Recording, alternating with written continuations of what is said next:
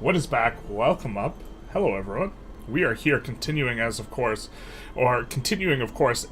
restored timeline where Carthage was never destroyed, Rome never salted Carthage, and what we are going to be doing this episode. Last episode we formed Phoenicia, which is just a Carthaginian flag, but it's purple, so it must be better.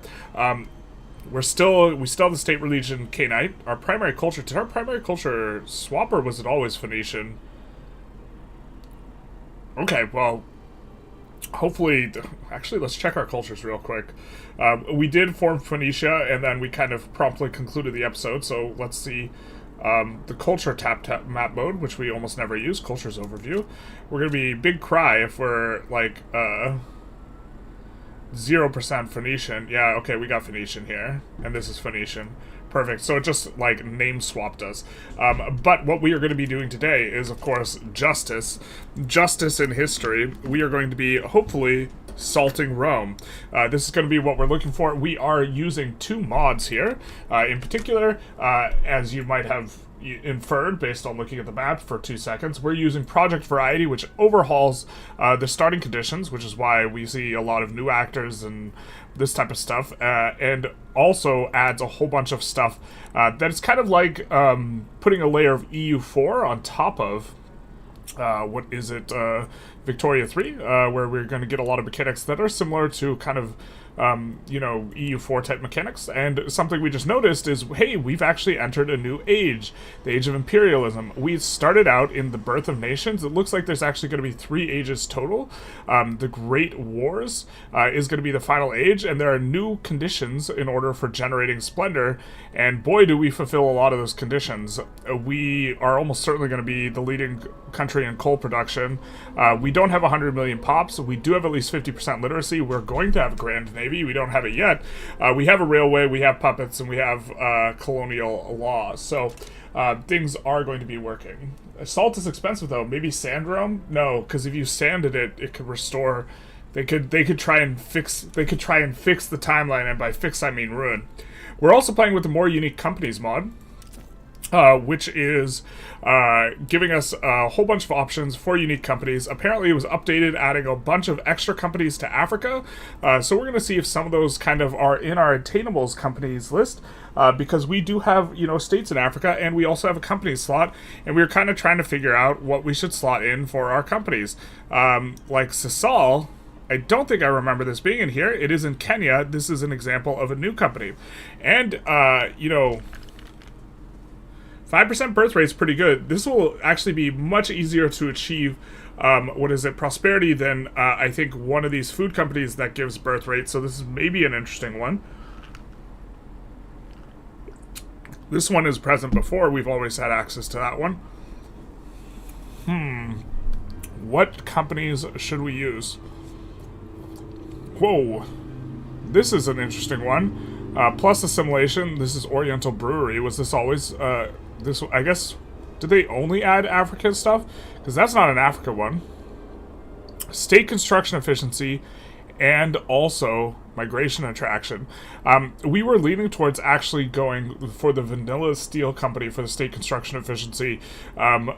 This one, well, this actually would be really hard to hit prosperity with, because if it's just railroads, generally it's hard to hit prosperity. It's not impossible, but it is a vibe. This one would just give mines throughput to everything. I think this is one of the Korean ones. Why is it saying that we have the potential to do this? We don't even have Korea. We don't own Korea. What do you mean, my guys? Johannesburg. Okay, so this one is actually interesting in the sense that, okay, we don't have an oil company yet, so we would like an oil company. But secondarily, we have to have oil rigs level 5 and research pump jacks. I guess that's off for us for a little bit. But this mod uncaps minting, which I kind of think minting should be uncapped in vanilla anyways. And so you don't stall out after 200 million GDP, which makes minting modifiers more useful. But I really have so much fun looking through these companies and trying to figure out which ones to slot in, because normally, like in vanilla, you kind of know exactly what you want, and the feeling of not knowing exactly what we want is pretty cool.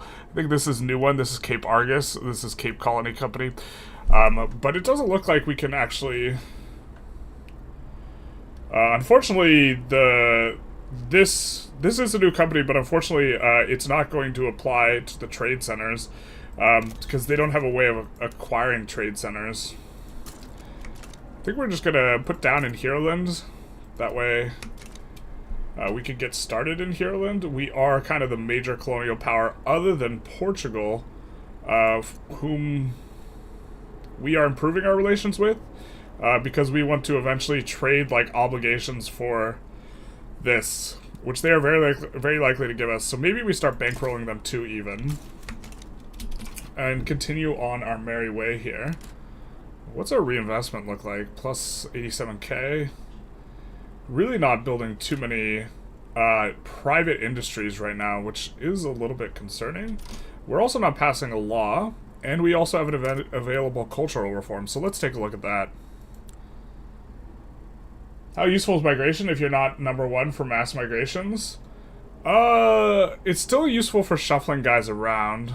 So we can go this or this. I think we're going to go this. If we have enough levels of the colonial administration, which I think we're trying to do, this one will be better. Because this gives a flat amount. This gives a level equal to 1 institution. And if we have... Actually, mathematically, that's just better, isn't it? But we want to trend more towards the national supremacy policy, I think. So, because everyone knows that Carthaginians were the best. So let's do that. And then that's our cultural reform. Famine in Phoenicia. Where are we experiencing famine? We do have a little bit of mild starvation. It's in Heerland, which doesn't have access to the country, the rest of the country, so that is going to make some sense. Let's see what we're researching. Steel frame buildings. Okay, we're okay with that. I think after that, we do want to make a little bit of a kind of turn towards investment banks. Because that does unlock the ability to slot in banking companies, although we don't know exactly which banking company we want to get. Oda Clan... Oh yeah, that's right, we're propping up... we are planning on propping up the Oda in order to get them to form... what is it? Japan. Because this is a little subplot that we have going on. Let's see if we can find the Oda Clan. We have an alliance with them. So, we could start beef with some of these other Japanese guys and look to just, sway them in. We do have a truce with them. Do we have a truce with Korea?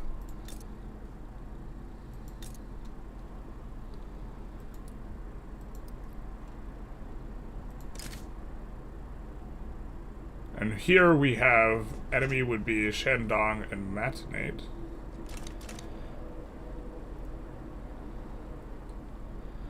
We haven't really messed about with China too much, and maybe we should. We do have interests over there. This is where a lot of the resources flow from. Venice has some of Beijing. Beijing's looking like... I don't feel very good, Mr. Stark type of Beijing.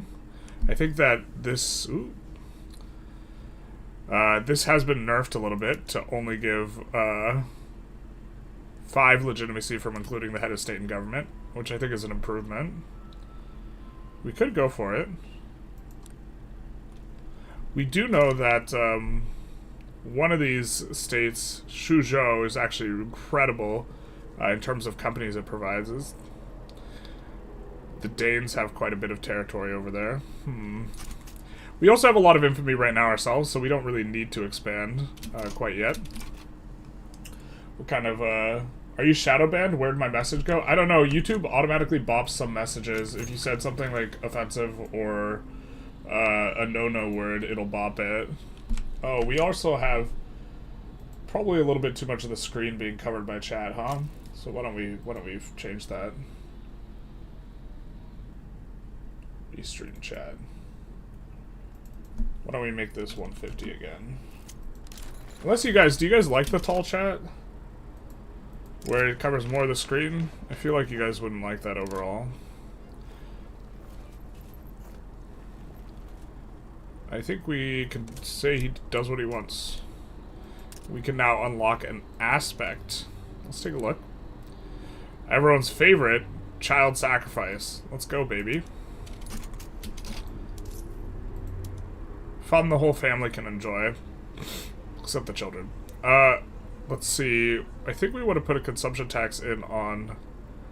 Fruit is a little bit tempting. We really can't make that good use of consumption taxes, can we? We can use... It's pretty important in this mod. It seems to have high... literacy, which is why we are, you know, pumping on this decree. I guess we actually don't really need the enlistment efforts on here in Phoenicia.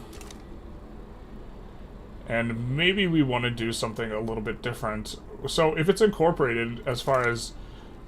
I think if it's incorporated and it has high population, we're kind of a fan of using the promote social mobility decree in order to maintain high literacy, because it's good for this mod. We are turning Tunisia into the capital of the world. We have a mass migration attraction. We do have... our migration edict, our state construction efficiency. Oh, this also gives state construction efficiency. Man, they super buffed this. Interesting. Interesting. We're getting 15% state construction efficiency there. Are starting to get pretty significant pollution impact. Can we do this? Minus 5% pollution effects and 30% dangerous working conditions. I think we're on board with that. So let's clean up Carthage a little bit. Clean up the rubble. Let's... I think we decided we kind of were okay keeping that guy around. We do have a communist. Let's see what groups these guys are agitating for. Sunni rights movement. We kind of don't like that one. The liberal movement and the communist movement. Actually, we might like the Sunni rights movement, now that I think about it. I think we would prefer total separation. So... let's take a look what we could do. The thing is, we can't do anything about it right now. But if we liberate more Sunni pops, then what we could do is we can boost that movement a little bit more. So that would probably be a good thing. We're cultural exclusion. We want to stay on debt slavery for the RP. We're also trying to figure out exactly how the buy packages work. I think the case that is... I don't know exactly how the buy packages, or here, let's show what we're talking about here, because this is something we're trying to figure out. So I suppose if anyone has any sort of insights into this, we're gonna look at no pops, and then we're gonna look at specifically slaves. And the SOL on these guys tends to be extraordinarily polarized. They tend to be 8+, or they tend to be like 2. And I don't know what exactly... So part of this is they have access to public health insurance, which is why they have like a flat rate, but it was a lot of what we were seeing is like they either have 6 or they have 1. And so on average they have 6. But I'm trying to figure out why is it the case that some of them just get like absolutely nothing in terms of basket. In particular, our biggest portion of slaves. Now these ones are in Tunisia. Is there a correlation between religion, maybe, or incorporation? Lives in incorporated states, lives in unincorporated states. We see, okay, unincorporated states tend to have slaves that are not struggling. So incorporation status seems to be a variable that affects things, right? Why are our slaves so much worse off in incorporated states? I like the longer chat, though. Having just 1.5 messages means I can't really follow what's happening on YouTube. Clean up some of that salt. Here, let's do a poll.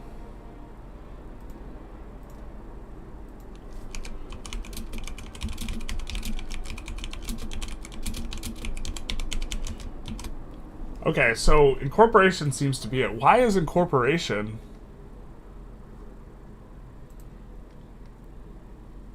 This does seem to be the factor.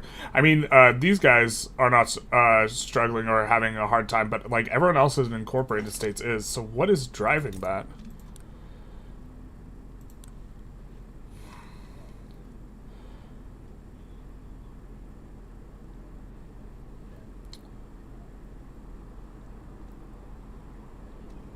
What is driving that exactly? I thought there was like, it's been a while since I've like hovered incorporated versus unincorporated state. Okay, here's an unincorporated state. Market price impact, we know about that. Universal political strength, yep. Minimum expected. Infrastructure, conscriptable. There's nothing I can think of that relates specifically to slaves. Here, let's do this. We're having trouble because, I mean, they have full access to institutions. Thanks, Sokoto has a claim on Tunis. The truth hurts. They probably have a claim on everything that is like, everything that's like north. But I didn't even realize they had a claim on Tunis. Canal Bornu also has a claim on Tunis. It's probably, they just have, for unifying this like big chunk, a lot of people have claims in this type of thing. They're a substitute for different pops, right? Not just laborers. Maybe it depends on what they're substituting. They're a substitute for laborers, specifically in either what is it, arable like land type of stuff or resource things. That's the only place that they can work. They cannot work in factories. So when we start using labor-saving PMs, we're not going to use any in the resource or agricultural sectors. It's just going to be 100% in factories. Because we have access to slaves, but still can't, we could probably actually use water tube boiler in the capital here. And if we're not using, no, we are using Mechlums. Mechlums is so good, it's like kind of bad not to use. Or if you're using any labor saving PM, you're like kind of opening with that. But, I mean, we're still trying to figure this out, because I think that slavery, look, if you can get SOL above like a certain level, slavery is actually probably pretty good. But I just don't know what the driver is here. And these ones here at the top do have significantly larger populations and they're destitute. And it might just be like, yeah, I don't know what it is. I mean, there are here we have Tunisia. We can sort by state and look at just Tunisia, right? And the capital has some really profitable ones. And they're in the vineyards, the manor houses. The manor houses seem to always have good ones. And olive groves. The unemployed ones are obviously going to be really destitute. And so we could have like some sort of unemployment insurance. So that would help out with those ones. Because the pops are going to grow, and then if they don't have any, they aren't as flexible in their jobs. And so why does these guys pay more slave upkeep than these guys?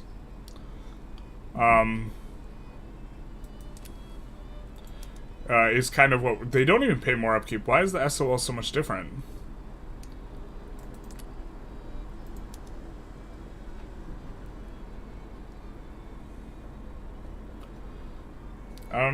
I don't know, guys. Slaves can substitute for unemployed slaves is a weird concept. It is a weird concept.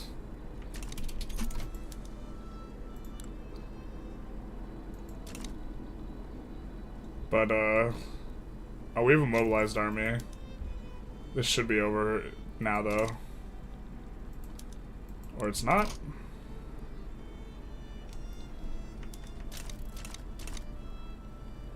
Do you want to help them out? What are they even going for here? Transfer Bremen.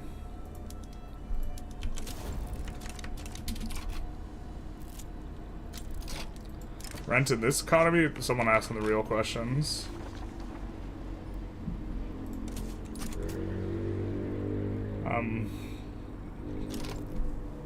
So, I wish I knew what about it being incorporated made the difference. But us adding poor laws seems fine enough. Which is going to give, I guess, to the unemployed slaves, it's going to give them some amount of money, maybe. I don't know if unemployment insurance applies to slaves. It would make sense that it wouldn't, but I suspect that it might.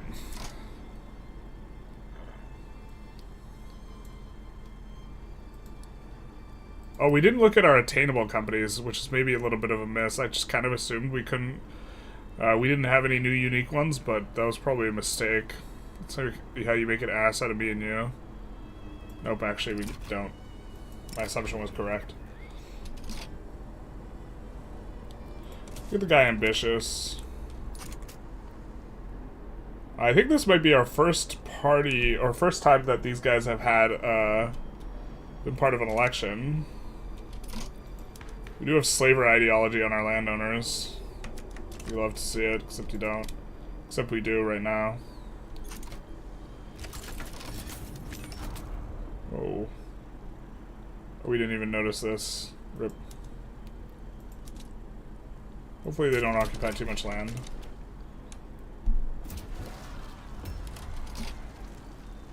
Afro-Brazilian national movement. Unfortunately, we can't go multiculturalism while still on debt slavery. We have to get off of debt slavery. I don't know if you're already on multiculturalism. I don't know if you can move back onto debt slavery. It's a little bit unfortunate though. Let's increase our investment. We can't. We also have workplace safety. So, we're not going to give them anything. Actually, who's winning this election right now? The Conservative Party, yeah. The Agrarian Party is doing kind of okay. But, let's see what we can do. We're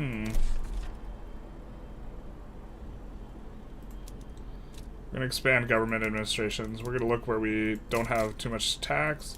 We're actually just going to get this to EOS. And anything under 25 we're going to add 2, and anything under 50 we're going to add 1. Which will handle our tax for a little bit. I don't think it does. Can you stream in 4K? No, I don't have that much upload speed.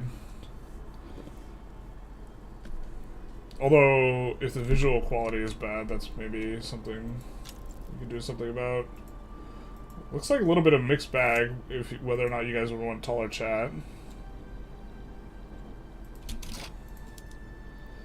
We get maybe metal a little bit here. Fuda uprising, Portuguese Empire.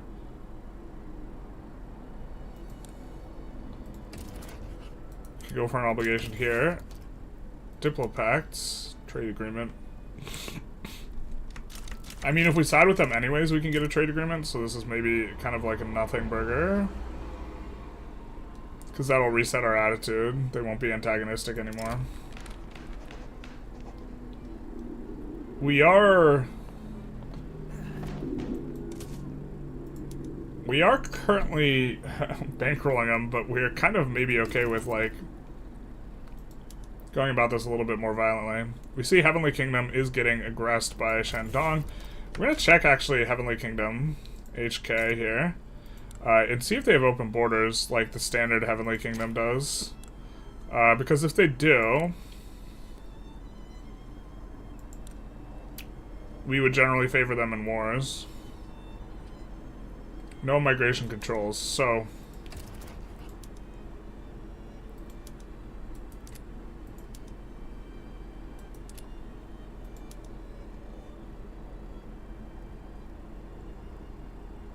we could transfer those guys. That's not a lot of infamy.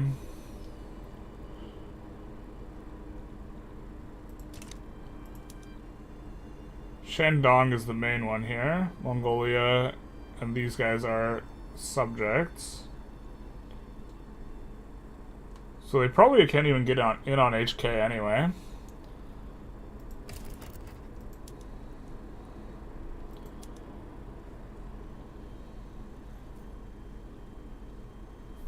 We don't want to take anything off Mongolia.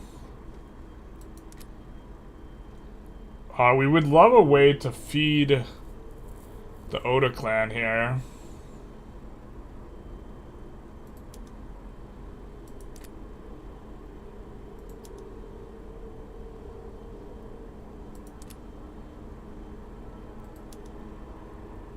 We could, I suppose we could, Matsume being liberated would be preferable. I think we might be able to yo-yo sway here, though, so let's declare neutrality. Oh, no, wait, we have to not be involved in a play at all.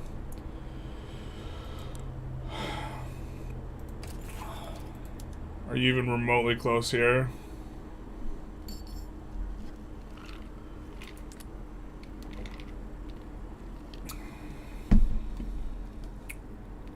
We would really like better war goals.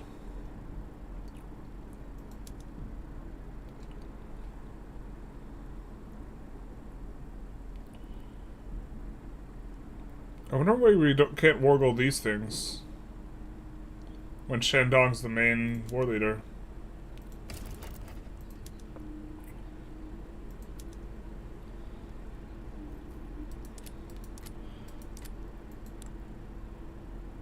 Oh, because they want to return and conquer.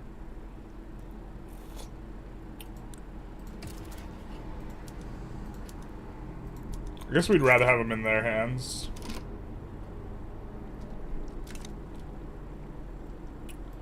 We'll move over Hannibal's army. And our big navy. Big navy, big nice. Check slave religion suggestion. Okay, okay. I see you. Let's check their religion. We know it matters very significantly if they're an incorporated state, but let's... incorporation does correlate with religion. So, if they are Canite, which is our primary religion, we do see quite a few destitutes here.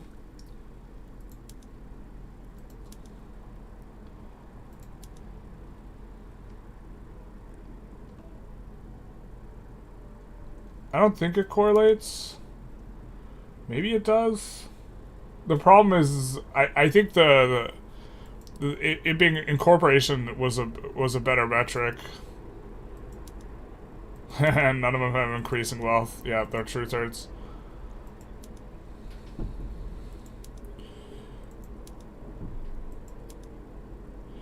Yeah, I mean...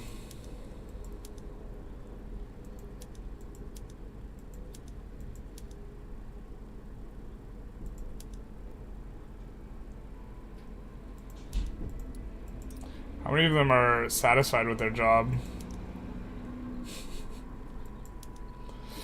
How many of the slaves are satisfied with their job? Alright. None of them have loyalists.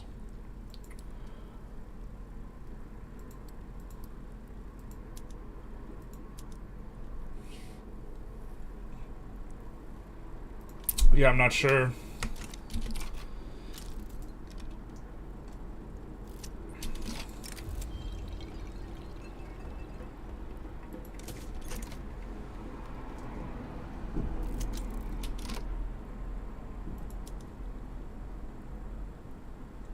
Nanjing click pretty big sides against us. I don't think we are that concerned though.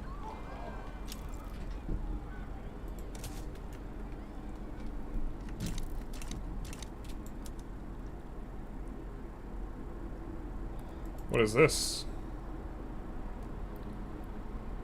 Fuda-Jalan uprising. Didn't we... Alright, let's get a trade agreement with them, I guess. I'm gonna reset attitudes with Venice. I think we're currently have a rivalry with them, but we could break that if we wanted now.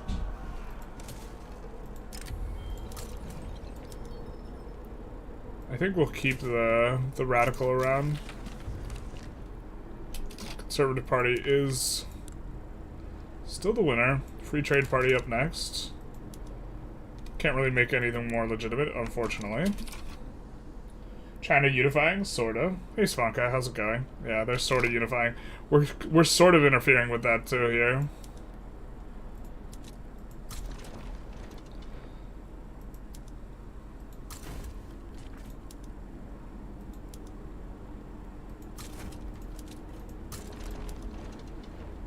This guy is disliked, he's cruel. Let's get him defending.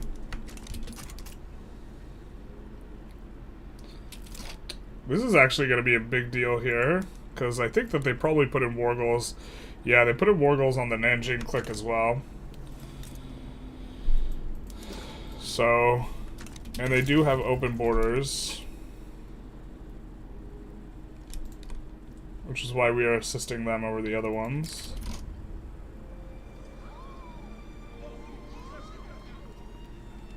We can do that.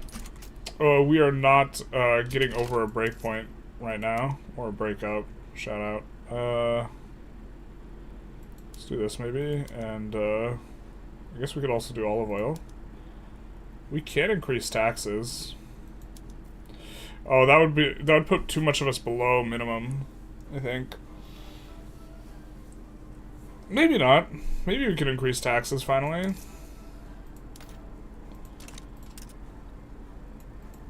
Just every time we've done it, we put like a bunch of pops below minimum expected. Okay, we can boost an idea.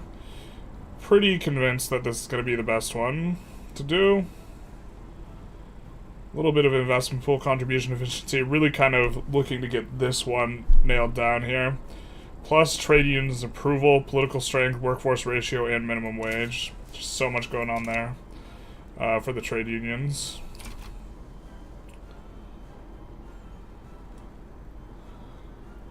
Agitating for largest chat.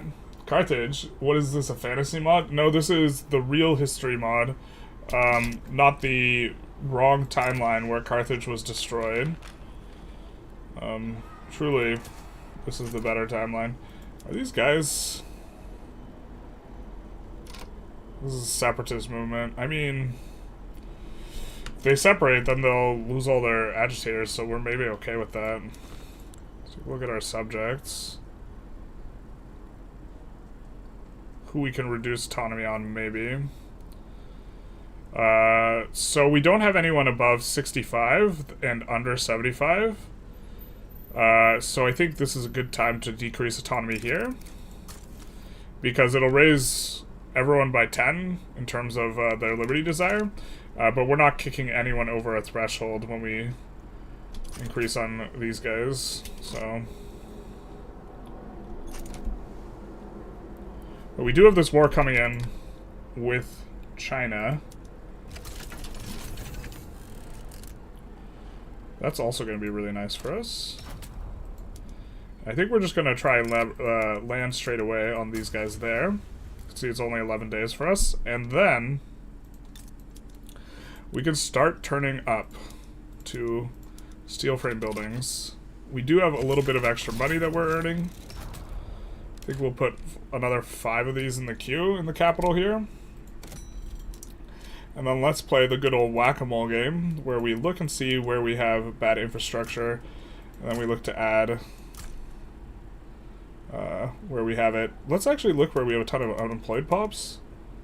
We have a little bit in Transvaal and a little bit in Tunisia, so let's just add a little bit of that proactively so the auto queue can be a little bit better about targeting unemployed states. I don't know if that's like a good heuristic or way of approaching it, but that's how we're going to do that.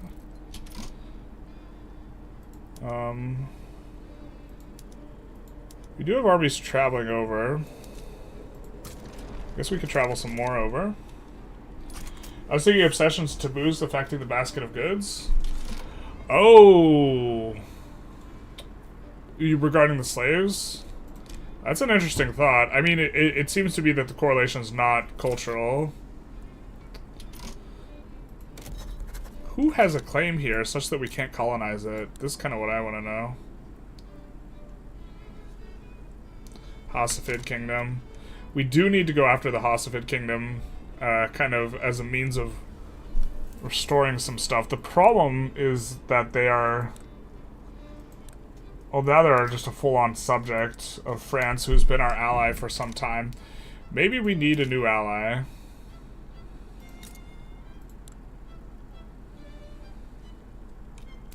I also don't know why we're improving relations with them.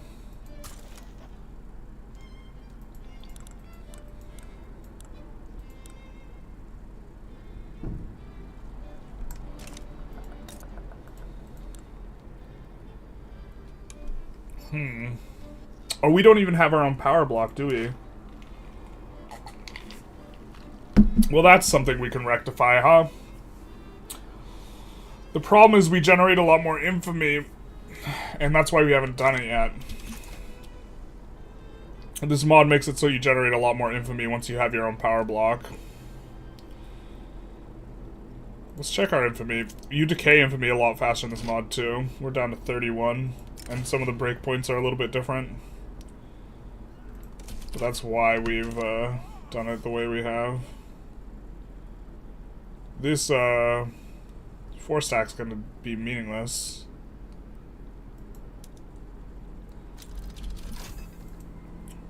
Nice. Steam Donkey. Steam Donkey's gonna be completely useless because we're trying to rely on slaves instead. But it represents being a little bit closer to pump jacks, which is kind of why we said nice. Actually, forget about pump jacks.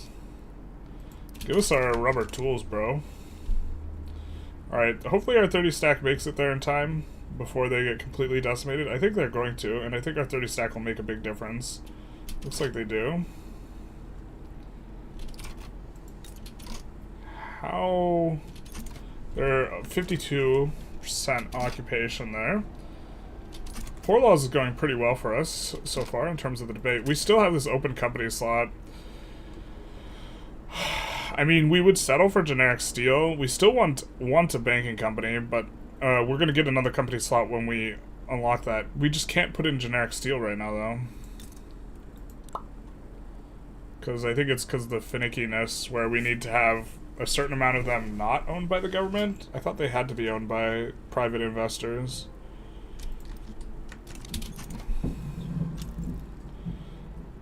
Let's see if we can affect that there.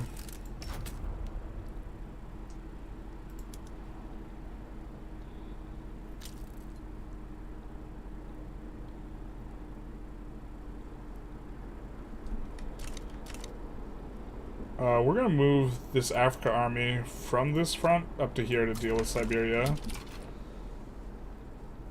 I forgot this is why we have any like type of Korea like, special stuff.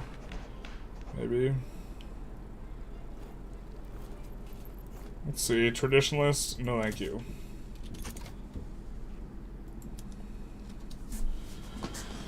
Alex Salted Cabbage, interesting, interesting. Hello, journalist. Your game on Twitch is just set to just chatting. Oh. Thank you for letting me know. My bad.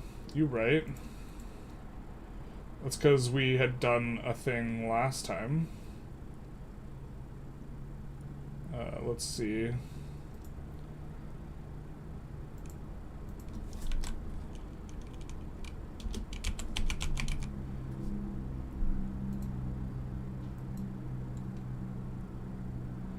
Alright, we should be on Victoria 3 now. Thank you for letting me know.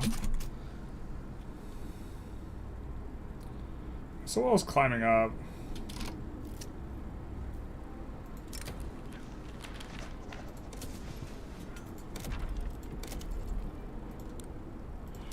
We're just checking where we have lead mines. Okay, we're gonna make sure we're auto-expanding glass out of all of these. We already done this. We already done it with the thing where we auto-expand glass. We already prepped. Look at us. We already prepped for being able to swap on over. So why don't we swap a couple more construction sectors over to steel frame buildings. We have about half our country on steel frame now, or this is about half. Shandong is getting enforced on now, quite quickly, I might add. They're scrambling to try and do something now that they've been landed, but it's looking like, it's looking not very good for them. We get mass migration from Persia. Where was that even to? Probably, is that just to Tunisia? I suppose that makes most sense. Tunisia's starting to get really tall here. I think that we have a kind of... The place where we'll start hitting the penalty is what exactly? It's 100,000 per arable land. We have 153, 175, 180, 189, 193, 195, so we can hit close to 20 million before we start having penalties. Ugh. We have a bunch of Afro-Brazilians in Sicily. What? Oh, they're just attacking Sicily. Got it.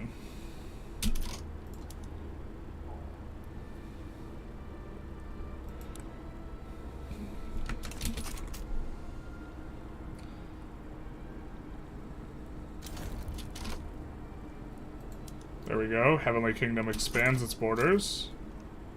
Which is kind of be exactly what the Doctor ordered. The Doctor being us. I suppose there's a world where we would have maybe wanted to subjugate HK first. Before helping them out. But in either case, they have open borders, so this should be good. Korea is getting fought by Satsuma. Can we interfere? We can. We can conquer a state. Korea has some absolute bonkers companies. Of course, we could just deck on Korea. You know, and this would probably be better. The problem is that we have to wait 20 years on incorporation, so maybe this isn't the way we should be thinking about it. We still need to slot in a company, though. Oh, we could do a generic steel. I kind of don't hate generic steel here. 5% state construction efficiency is a very nice modifier.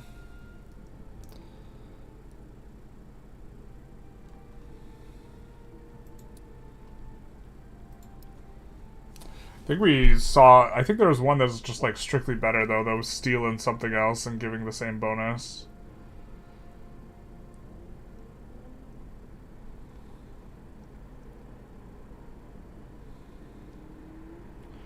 Yeah, steel and wood and food industry throughput, and hey, it's in Korea. It requires it being incorporated though. Korean homeland. This one requires Korean homeland and arc welding.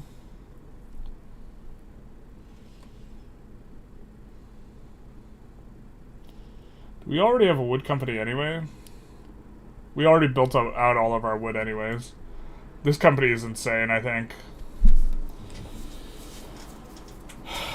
Well, both these are insane.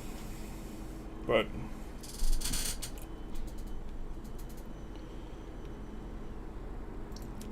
how much infamy is it even for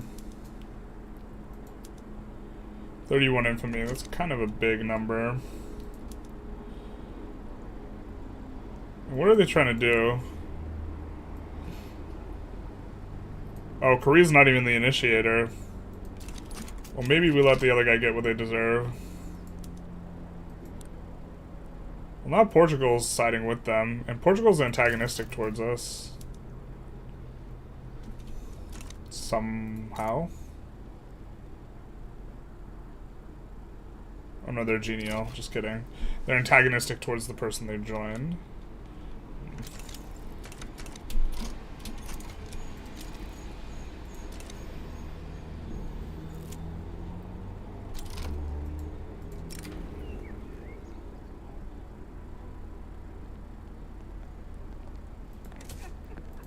This is gonna pop, I think, once we do that. I think we'd rather have it pop and put it down.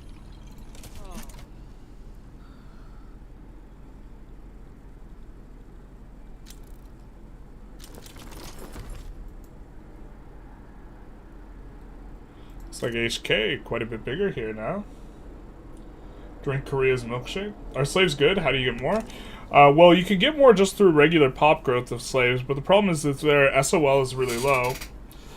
And this is the kind of the thing we're kind of trying to figure out. If their SOL is really low, they won't really grow that much in terms of pop, or they'll shrink. The reason why they are maybe good / meta is because they have a really high workforce ratio. So that means if you can grow 1,000 slaves, right, their workforce ratios, like base workforce ratios, double. Once you stack a bunch of modifiers, it's more like they're 50% higher on their workforce ratio, but because they'll get boosted up from 50 to 75, and then the base rate will get boosted up from like 20 to 45 or something like this. But the problem is like when we take a look at slaves, their SOL is low enough that they're really not going to be moving too high. Wow, this is below expected standard of living?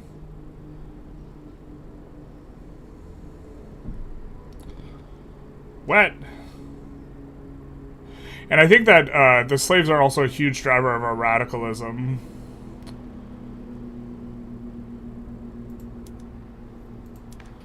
We see radicals by profession.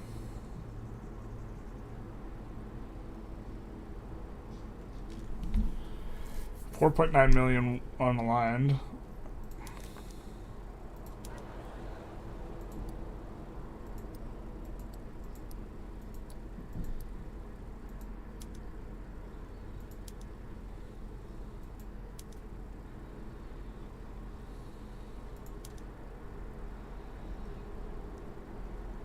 So let's take a look. So they are an enormous chunk of our radicals. Like, looking at all these groups, all the ones, we see some laborers, but it's mostly slaves and peasants, right? Here up at the top.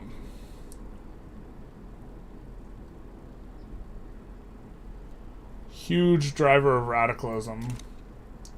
Which is going to, you know, give us negative modifiers. Eventually. We have some pops and mild starvation, but they're mainly slaves, I think. So, it's like, did it say 3 million slaves are radicals? Did it? If it did, I missed exactly where it was saying that in the UI. Oh, here? Yep. Nope, you're right. 3 million slaves are radicals. So, we would not have such a high level of radicalism if we didn't have slaves, but at the same time, it's like really, these guys are all politically on the line, so it's not that big a deal either.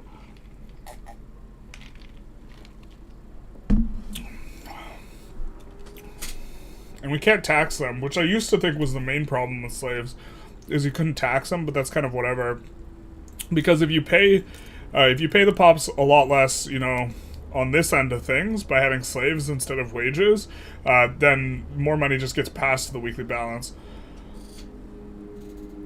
But we have, like, slaves here, and we can't employ up here.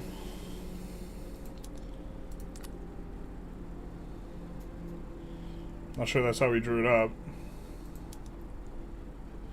Oh, we have a steel shortage. We have a bunch coming in here. Let's maybe expand that more then, though. So the poor laws, I think, will help a little bit, but...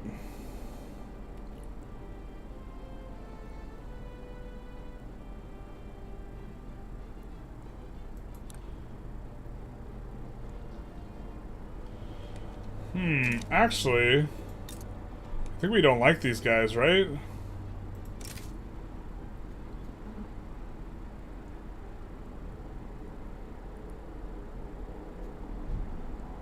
Oh, they're a subject of Korea. And they're decking on Korea.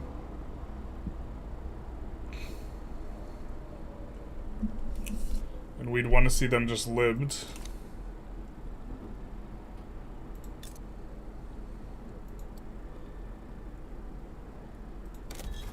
Wow, crazy we can't just, like, liberate these portions of Japan.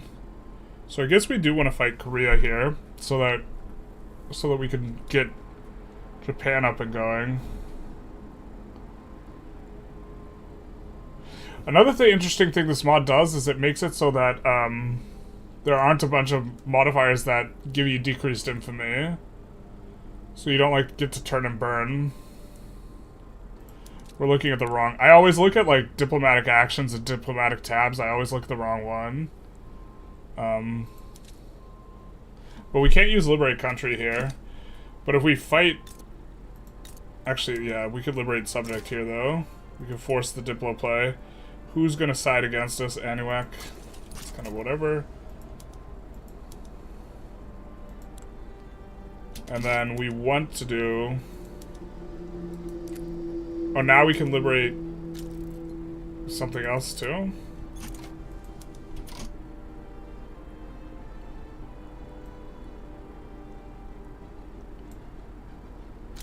Well, right now we don't have to land Korea proper. We just have to land their subject. And I think this is their other subject, right? Yuan Pei's Haven, which we also kind of care about. I didn't realize Korea was so strong, though. So maybe we should have thought this out a little bit more.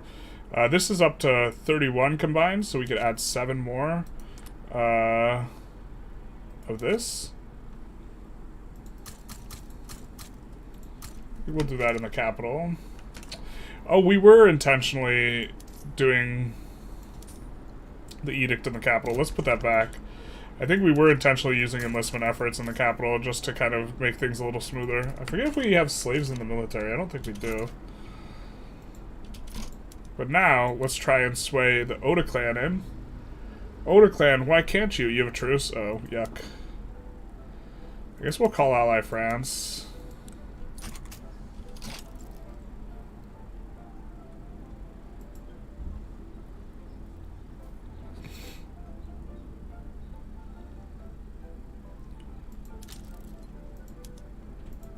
Let's liberate Yuan Pays Haven. And let's do war reparations. Let's put these in. Let's move the army over.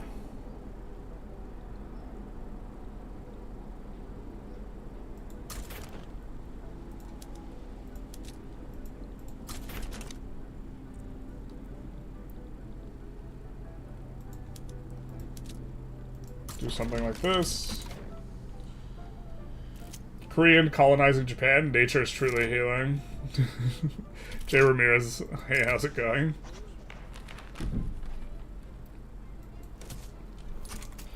I forgot we're about to have a secession, but it's not too big a deal. Castile is trying to become somebody. They're trying to be, not just talk about it, but also, in fact, be about it. We could do another aspect here. Let's take a look. Kind of probably going to do the offense, but we could do something else.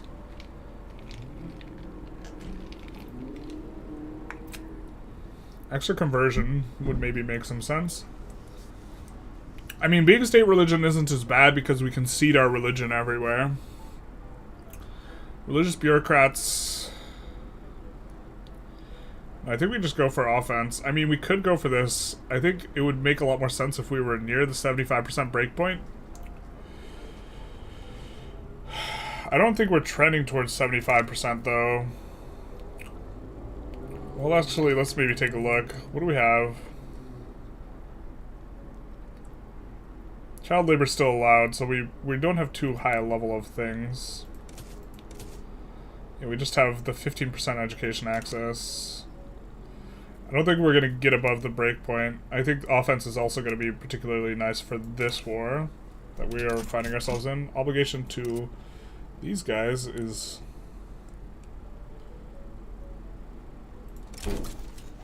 Alright.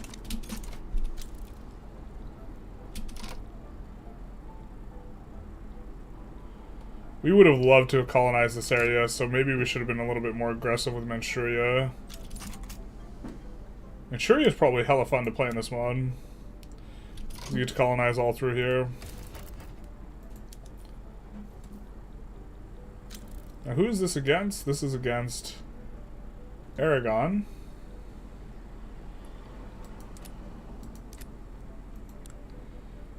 They want Toledo and Aragon. They want Toledo and Bajos and Romanga. I think we might just sit out of that one. Venetian Korean colonization rights? Oh, did we just lose? No, we won.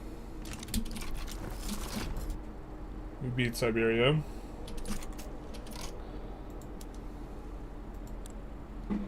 Who could we sway? Nobody. Not even the Oda Clan. But the Oda Clan should be able to fight these guys at some point later.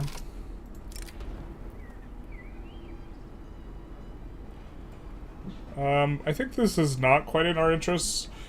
Declining an opportunity, generally you don't get a penalty for declining. I think that we're going to say no to this, though. We're looking to kind of separate from them. Eye of the Needle. Talk about Eye of the Tiger.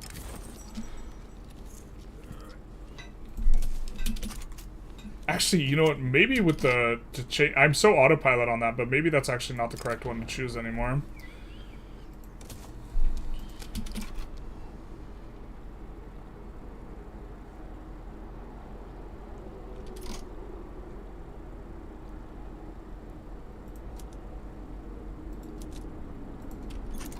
Let's get them over there. Oh, you know what? We should actually just conquer that. I think it's not going to be incorporated. It's probably going to be very cheap on the infamy. Yuan Pies. Alberta.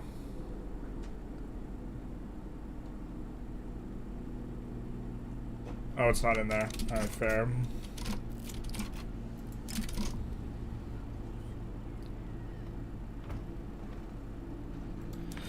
They still have no political strength because it's bugged. So it doesn't really matter. But do we want the extra approval in the French Phoenician? I think that it doesn't matter too much. We'll take the 5 legitimacy. It's not going to push us over a breakpoint, though. We do have to start constructing some more stuff.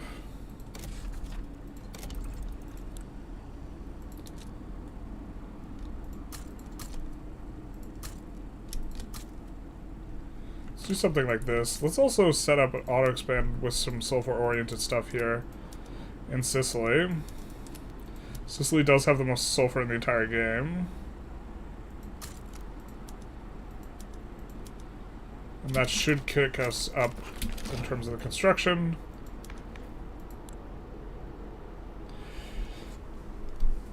We could go extra food security things. I think we won't.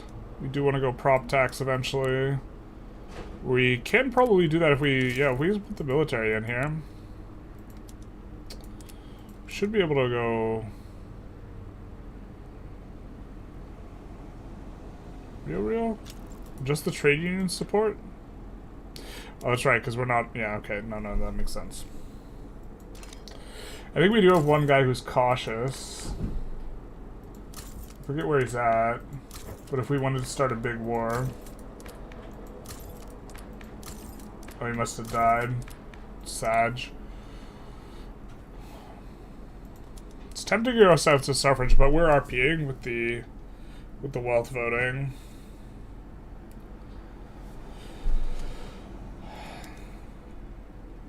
Oh, let's do this, obviously. Okay.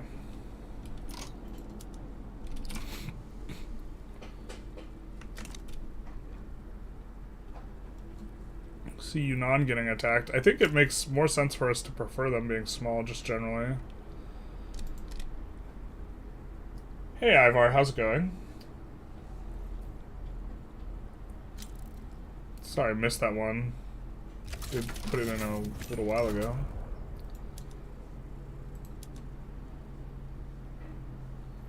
I think that we just land Korea?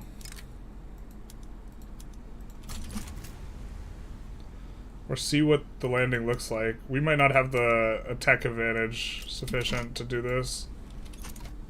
Looks like they're having some problems, whatever's going on in Korea. So maybe we could just land them and enforce this relatively easily. Let's take a look over here. What we could maybe get. So do we want Han to take out Yunnan? It's kind of more the question. Liberate. We could liberate Anhui. I think maybe we sit that one out. Just because we like the Han.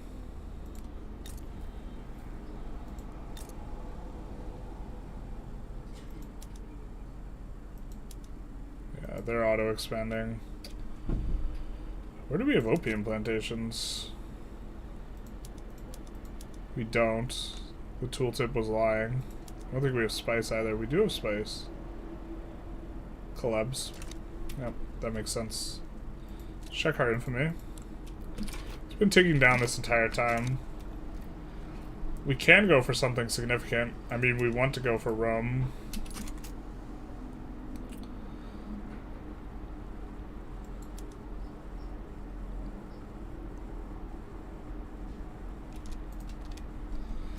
Yeah, and they might not have enough troops. They might have their troops kind of just currently be exhausted a little bit. Sichuan religious revolt. That's kind of outside the scope of things we can influence. Doing good. Chill weekend. What about you? We're doing pretty good. Just a chill little session. We are not going to be playing this tomorrow, so I thought we would get in a session today. Annex Oda Clan? The frick is this? We have an alliance, my guy.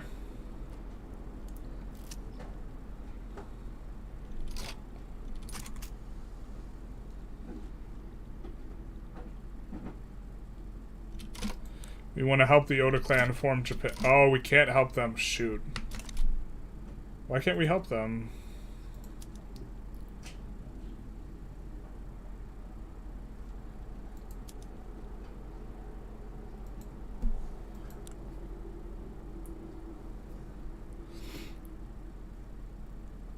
Well, we don't care about actually staying in on this.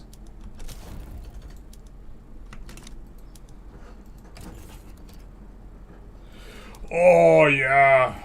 Yes, baby. This is how we do it. They're now our subject.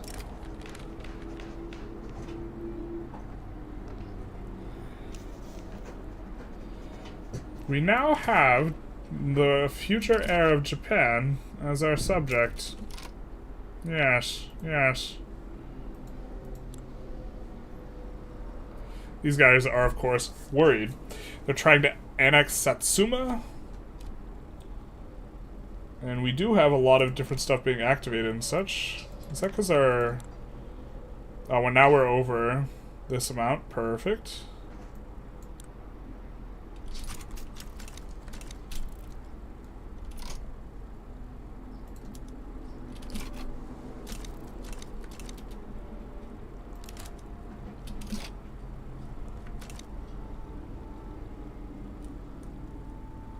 Where's this 30 stack? Hispania.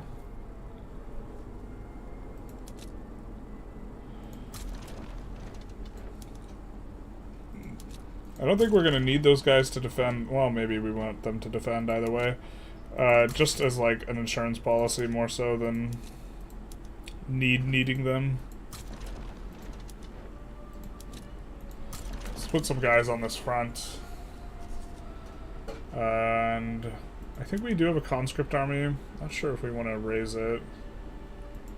I think we have a pretty stern advantage here, so... And better tech. I'm not as sure on the better tech front, though. So now you can use return states for Oda? Yep. This is the plan. We are going to feed them Japan. I don't know if they'll be able to form Japan while they're a subject, but us having Oda Clan and controlling the entire map is probably an okay outcome, too.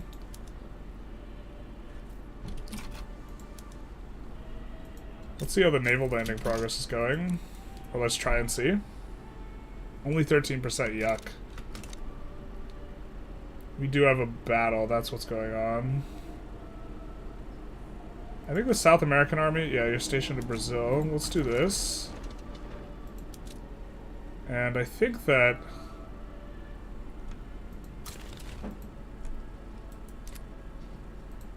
Let's maybe raise a couple conscripts.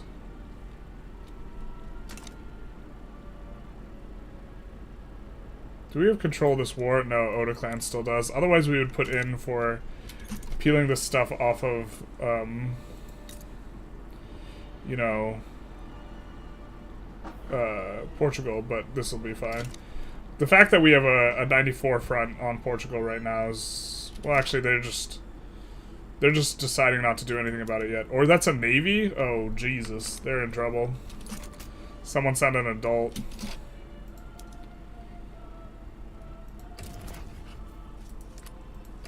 Seems like a free obligation, no?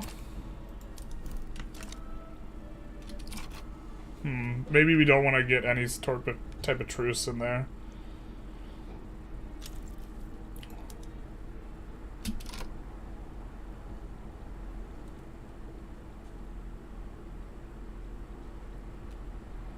We are having trouble on the landing front, so let's cancel this naval invasion for now. Let's move Hannibal's army over to deal with these guys. And then let's also recruit up some ironclads. So that'll bring us up to 20. And then we want 18 more of these. Let's look where we have none of this. 1, 2, 3, 4, 5. And then let's look where we have unemployment. 6, 7. Then let's look where we have peasants. 8, 9, 10, 11, 12, 13, 14, 15, 16, 17, 18. Perfect. So those should get up and going relatively quickly. So that'll bring us to a pretty large stack. And then this is currently a 76 stack, so we could make it a 96 stack if we added 20. So we're going to add these in the capital. And that'll bring us up to hopefully a 96 stack. And then we could try landing Korea again. We're going to kick a couple of these barracks to the front of the queue so they can start recruiting up. I think we could make the swap to the rest of the stuff on steel frame, so we'll be able to get this stuff in a little bit faster. And then almost certainly we're going to need more military goods and such too.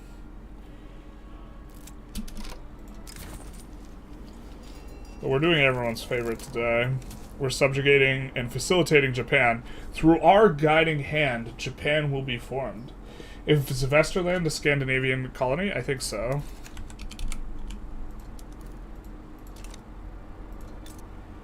Oh, no, they're not.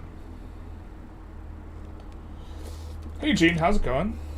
Good to see you. Happy Friday. Hope the fires in LA aren't causing you too much trouble down in Orange. No, they're not. We can kind of smell it, though. Maybe we'll close our window. It's actually bad for air quality. It just gets really hot in my room at night. But, air quality is not very good. Fire's not particularly close to me, but also it moves really fast, so it could be close to me, depending on how the winds go. The winds have been, it's been ridiculously windy, and this is why the problems are had.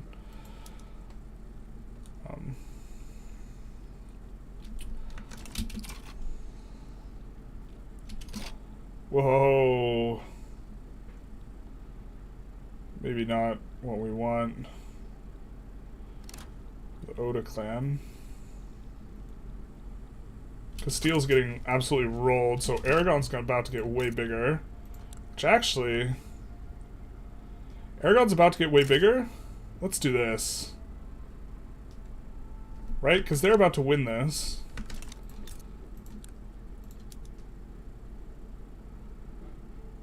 Or maybe we could save and time it a little bit better.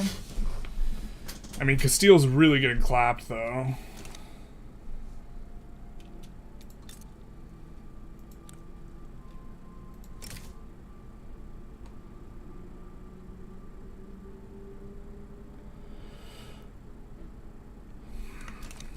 We could save and try and time it a little bit better. I mean, they're not close to full occupied, but they're almost close to negative. But the point is, we're only paying infamy for, like, 2 states. For these 2, and they're about to have double the states. And in a region that is, you know, traditionally Carthaginian, so why don't we do this? And now, I think we'll consider some of the conscript stuff. So the South African army... We're gonna move these guys over here, and we're gonna raise the conscripts. And we're gonna put them on this front. And we're going to need kind of a lot more conscripts, I think. So we're gonna do some of this.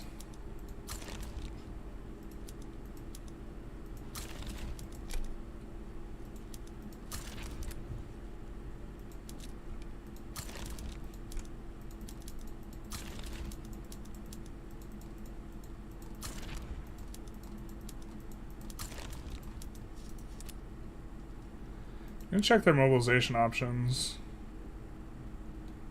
Alright, fair enough.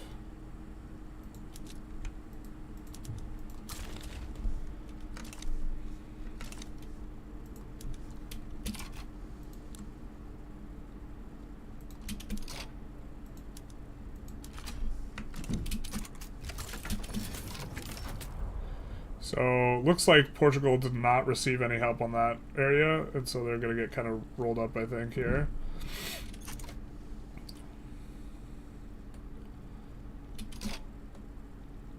Do they have any war goals on us, though?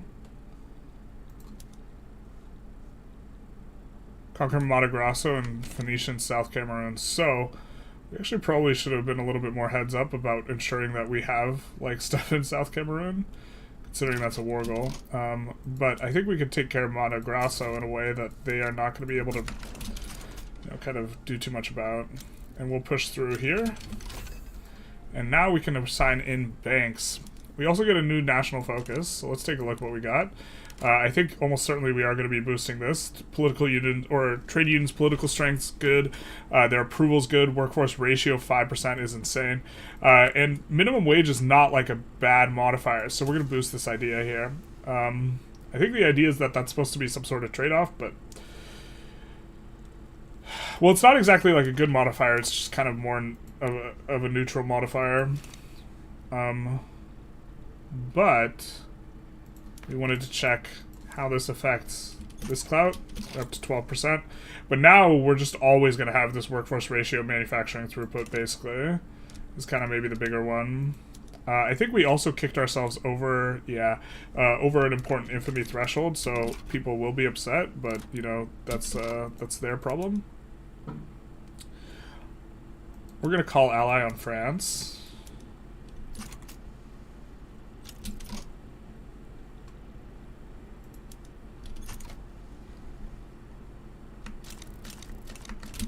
And hopefully Castile, Castile is about to capitulate, but we have secured for ourselves something that's basically, considering they're conquering like 3 other states, or these 2 states, Aragon's going to be super nice for us. It's also going to look pretty good from a border perspective. Oh, nice. We got to see the swing, baby. So this is the war goal, if I recall correctly, or one of them, Annex Satsuma is what they want. So we're gonna just be getting that, and then here it does look like the Portuguese Empire is folding.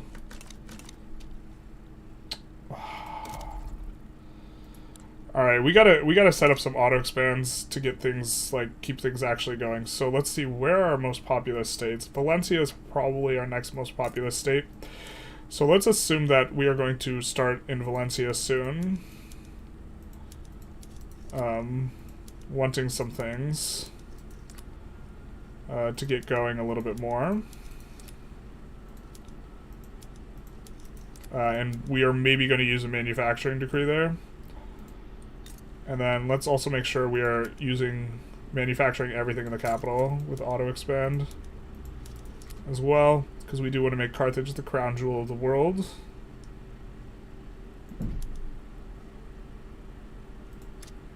And then we have an economies of scale cap of 30 right now, I think. So let's do that, and then a couple at the back, and really just kind of make sure Tunisia's in good shape there. Or as we like to call it, Carthage. Carthage proper.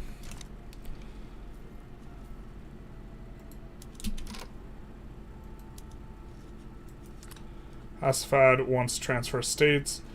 Interesting to see. We were expecting to see a whole bunch of people side against us. I guess not.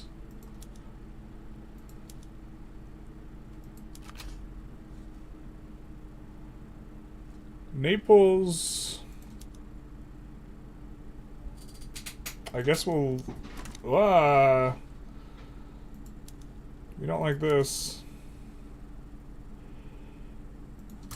I guess we'll do that, and...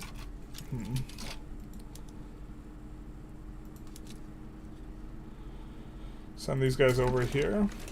Kind of a lot of micro, kind of a lot of wars right now. Hey, Kotu, how's it going? What's this mod about? So there's 2 mods that we have going on. One is more unique companies, which kind of is self-explanatory. It adds more unique companies. We want to put in a banking company. And the other one is Project Variety, which gives you a different start condition, one of which is we're playing as Rome. Really makes things a lot more middling, gives people a lot of expansion routes and kind of this sort of thing, in addition to giving a massive overlay that is basically like layering EU on top of Europa Universalis on top of Victoria 3. But we can put in... We can think about putting in a bank. Bank.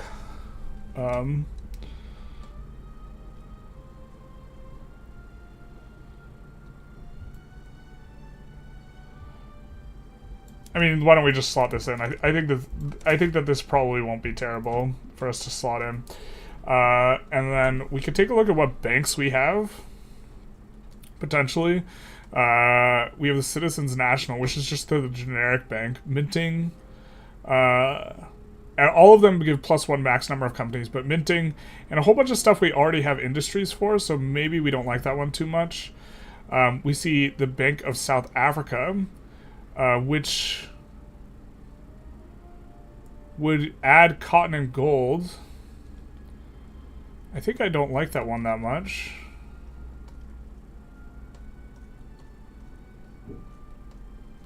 But those might be just our two options, eh? Those are just our two options.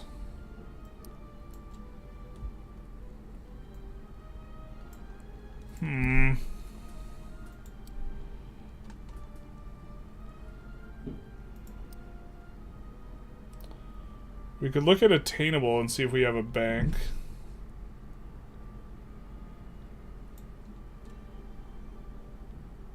Wells Fargo. The classic. One that we actually kind of like. It doesn't give minting, though. But the problem is we don't have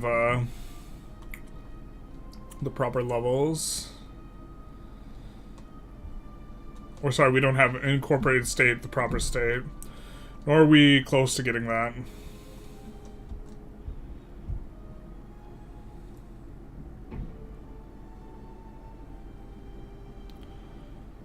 There's another bank. Rothschild Bank. Which we don't hate, but it's not exactly good either. Or actually, minus bill goods cost. What does this require? Home counties, Isle-de-France. Nah, we don't have any of those states either. Yeah, most of these require that we nab states from someone. Suzhou has a couple of banks. We could have taken that from China much earlier. Mitsubishi Exchange House. Interesting.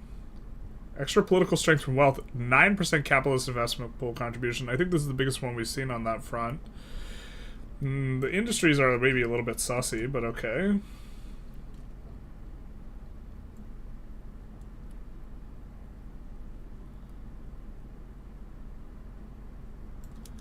Here's another bank. Now this has got some stuff we like. Silk, wood, rice, clothing. And plus minting and loan interest rate. Not as much capitalist investment pool, but this would require Gyeonggi, which we should have taken, but it's a 20-year like incorporation period. Ooh. Several imperial banks here. We see the Imperial Ottoman Bank. It's got cotton and clothing, which we're kind of into. Intelligentsia approval, that's kind of nice. Imperial Bank of Persia. It's got oil and opium. India's got dyes and electricity. Kind of do like that. And education access on it. What would this require? West Bengal. It's also got clothing. West Bengal. Imperial Bank of China. This one is, as we've talked about, Suzhou.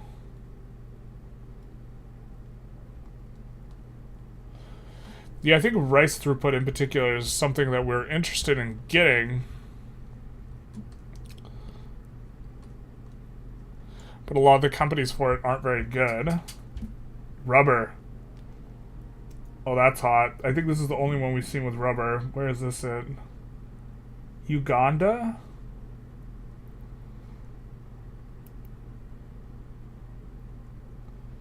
Extra resource discovery chance is kind of interesting.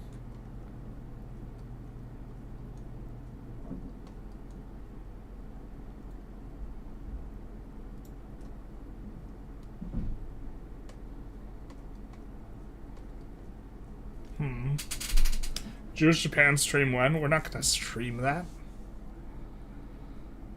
We're getting kind of close to the end of the Spain run, though, I think. I'm not sure how much I want to push that, because that one we're just kind of, definitely intentionally really underpowered.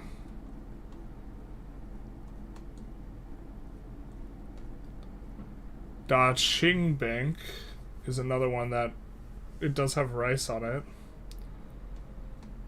I think that one's Suzhou. I don't like the industries as much on this one. This one's Rhone. Private construction allocation is not bad. The influence percentage is like kind of interesting as well.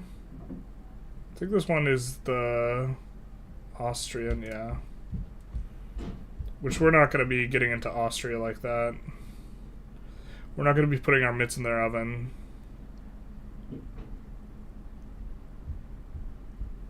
Oh, there's so many banks, man. Right now the Uganda one is kind of interesting. Everyone remembers when Carthage colonized Uganda so they could build a bank there. East Switzerland, but this one, it's probably not for us. Minus 10% loan interest rate. I think that's the smallest, the best interest rate modifier we've seen, though. Banco du Congo Belge. Lower Congo.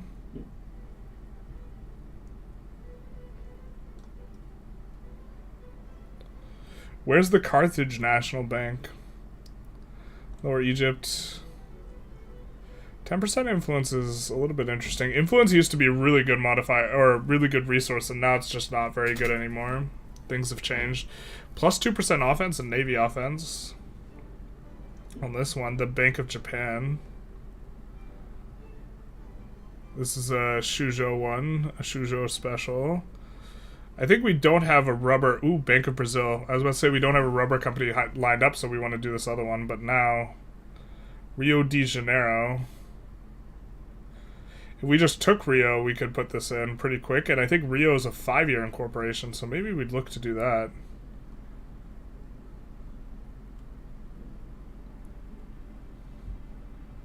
Is this better than the other one? I'm not sure. Banco de San Carlos. Well, what are the other things it gives? Let's see. Minting we're kind of fine with. Max cash reserves, it's kind of whatever. I mean, we could pedal the metal a little bit better. It's mainly that we like the industries that they have.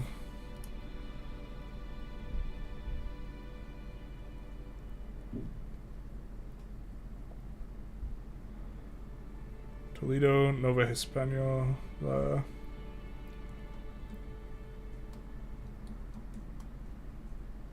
So I guess we'll go for Rio de Janeiro or Uganda when we get the chance.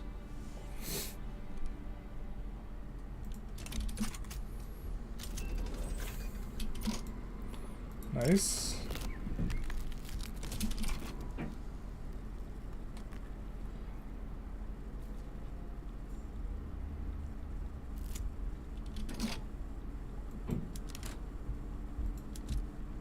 Let's go to this front with these guys.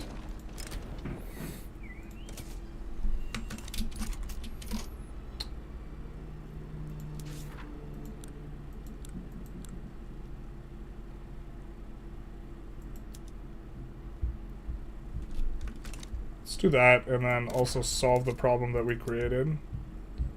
So if it's under 50, we're gonna add one. And since we've already kind of hit a lot of those breakpoints, we're gonna add in Valencia as well.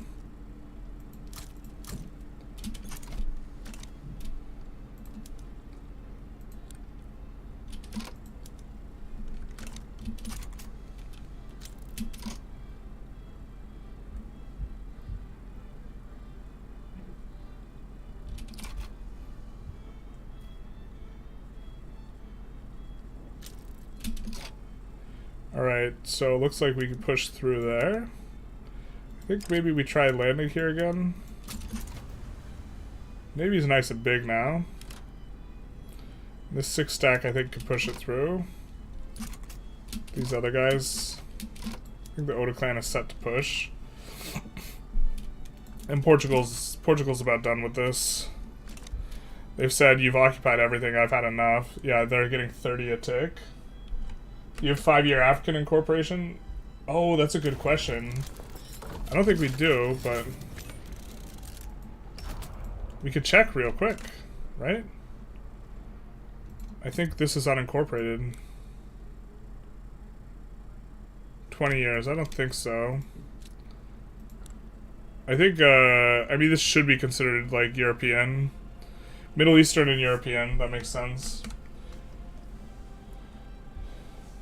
The army here in this mod is bugged. Even with 4 times the size, your army still won't be able to push. Wait, what? That hasn't been our experience. The tutorial element of current Spain run was really helpful for newer players coming into Vic 3 with 1.8 and feel overwhelmed. Yeah, I think that type of run's been requested for a while. But for like the more advanced players, like I imagine that run's not very interesting to watch. Carthage Bank should give you war elephants, basically. Is that actually investment pool contribution increase? Oh, did we miss something? No. Were these actually like substantively different, and some are efficiency and some are just contribution? My brain just like autofills efficiency, so I have a really bad eye for that. Yeah, it's just contribution. So then the one that gives plus 9% contribution actually is insane. What was that? Oh no. Oh no.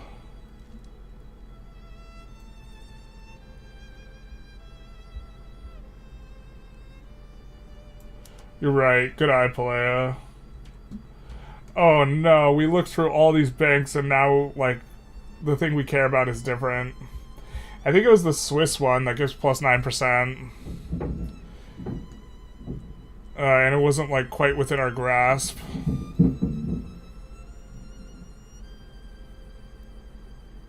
But that is... we really care about that modifier then. Because it's extra contribution. It's, like, multiplicatively effective. And we have other sources, like, reinvestment, like, efficiency more than normal. Carthage, like, occupying the Swiss bank is also kind of a little bit on theme, eh? So, like, taking a look through here, 7%, 7%, 7%, 6%. I wish we could search by things, and this wasn't, like, as, like, hectic. Only 6%.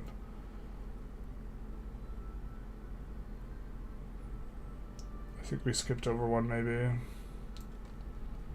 Rothschild Bank's 5%, so not as good. Very good eye, Palea. Damn. Damn. I wish I knew which one had the highest. I mean, I think it's the Swiss one. Bank of South Africa, 6%. I think that's, like, really what we care about quite strongly.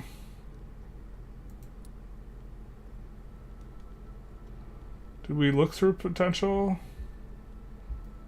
We must have looked through potential.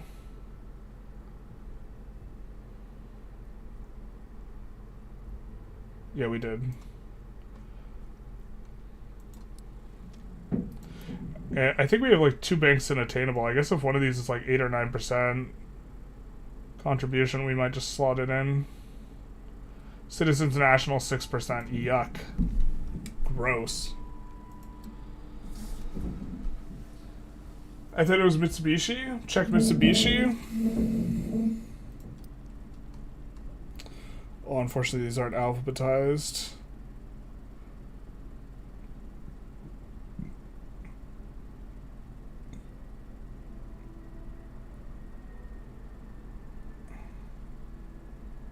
There's Mitsubishi. It is Mitsubishi. Shoot. What do we need for this? We need to be Japan. No, the weebs win again. We failed in the first act. Why did we pick Carthage? We needed to play Japan.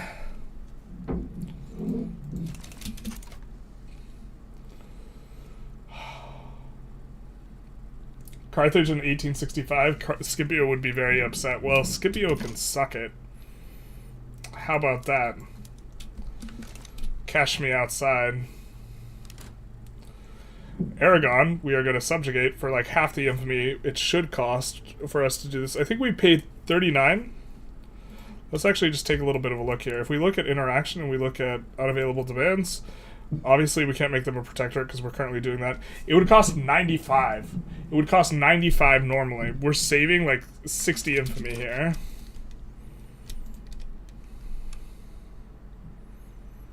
Maybe now is when we make our power block, eh?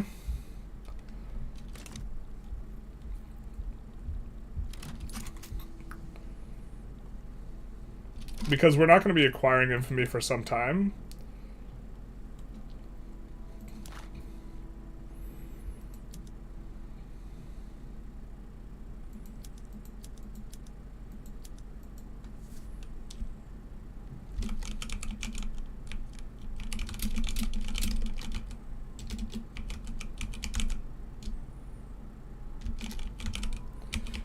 How about this? We are going to do a trade league, not because it's better, but for the RP. Primary color is going to be purple. Let's try and match our flag here.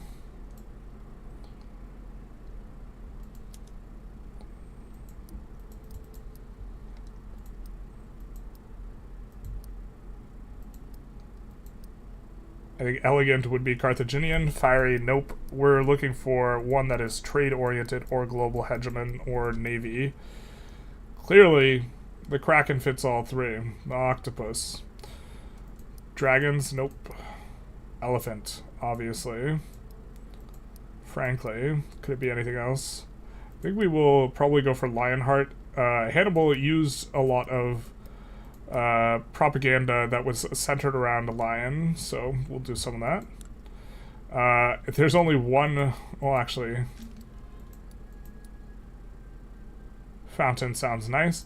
There's only one hero for us. It's not the octopus.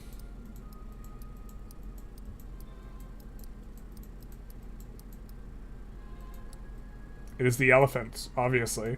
In his trunk he shall hold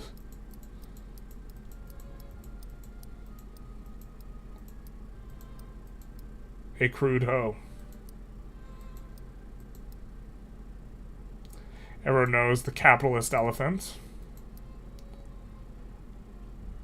Do we even need to look at anything else? Yeah, Royal Cape, capitalist elephant. We will go external trade. I think we'll just go for external trade too, which is going to give us a whole bunch of free bureaucracy. Well, actually, okay. Let's have a think on this, whether we want internal or external trade. What's unclear about Delana Est? Astari holding up the moon? That's the Carthage symbol? Pretty sure it's the elephant. No, I mean, yeah, a moon would make sense, but we're gonna do an elephant.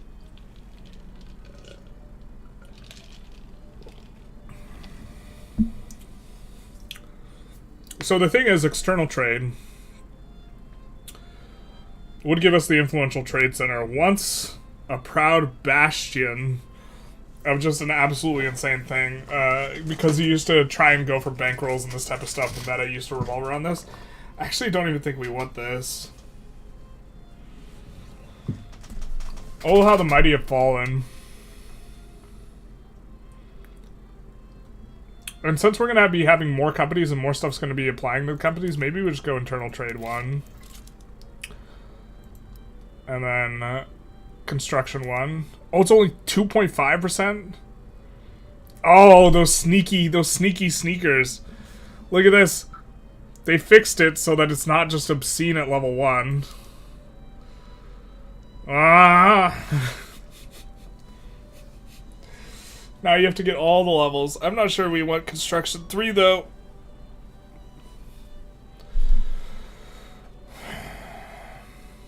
Advanced research is attractive.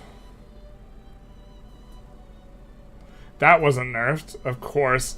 I feel like modders, like, The type of person that mods a game is the same type of person who thinks advanced research should be the best principal group. You know what I mean?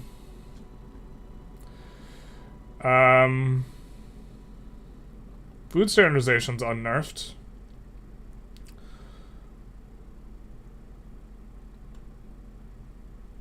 Colonial affairs is definitely supremely nerfed because it doesn't give the bonus anymore. Militarized industries maybe something we could consider. Foreign investments maybe something we could consider.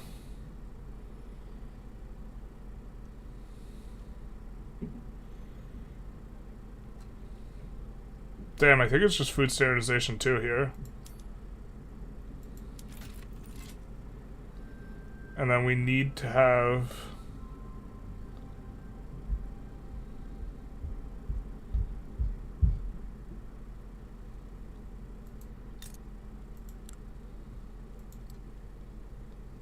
I guess this is, where's our alliance with them? Oh, we can't stop that?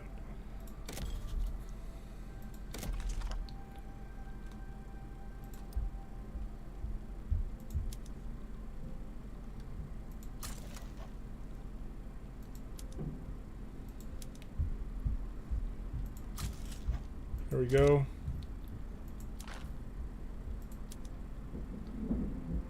I think this is what we're about. Was food standardization on theme for Carthage? Maybe we just go... Maybe it's a little bit more on theme to actually just go advanced research. I mean, it's still pretty good.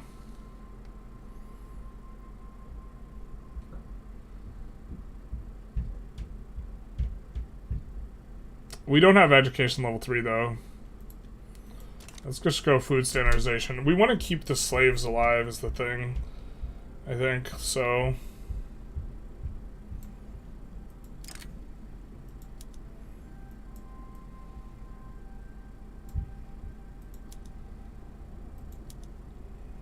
Everyone will get real mad at us. But this is our block.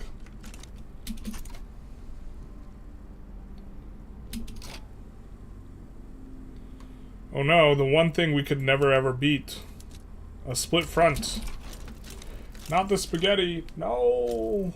Are there new principles in the spot? There are not. Capitalist element? Dumbo? Portuguese Empire's damaging relations. Sao Paulo... Oh, I can't remember if we needed Sao Paulo or Rio de Janeiro for the company. If anyone knows, please let me know. Rather than us, like, scrolling through the company for, like, another extended period of time.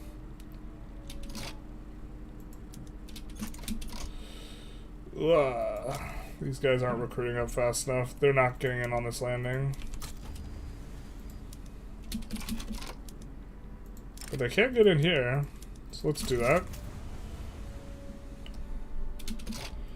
Almost certainly.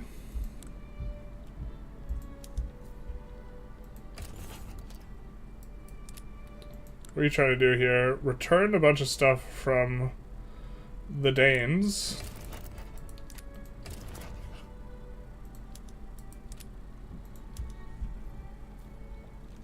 I think we'll sit this one out.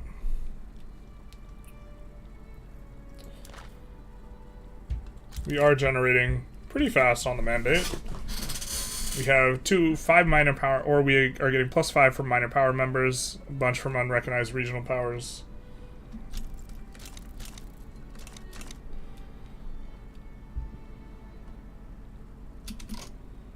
We can unlock an aspect.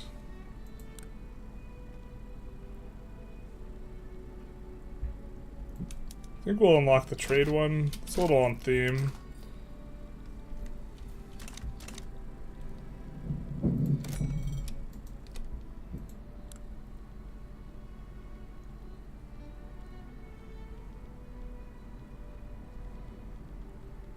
Trying to find tools. Little did we know it was alphabetized.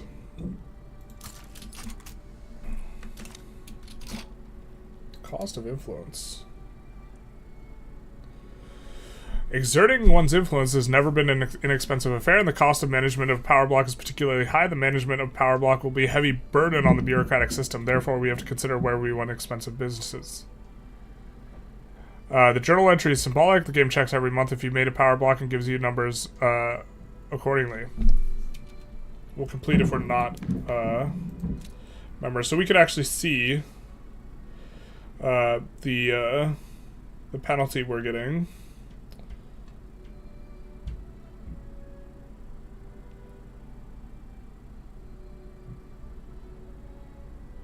Power block maintenance. This is the penalty. Plus 40% infamy generation and 5% state construction efficiency penalty. So we're generating a lot more infamy here.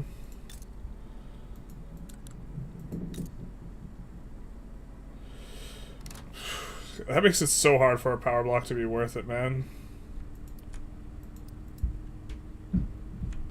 We're gonna EOS this. I think that's our current level here. Gonna add a little bit in Valencia at the front and the back at both these places because we know we're building relatively tall in these two. We get a baboop, our personal favorite. Write my names. Thank you for the follow, Big Nice. And we protectorate those boys. Approaching 100 million GDP here. Portugal decides to be aggressive against Yogyakarta. They're trying to protectorate someone in Japan.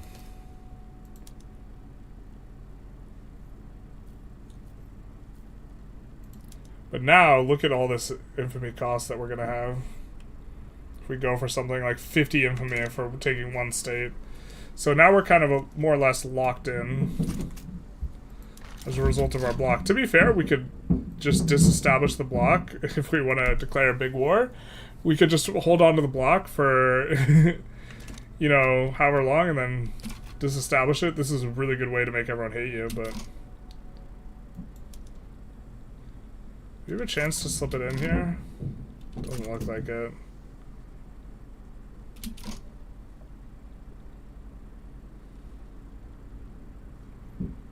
No, we need to land Korea proper, right? What are our war goals? Oh, war goals don't require landing Korea. Why? What are we doing?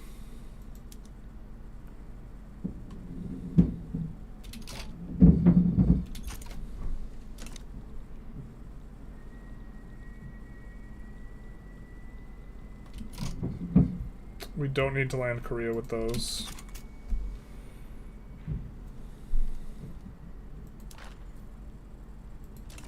We do have one state we need to take, though.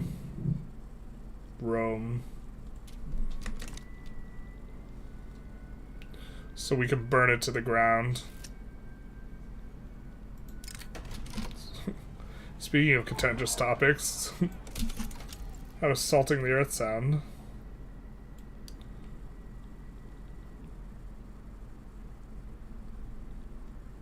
Feels like these guys aren't making forward progress, man.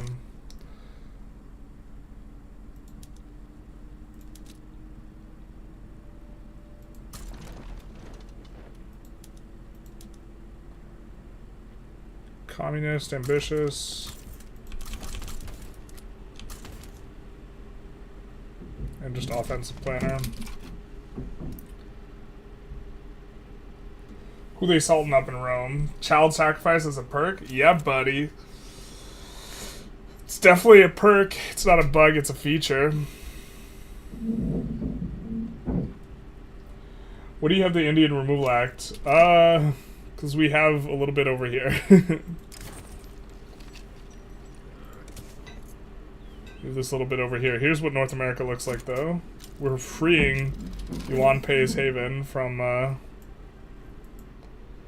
the treacherers of Korea, who's been kind of a little bit of an enemy for us over the course of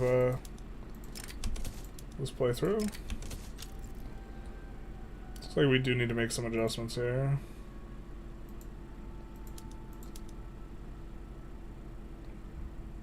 Where's the olive oil? Can't we irrigate that?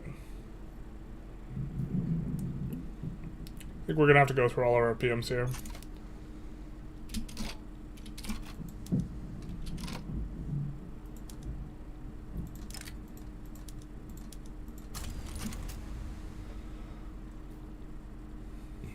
Looks like they're winning this. Ooh, looks like they're fighting someone. Maybe we should have gotten involved in that.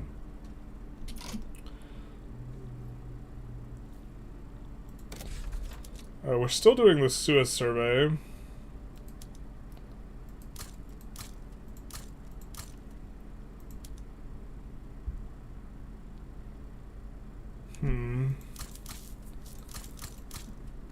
Let's do something like that.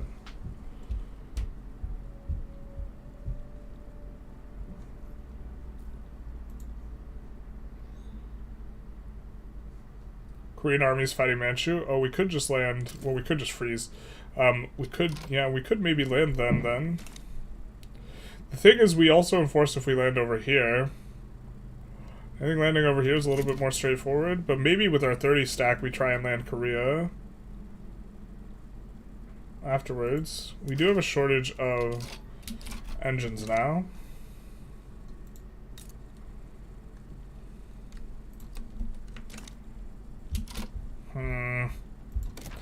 Having such a hard time keeping this queue going.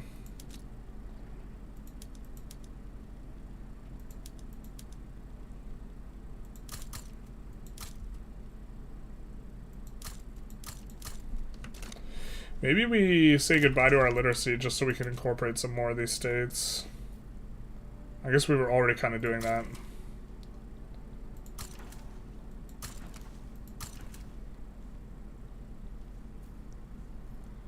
Tanganyika.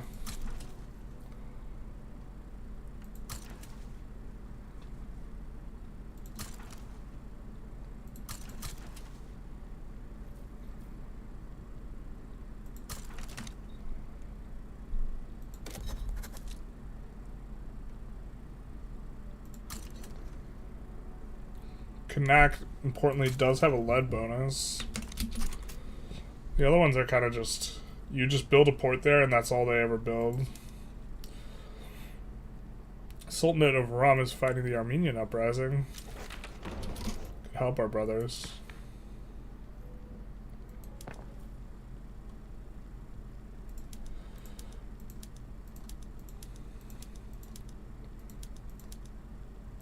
We're gonna keep it split however it's split. We know we're using some labor-saving stuff in the capital.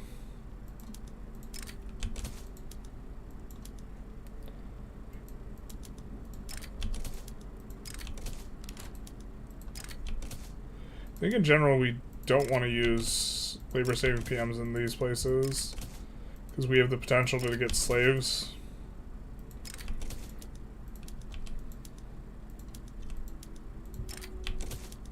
But have we been on the same song for forever? It feels like we have. Let's do some of this. Volunteers only. Geneco.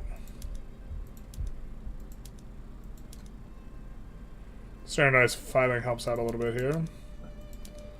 Definitely want that on automatic expansion. Or sorry, on the other thing. Ooh, we could definitely put up this. And then I think that...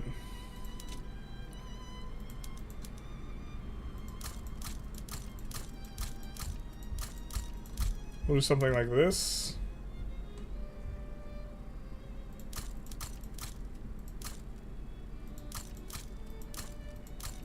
And this, and then put both these industries on auto expand. Or let's just export the wood. We have a wood. The thing is, we have a wood like industry, so we're companies. So we'd rather the company be building the things. This tension, I'm really 100% not sure how like you're supposed to resolve this because you really want the. It's a really like play pattern that's frustrating because you really want to. You do a company for a thing because you want to specialize in it, and then the company construction bonus makes it so that you actively don't want to build the thing that you're trying to specialize in, and it just feels really backward and bad. But we're trying to keep our queue going with some of this stuff that we're doing.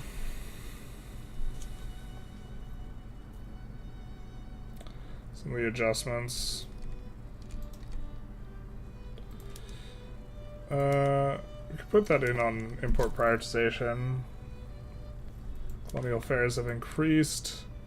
Us running a super high colonial affairs level is not necessarily a good idea. Oh, we don't need to damage relations with these guys anymore.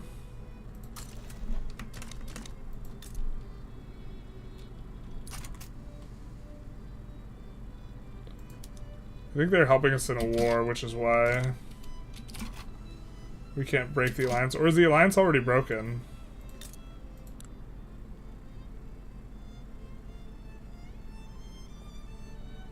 No, it's not.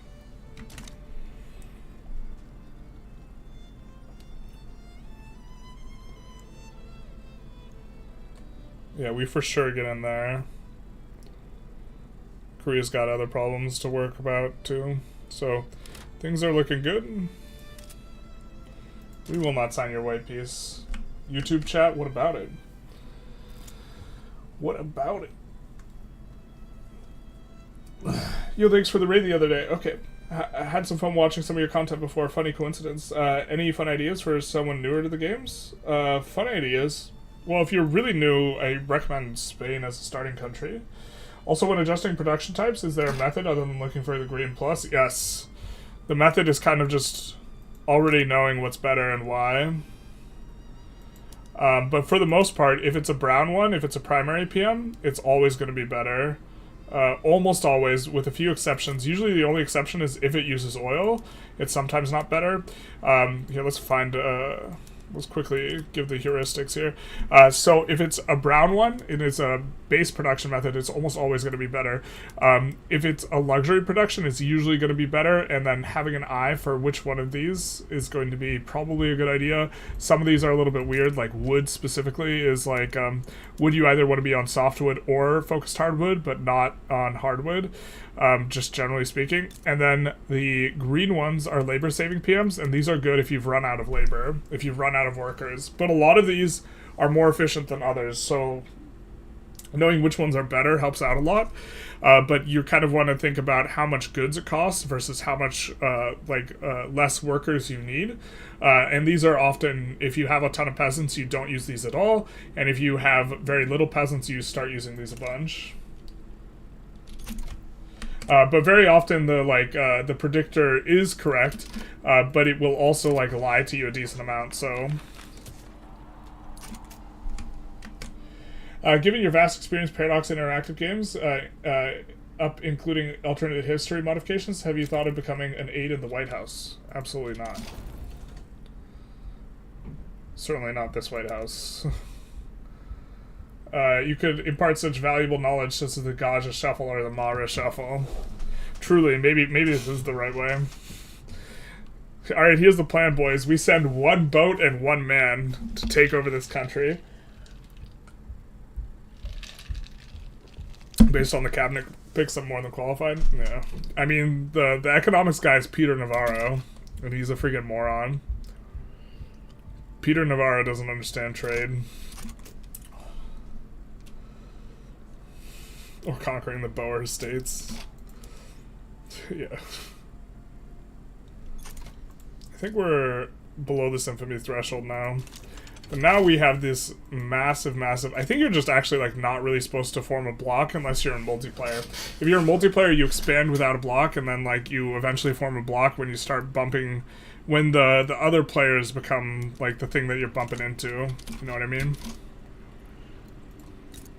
We're going to turn on the tooling workshop here into machine tools, but we don't have enough rubber, so we're going to turn just that on. Does multilat still give minus infamy generation? It does. So with multilateral alliances, we can kind of offset what we've done.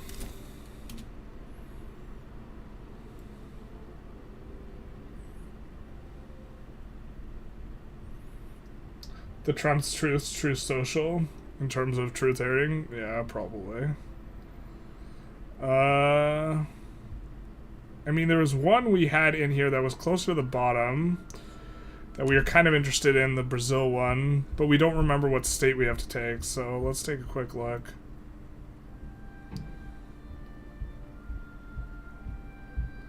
We're looking at the banks. I think that was it. No, this is the one in Africa. The Uganda one. In theory, I guess we should conquer more of the Middle East because we do have 5-year incorporation in the Middle East. I think that also applies to Persia, although I think people generally object to Persia being called the Middle East. Right? Or, I mean, Persia's not the Middle East, but... Well, part of Persia's... Well, anyway.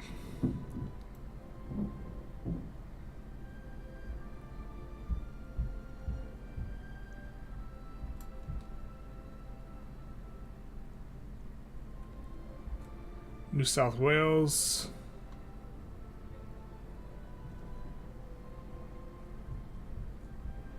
Bank of Chad, Bank of Communication, Bank of Brazil. Brazil. Rio de Janeiro. Rio de Janeiro. Rio de Janeiro.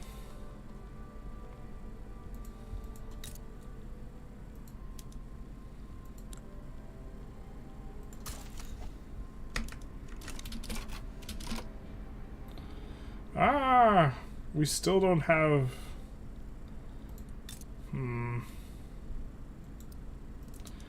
Put this on auto expand.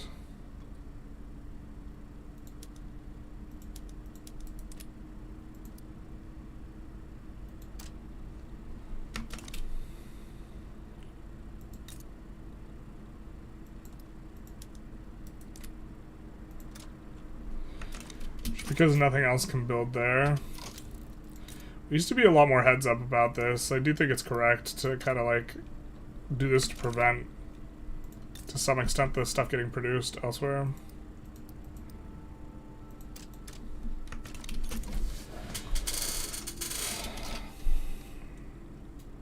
I guess maybe that's the next step here. Make sure every place that has peasants has at least level 1 of this. That way we could de-peasant with it.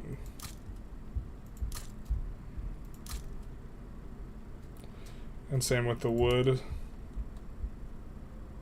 Which we kind of already did.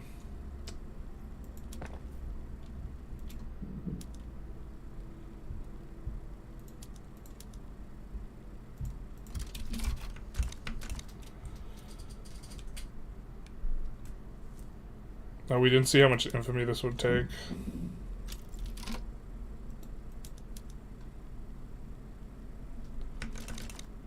Hmm. 26. God, that's so much infamy. This is, I guess, just the super swimming in with this mod. Is playing Phoenician start as Carthage? Yeah. Does bankrolling subjects help them build a kingdom? A little bit. Or is it solely for relations improvement? No, it gives them money. The other one doesn't give them money. The lobbies one. Funding lobbies doesn't give them money.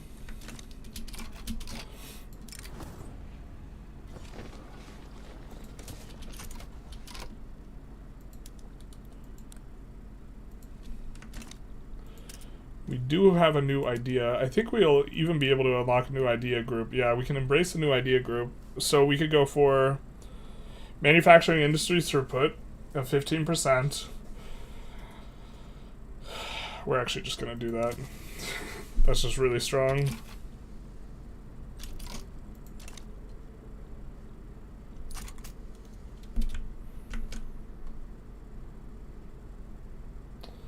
Give your experience, Vic 3. What do you think of the recent decision of invading Greenland? Well, Greenland's not being invaded, and I think that it's more about posturing than actually trying to invade Greenland.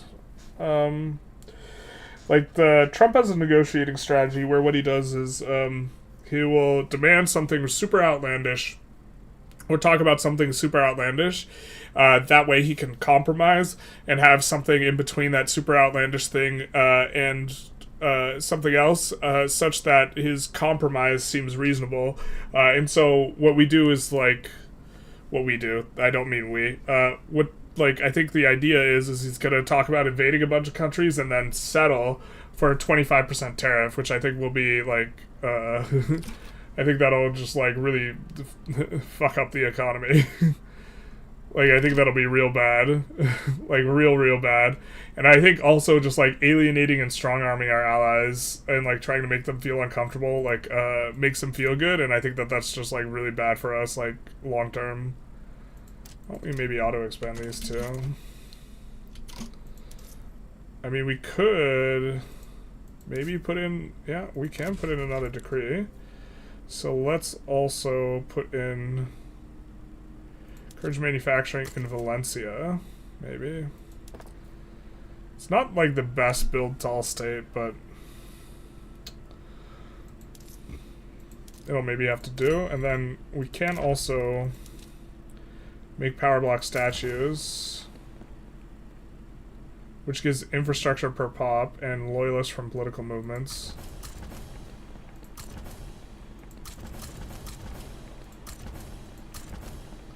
And that'll actually eat up a ton of construction for an extended period of time. So that'll kind of make our queue a little bit more manageable. It's probably not, like, correct to build that many, but... yeah. Are you playing as Marca or Sardinia? I can't tell. Oh, this is an alt history mod. We started as, like, North Africa, like Tunis. Think about, I think Tunis.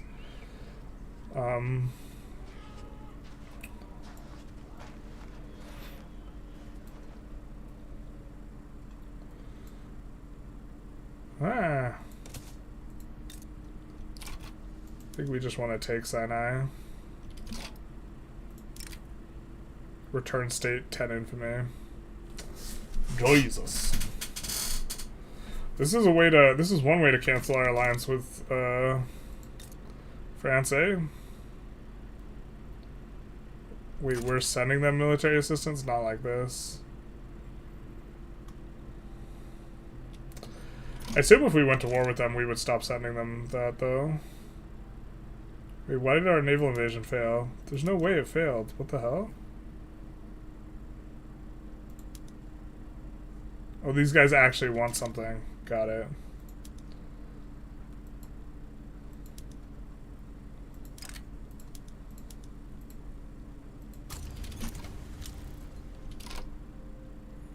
Something went wrong here. Why are we losing so much money?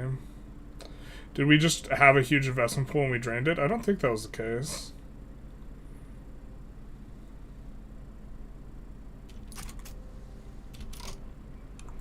Oh, it's this. Herpa derpa.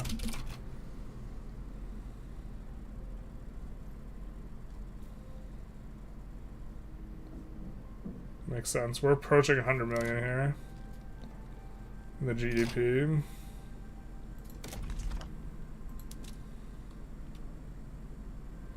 Guess we probably can't afford that right now.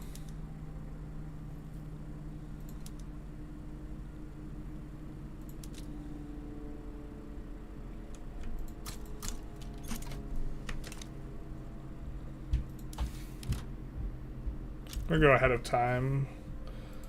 I think that we don't have a very good thing that we could do here. We are already sacrificing the children. We can't sacrifice them anymore. Sacrificing them to the mines, of course. Plus infamy decay.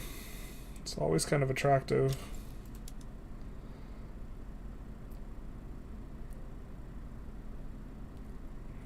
Egyptian desert is also something we can pick up if we declare for Sinai, and we also just pick up, you know, Alexandria and Egyptian desert.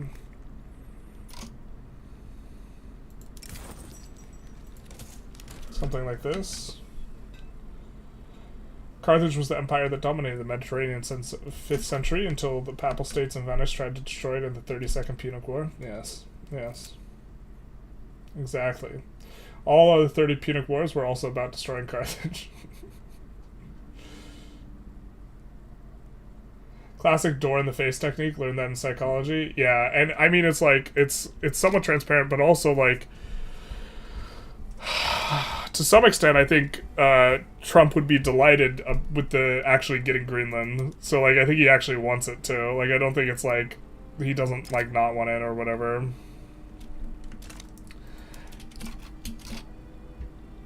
We're gonna propose this just white peace on these guys because we want our armies to teleport back, and then we're going to demobilize and do all that.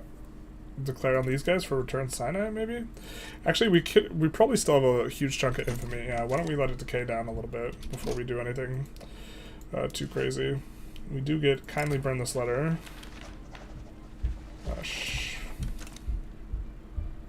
How's the election looking? Looking pretty good for the Free Trade Party now that we have commercial agriculture. Also, the Social Democratic Party is doing alright. Trump's Greenland Panama claims are his quid pro quo for recognizing Putin taking over Ukraine. That would be insane if, like, we just, like, actually help them take Ukraine and then take Panama and Greenland. God.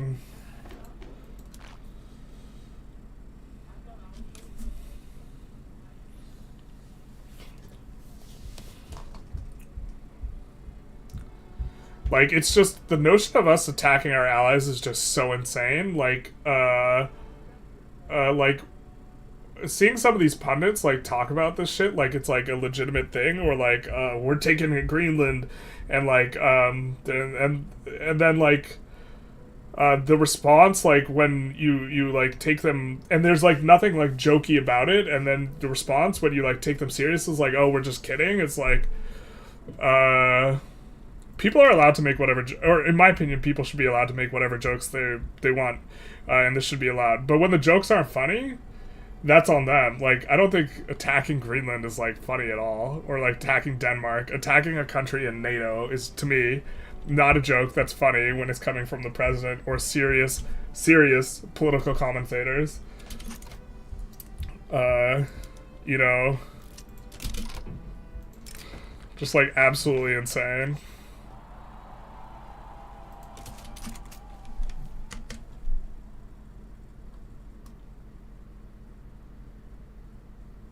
But that doesn't work if the other side won't budge, and Greenland simply doesn't want to be part of the USA, nor does it want to allow drilling. Why should it, like, allow drilling? It's part of Denmark. It's not like US has a right to, like, force them to, like, allow drilling. Ah, we can join side on the Kingdom of France here. Or you could sway in. And then we could deck on the other guys.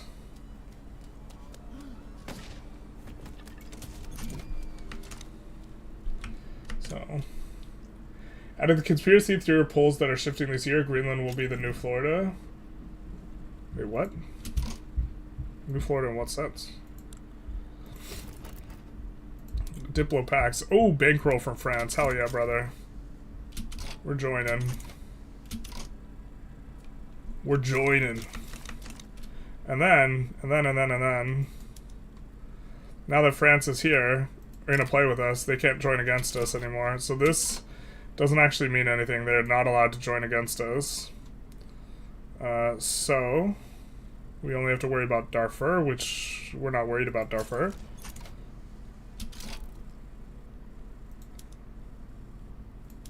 Why are our armies staying fully mobilized all the time? Am I missing something? Have I lost the plot?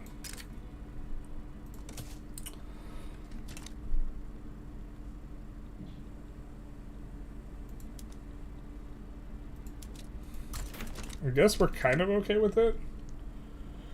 Trump recognizes Russian domination in continental Europe. Putin recognizes U.S. dominance in the Americas, at least Panama. Yeah, that's like... If the U.S. flips and, like, allies with, I don't know what I'll do. If, like, the U.S., like, flips and allies with Russia, like, in that entire, like...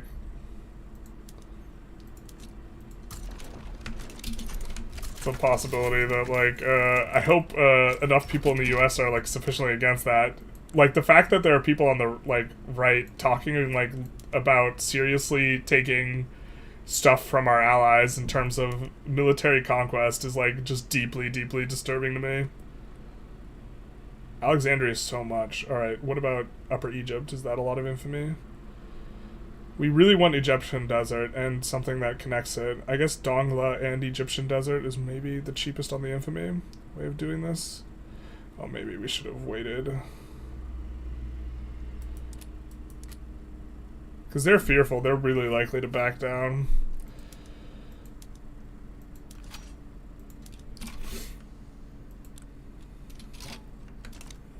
And we don't want to put in something that's 20 infamy and then have them back down.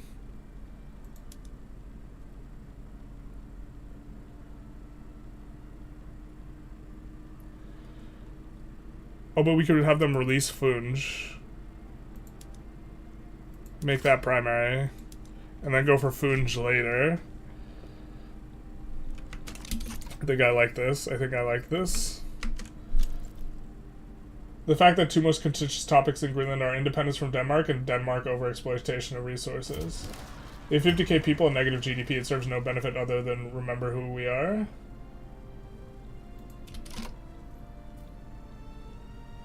Wait, what? I don't know who that's referring to. Unfortunately, I'm starting to fall behind in chat.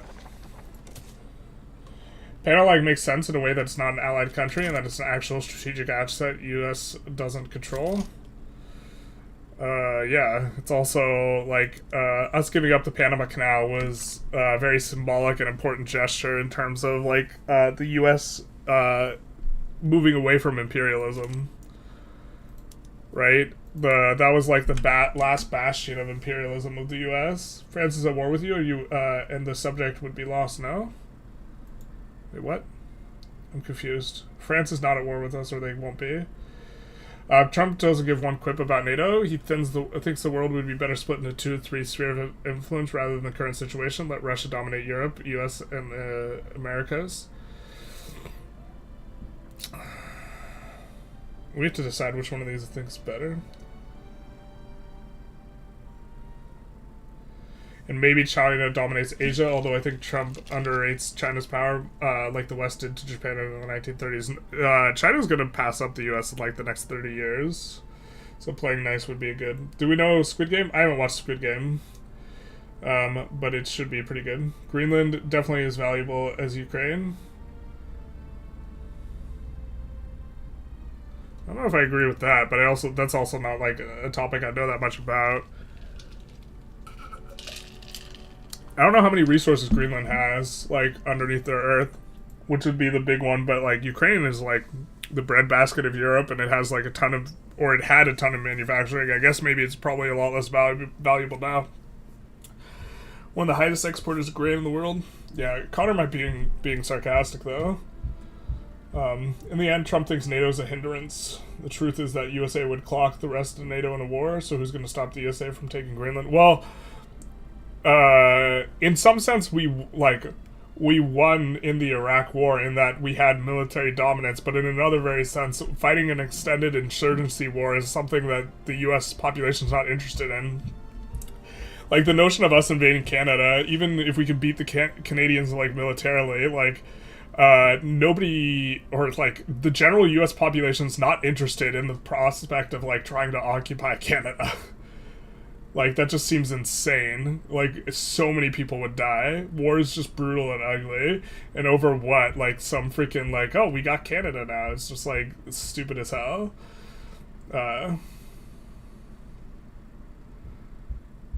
Magnetic poles are supposedly shifting, which will change climate.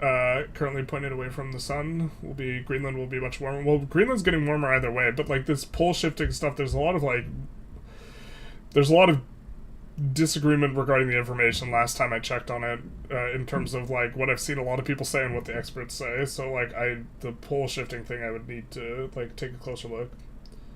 US is a humanist state. I don't know if I would quite characterize the US as being humanist oriented, but like certainly closer than Russia. But magnetic poles are indeed always shifting, but it has nothing to do with the axial tilt seasons or climates. Well, the idea is that if it hurts the magnetic field, that this will let in more UV rays and that this will do stuff. but I'm not as confident or knowledgeable about information in that regard. Greenland has tons of mineral resources, including rare earth minerals. Yeah, so rare earth minerals, Canadians speak your language, eh? Don't listen to the science. I'm not explaining conspiracy. Not a believer. What? Okay. You'll be infiltrated at home up the wazoo. Yeah, if we invade Canada. Yeah, if you think, like, the insurgency in, like, Iraq was messy and bad for the U.S., like, the Canadians will be so much, like, more difficult to deal with, because they can blend in very, very, very well. A lot of Canadians know, like, the U.S., like, region. A lot of Canadians are already in the U.S. Like, the idea that, like, you can just occupy Canada and, like, none of the Canadians are just gonna, like, the Canadians will just roll over just because they're, like, active military can't fight the U.S.'s active military is, like, insane. They have guns too, bro. Yeah. Alright, let's take a look at these. Minus decree cost permanently. I think we only get this for the duration of age. Resource discovery chance. Radicals from low legitimacy. Trade route competitiveness. Trade route competitiveness is kind of ass. Birth rate 5%, I think is so far the best one. 15% minting. Would that really represent a lot of money to us? We're currently getting plus 40%, so that I don't even know how much money that's going to be. Manufacturing industries throughput in unincorporated states.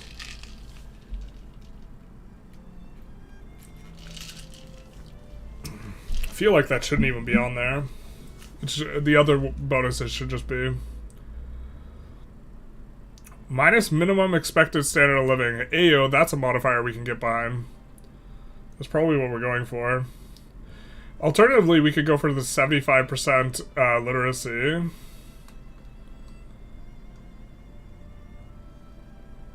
I like your funny words, Magic Man. I think that we're kind of gonna go with that and go with that.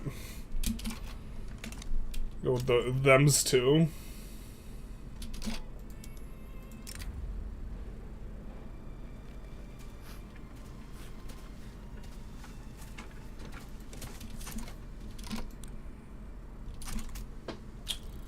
Never wage a land war in Canada. Yeah, that just seems like a nightmare. It's just like one long strip of land across the U.S. northern border. Which is like not that well protected a border. As far as I know, but like...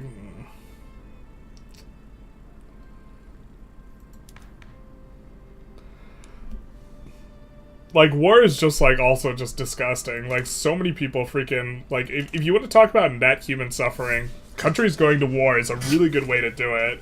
And so you have to be, like, extraordinarily confident that the war is going to reduce suffering to make, like, war make sense. And so, like, going to, like, war over, like, Panama is, like, it's so stupid. It's, like, so incredibly asinine. Like, it's just like some dude trying to put a feather in his cap, like, with the bodies of American people. I mean, I don't think that that's the actual intent. I think he just wants to put the tariffs in. But I don't know.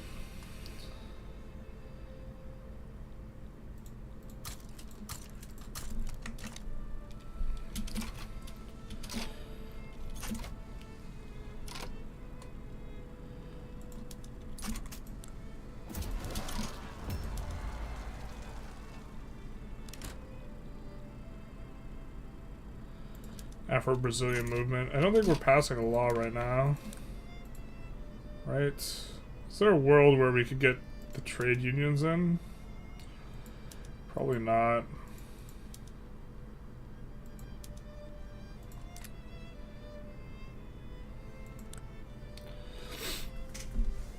We want to stay wealth voting.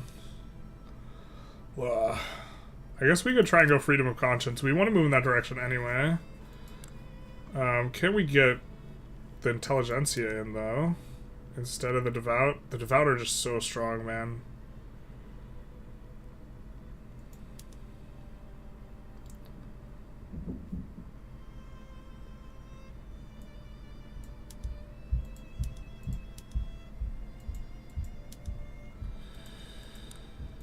But they would be... Oh, Jesus. That's one of the reasons why building a uni up to 50 is going to be useful for us in the capital here. Even with our super high literacy, the devout are still incredibly strong.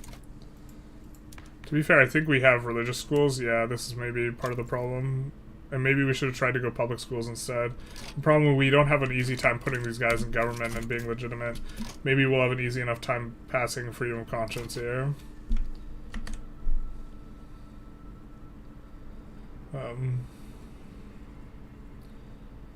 I gotta go, Bucks. I'll be around. Alright. Godspeed. US hasn't really been in a war since the Civil War, really. Depending on how you want to characterize war, sure.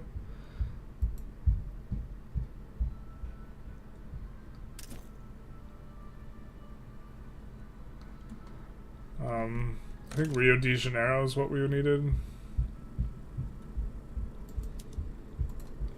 We're currently about to fight Egypt, so I guess we should focus on that, maybe.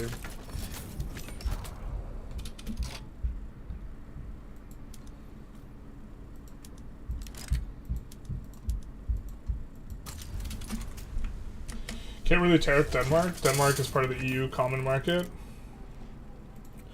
I mean, he's talked about wanting to tariff the EU. So, yeah. Besides, the US has a huge deficit to Denmark, specifically because most of the insulin in the US comes from Denmark. And of course, the new thing in the bloc, Ozempic.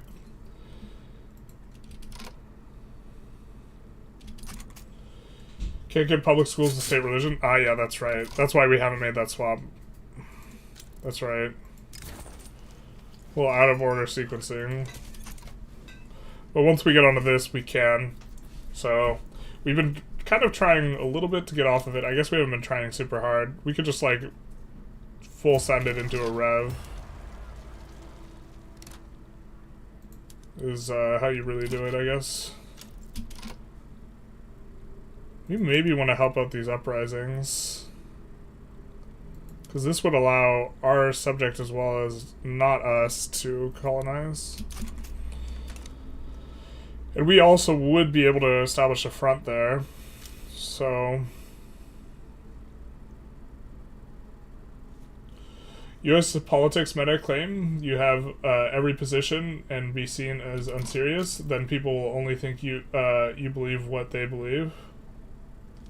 US politics meta claim you have every position and be seen as unserious, and then people only think you believe what they believe. Oh, with Trump? Yeah, I mean, that seems like kind of a reasonable type of thing. The thing is, like, no one, like, yeah, the dancing to, like, yeah, that's exactly it. That's exactly it.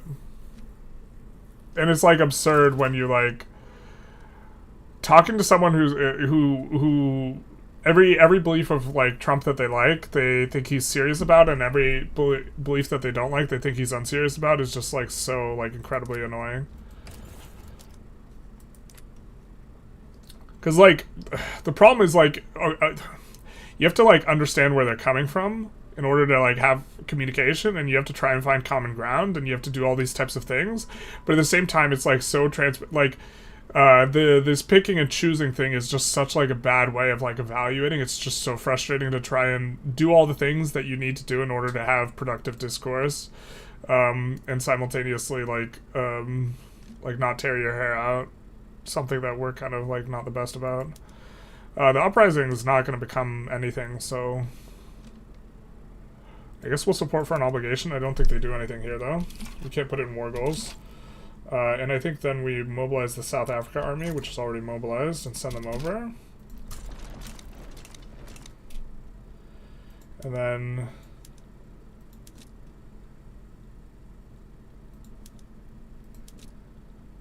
I guess maybe, then, let's cancel this.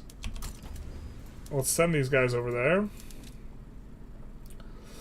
And then let's have this 9-stack instead be the landing army. And maybe we need to feed that 9-stack more troops from Hannibal's army here, and move Hannibal's army towards being more 50-50 infantry and arty. Oh, wait. Sorry. Sorry, everyone. Sorry. Alright.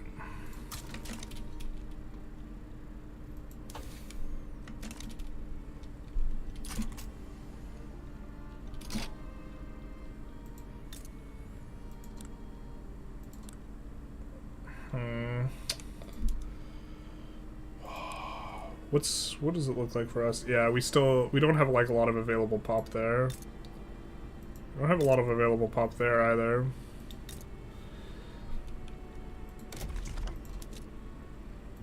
God, all these decrees would be so much... Sovereign Empire would be so much better for us here.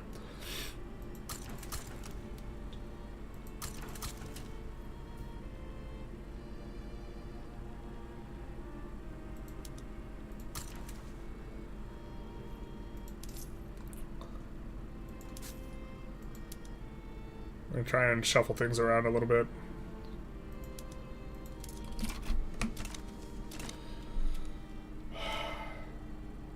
But we're doing trade empire for things being a little bit more even, or not even, sorry, thematic. To be fair, it is really nice to have absolutely maxed out cohesion for like forever, all of eternity. It's like really easy for us to pull people into the block.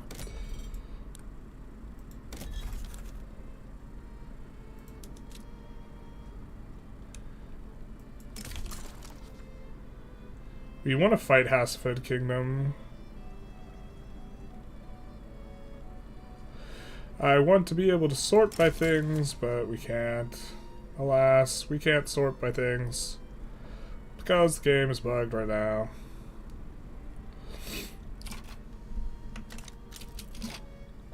I mean, maybe we could have gone external trade and actually just tried to expand our power block. Oh, maybe that was what we were supposed to do. It's a little late for that, though. Do you know the term terrain in Dakota? This is how most Canada looks like. Yeah, that seems...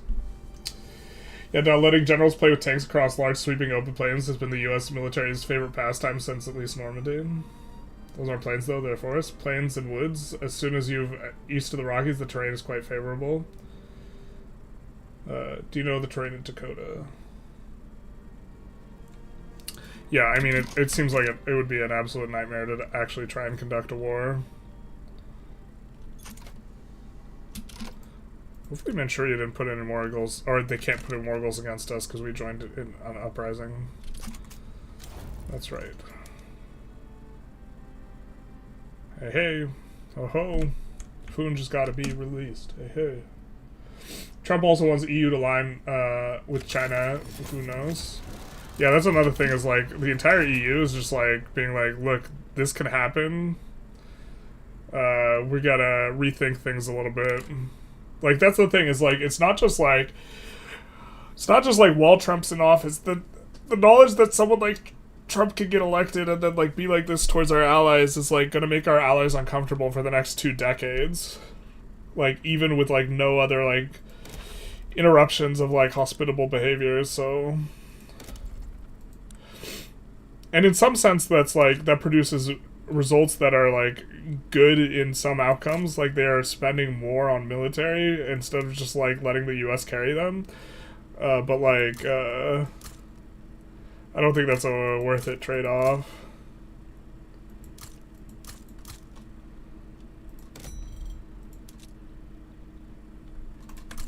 Well, maybe we're not supposed to be, if we're gonna have a gold company, we actually probably don't want to expand the gold mines out at all. It's kind of a weird vibe. I really wish companies could acquire stuff from other... No, they can't. Now... Oh, they're not even part of the thing. Yeah, okay. We're never saving them here. Yeah, Manchuria is the victor.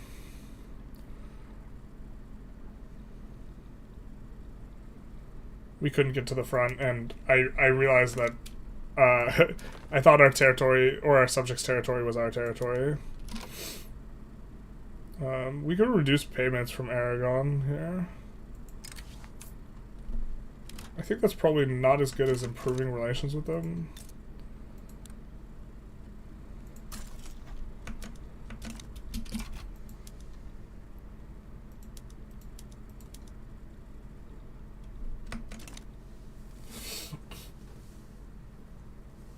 China looks more like a reliable partner, not gonna lie. Well, China really values stability, like, extremely highly. And also, the CCP, you will not have as inconsistent leaders with the CCP, like, deciding all the leaders as a party as, like, you do with, like, the way people are elected in the US, or so it seems. So it's actually not, like, an unreasonable argument. Like, China is really uninterested in, like, fighting a massive war.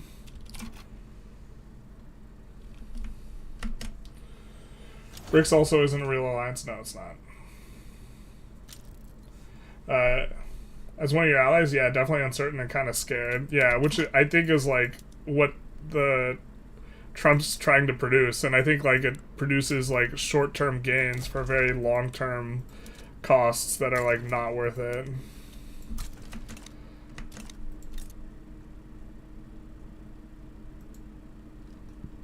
We would really like to delete some of the buildings here, but we'll get started on the canal. The canal will take forever to build, but that's kind of fine. It's on theme. We do want to fight these guys here, but we can't yet. So we're currently fighting with an ally, on the allies' side, rather.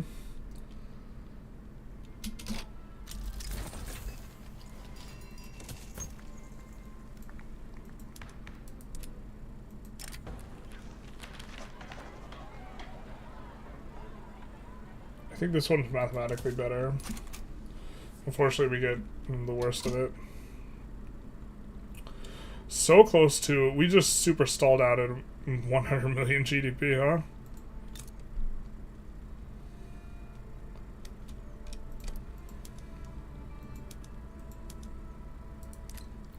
Wonder how many slaves we have here.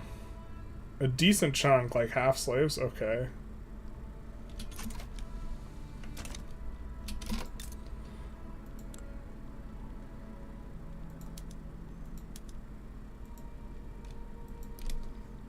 Do this. If we're not running a shortage on rubber and they're not auto expanding, then we could probably turn up more of those tooling workshops to use rubber tools, eh?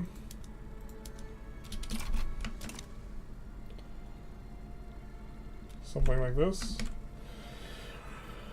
Where are you from? Netherlands? Damn, be careful, US military has plans to attack Hague. I'm from Poland, by the way. Yeah. I mean, if I was Poland, I'd really not be a fan of how the US is kind of doing some things. Gonna use rotary valve engine a whole bunch in the capital.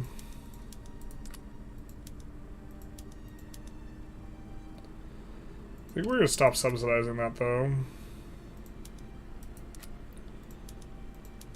Rotary valve is really bad on motor industry specifically, if I recall correctly.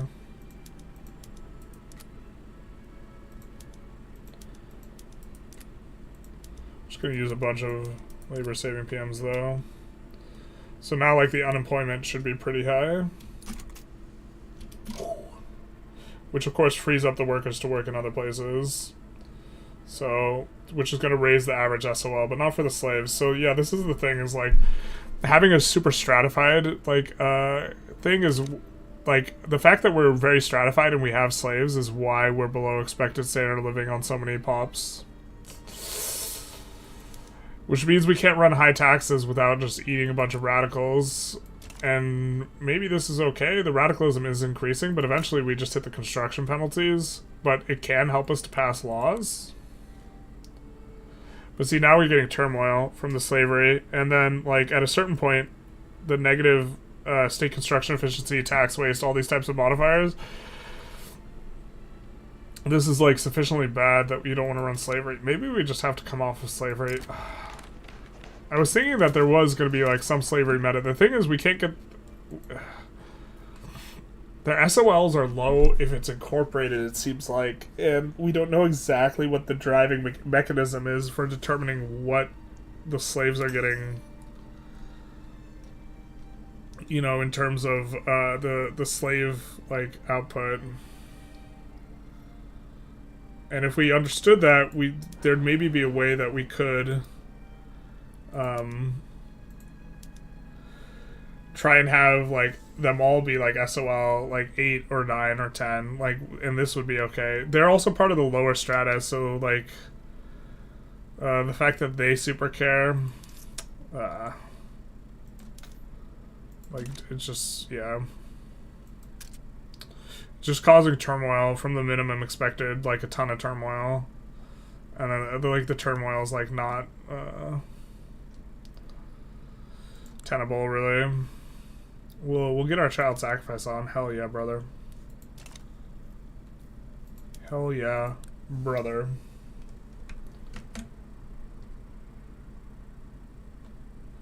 China just wants to get their hands on Taiwan. Yeah, but I think China's kind of generally disinterested in like going to war to do it. Like, even if they think they win that, they like they want to figure out a way to do that without doing that. Poland has a big pick-me energy when it comes to America. Lots of people are simping for Trump. Oh, really? Trump sounds like Hitler right before World War II. I think this land belongs to us. Getting rid of the border would be nice. Yeah, there's definitely some analogs that make me very uncomfortable.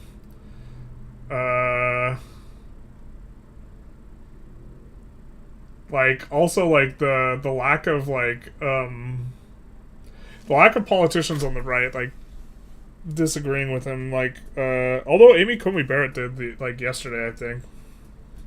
Right? Supreme Court Justice ruled against him effectively.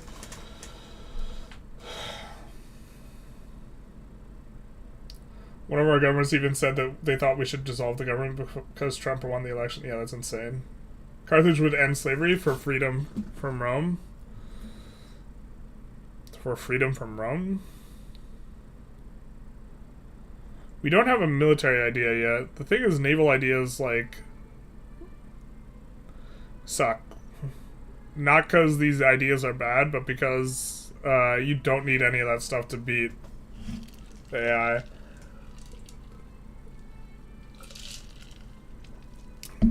Administrative ideas, the last kind of tick is not as useful as kind of the previous ones.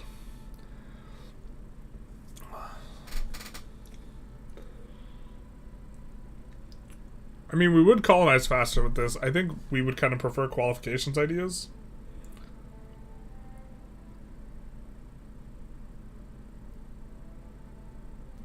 The really big one being the output at the end of the tunnel here, being really strong. Output's just an insane modifier.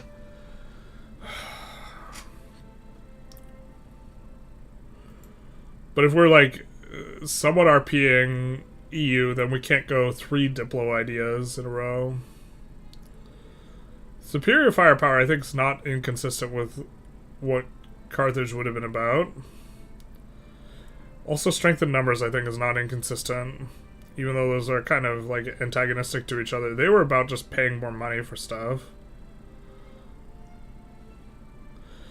Hannibal himself was kind of about, you know, this grinding defensive thing. To be fair, I think defensive modifiers are stronger than offensive modifiers because you can guarantee you're always on defense. And this seems to give, like, defense and kill rate and this type of thing. Home defense. Shout out to the Canadians. We could do economic ideas. Minting, I think, is kind of okay. I think some of these minting modifiers should probably be bigger if they wanted to make it, like, commensurate in terms of the value of the other stuff. So there's, like, a lot of state construction efficiency here. This modifier is so good.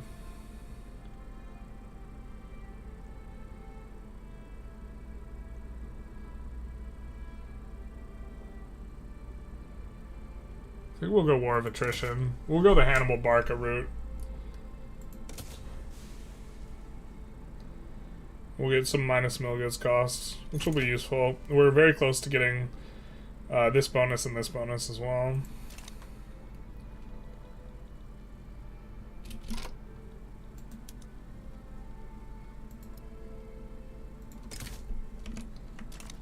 I think that we have a reasonably high amount of infamy, so we could just kind of chill. The other timeline where they became slaves, well, I think they're about just Carthage is like to me is like pure capitalism. I think we could. I mean, we want to go for and just full annex the Hasafad Kingdom. We just don't have the stuff yet.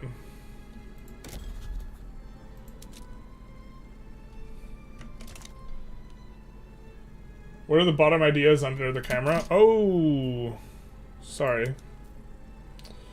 Let's maybe take a look at that. So there's strength in numbers. Minus military goods cost. Minus mill wages in particular is attractive if you're stacking minus mill goods cost. And another minus mill goods cost here. But overall, it's just like, you know, getting more troops. Conscriptable battalions, the problem is it's not really increasing your cap. If this applied to the cap as well, it'd be much more attractive. And then superior firepower, which seems to be more cannon-oriented and offense.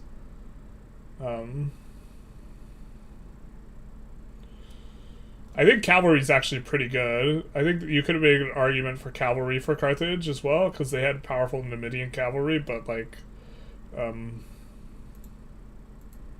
okay. Sorry, like, it's a bit hard for me to, like, in my brain I'm showing you my entire screen, but that's not how that works. They're the best ideas. Strength in numbers and war of attrition are amazing. Superior firepower is great too. Most of the admin ideas are bad, and the Diplo ideas are average at best. I think the Diplo ones are the best, but... because, like, I think a lot of the bonuses, like... I mean, I also could just be off with this, but I think a lot of these, like, other bonus... Like, I think military bonuses, just having a bigger stick's often better. And the thing is, like, a military bonus is only really good if it brings you from not winning a war to winning a war. And very often, you will have instances where you have military bonuses, and they help you win the war faster, but you were winning the war anyways. Or they help you win the war easier, but you were winning the war anyways. And often what your throttle for wars is not your ability to win wars faster. It is the consideration for infamy. And so if you went from winning a war easily to winning a war super easily, the military idea didn't do anything positive for you. And it's just specifically this very narrow band where the war is close, where military ideas are extremely good, and then they're extremely good, and you get this a lot more in multiplayer, but in single player, you can very often just avoid wars that are close, and if you're never fighting close wars, and I think you just generally should kind of avoid close wars anyways, the diplomatic ideas, like stuff like getting manufacturing industries throughput, this is always on, right? So it doesn't matter whether or not you're fighting a close war, or a war that's not close at all, you're always getting the manufacturing industries throughput. So, like, this one feels better, because it allows you to do things you otherwise couldn't do, but the value for, like, the other ones is just always on. Like, getting output's just always on. Besides the Syndicalist ones, yeah, the Syndicalist one's just, like, clearly the best. Mill goods cost reduction is better than any of the admin idea economic bonuses.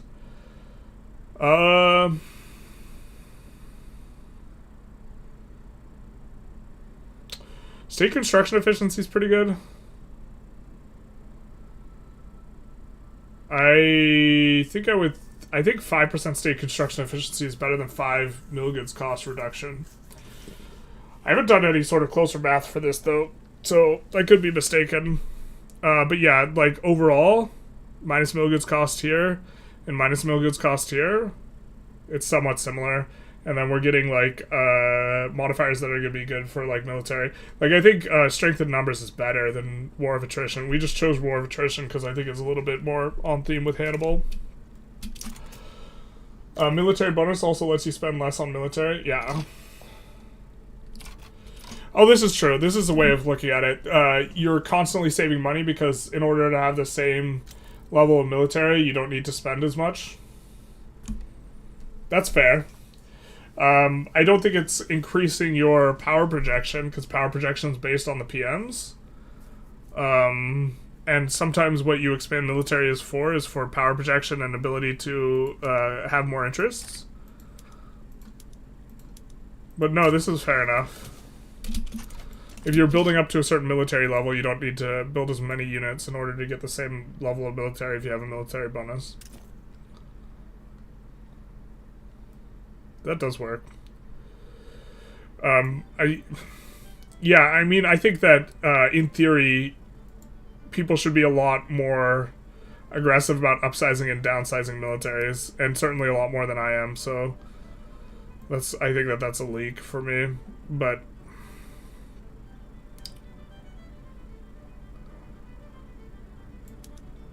Alright, we could slot in the South African bank.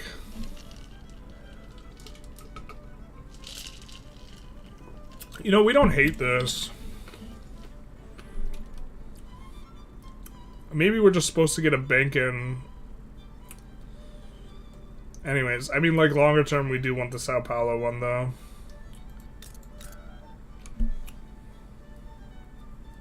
Brazilian has European heritage, so it is a 5-year incorporation.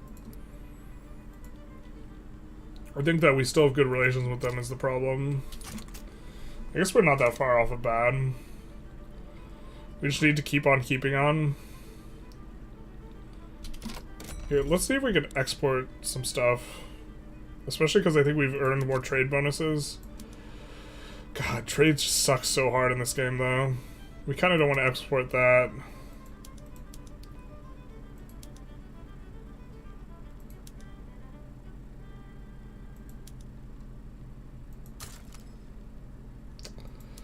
Especially if people are tariffing you. The combination of a tariff plus mappy basically makes, like, zero trade happen. Like, even if you're a lot better at producing the good than the other person, you just, like, can't trade into that type of thing. And it's like, that's kind of frustrating. The trade tab, like, before 1.5, the trade tab was, like, so important, and now it's, like, relatively speaking, so unimportant. It also makes the game go slower, so it's, like, it's on another axis. It's, like, also kind of a little bit frustrating, I suppose. We're doing stuff that's going at least to level 2, because that's more likely to be consistently profitable. And then I think we will come in and add a whole bunch of these. Where do we have peasants? The most peasants.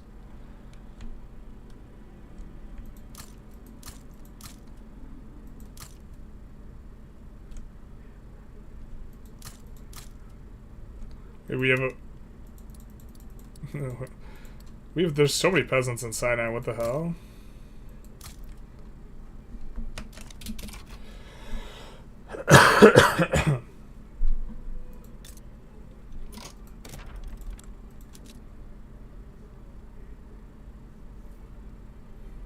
It is interesting to have European and Tengiq is going to be good. It's always good.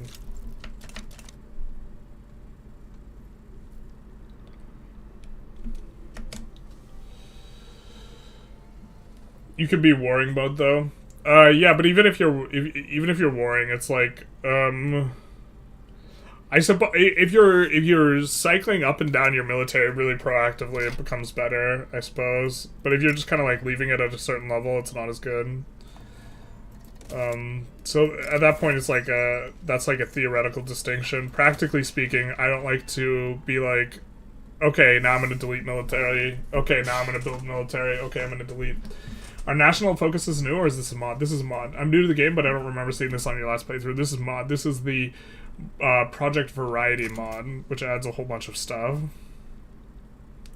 But very importantly, if you played Europa Universalis 4, it kind of adds like a Europa Universalis overlay, of which the national focuses is definitely one. This is not something that's existent like in kind of normal vanilla.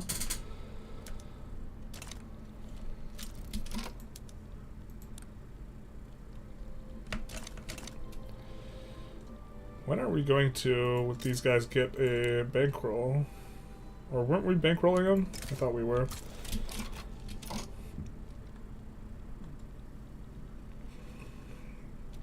We have to both be at peace. We're gonna try and trade obligations for, like, Mato Grosso and Amazonas. This is the plan here. Well, we definitely want as many people in the anti-Roman society as possible. I think Phoenicia... Can we change the laws? No, we can't. Alright. Because they hates us.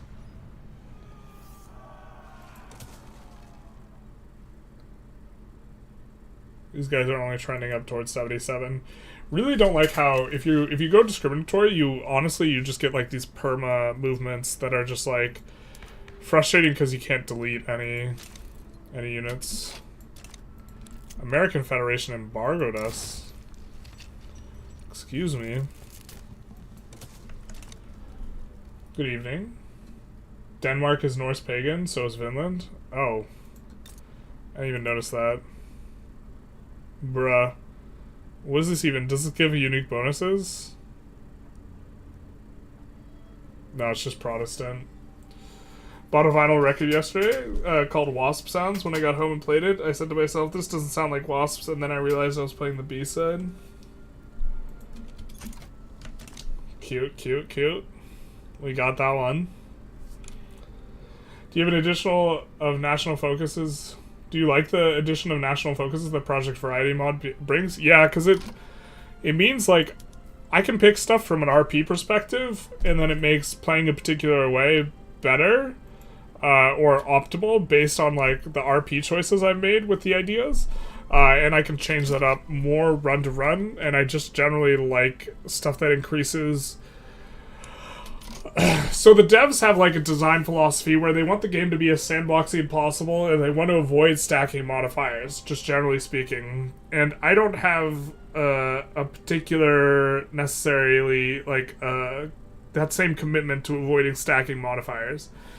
I don't think stacking modifiers is as bad. It makes the game more like a board game and less like a simulation, which is something that is like a critique of EU4. And so, but here's the thing: is like vanilla, like every single country plays exactly the same because you don't have modifiers, because modifiers aren't like a thing, except on some countries that are just wildly underpowered, they give like special modifiers for.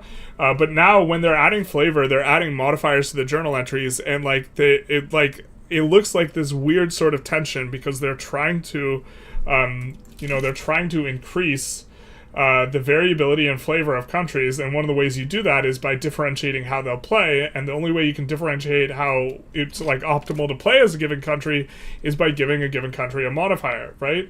And so like they seem pulled in two simultaneous directions and trying to stay committed to like their design principle, but I just like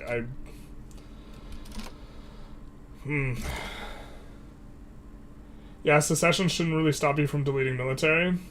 Yeah, or if they just stopped us in just the states that are trying to secede, that'd be super okay. So if like just this state we couldn't delete military, but like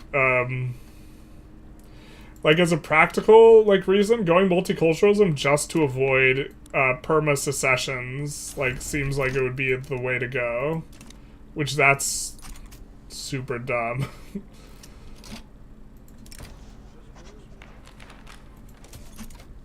If that's the reason you go multiculturalism, it's like that seems like a little not it, my friends.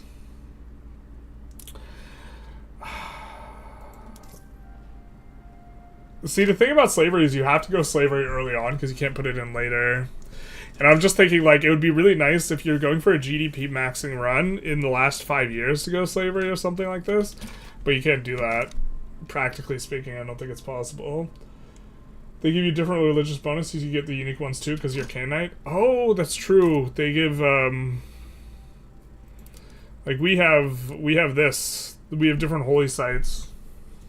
Society research speed, minus infamy generation, education access, piety, and supply consumption, and different aspects as well. We still need to grab Egyptian desert for decreased infamy, but We gotta grab that from Funge. I guess we gotta damage relations with... Oh, we already have bad relations with Funge. Yeah, we need Dongla and plus this. We might have to do that in 2 wars, even. What's our infamy currently? It's 25. Question is will it decay down below 25 in 20 months? No, I think we just wait until we get multilateral alliances and then we go for Sao Paulo and then we get our bank in on Sao Paulo in 5 years' time. Yeah. Almost certainly we're supposed to put in a bank in the interim and use them, but modifier stacking is very big nice. Yeah, I mean it lets you do cool things for videos too. Like the videos, like I definitely changed the way I was doing like videos a lot, but like doing every single run, we're gonna take Borneo into we're gonna take South Africa every single time, and like there was like no like there was no interesting thing to show the viewer that was like novel and like also exciting and also like doing something like big or different. If you're like trying to play, I mean if you go high infamy there are some crazy things you can do, but like if you're not doing that, like it's like a bit tough to like be like this is the small ball expansion path that's good and it's the same one every single time, and it's like this is the way you grow the economy and it's good and it's the same path every single time. And like if we had a different like if Ottomans were better at building furniture, right, like then we could be like, oh, we're trying to be a furniture hegemon, but like no, you can't really specialize in economy, and even if you could, you can't really trade, and so it's like. And so stuff like this allows us to play different. Like, honestly, there's probably just straight up, like, best idea groups and, like, this type of thing. But you can choose to do suboptimal ideas and then try and play around those ideas is, like, the thing. And, like, to some extent you get this with power blocks. Because at this point, Trade League is not very good as a power block, right? Sovereign Empire is clearly, like, the best power block. I think, unless you're going high infamy, I would point the military one is. But it's, like, unambiguous. And so this is like a means by which you can do this, and it is sandboxy because everyone has the access to the exact same ones of these, but they're like pulled in 2 different directions. I would rather them make a more fun game than a better simulation. Also, I think 0 modifiers is also just like not a good simulation. Like the people have like a cultural history such that like industrialization is easier to do. Like the conditions for industrialization were easier to establish like culturally in England than they were Sokoto, and like this is abstracted just as like a different literacy, but like it's a bit more than just like the ability to read.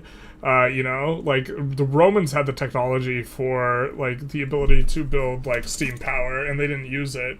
And it's like there's a broader like historical context. Now, like once you get going, like then literacy is gonna be good and like this type of thing. But there's like they just don't want to differentiate, and a big part of why is because they don't want to do anything like remotely offensive. They don't want to say that one culture or country would be better at a particular thing, and instead you get like a game where it doesn't feel like there's choice, just the same sandbox for everyone, and you have to like make your own restrictions and ways of playing in this type of thing. There's been a struggle for Paradox since the days of EU1. Half the players want modifiers to create proper historical environment, half the players want sandbox, so nothing hinders what they do. Paradox flip back and forth between the two and never quite seem to find the balance to please everyone. Yeah, like some people want like you to be able to world conquest as Sokoto, and some people want that to be like just categorically impossible. And like yeah, it's just like different versions of beating up on the AI. I don't know. We're hoping that this allows us to run bigger trade routes. We're really kind of expanding this stuff quite a lot, but having everyone be more middling and medium size is not very good for the purposes of us running a bunch of big trade routes, unfortunately. Who are we talking about getting Grifter? Yeah, we're okay with them getting Grifter. Freedom Conscious also might fail. With Vic 3, they went full sandbox, which pissed off the players who want a more historical environment. I feel like they're trying to do history. Project Caesar is going to be way more oriented the other way, more structured. Yeah, I'm really excited for Project Teaser.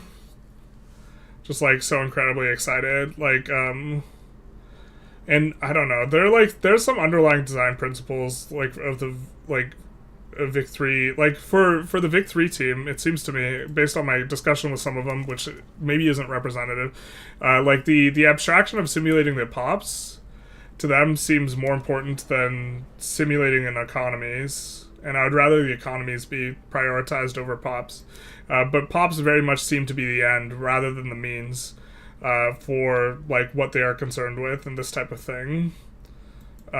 Which means they like and pops are like the biggest performance eater as well. I think that we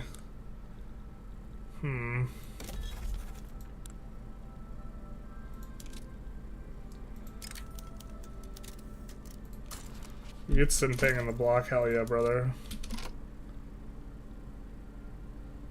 I guess we're trying to get these guys in the block. The trade agreement, we can get one with England. We're trying to get the Heavenly Kingdom in the block. So we should try and actively trade a lot more with them, the Taiping market. Are you isolated, my friend? You're not.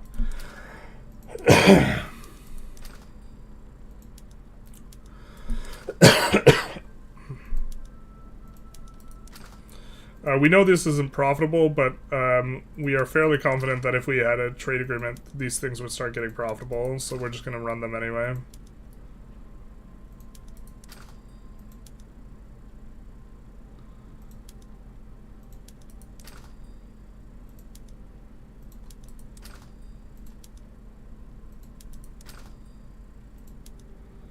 That especially is going to be profitable.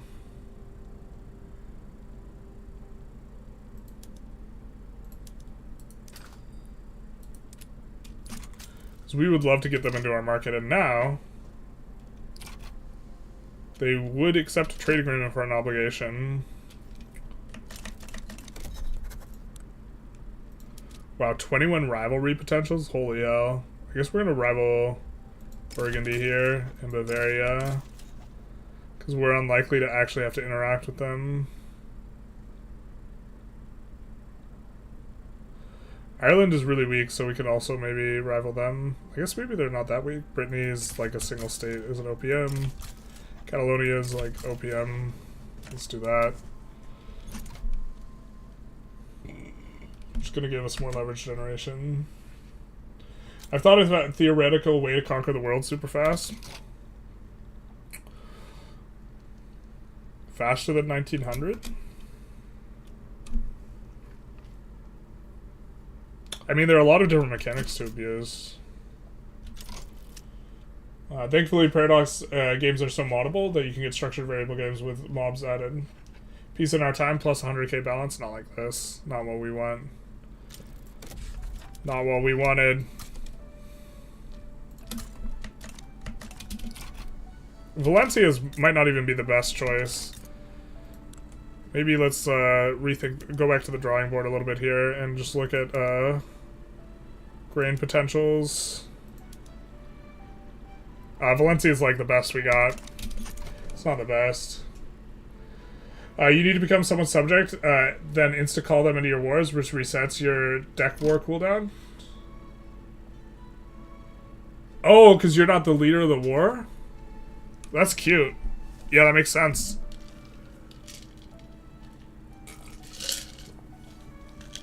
That makes sense. Super cute. Is that what you're going to do next, Connor? You're going to try and see the... keep moving the bar on fastest world conquest? I suppose that would make EIC come somewhat attractive. I don't know who would be best. I know that, like, in terms of... there's, like, 3 countries or 4 countries that I think might be able to have the highest theoretical GDP. EIC is one of them. They were easier in England because of geographic conditions as well. They've been known for coal mining. Yeah, this too, ever since Romans. My own taxes strikes the best balance. Yeah, there's like... Yeah, I don't know. Like, I've had discussions with people who argue that they want to turn, like, Sokoto into the most advanced country in the world in, like, a 100-year time span. And, like, I, to some extent, think that that shouldn't be achievable.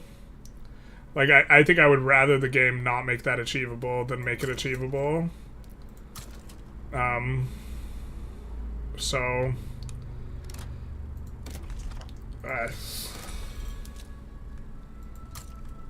you know what I mean? I don't know, like, and this is, like, just different than what other people want. Making sure we have our ports on, baby.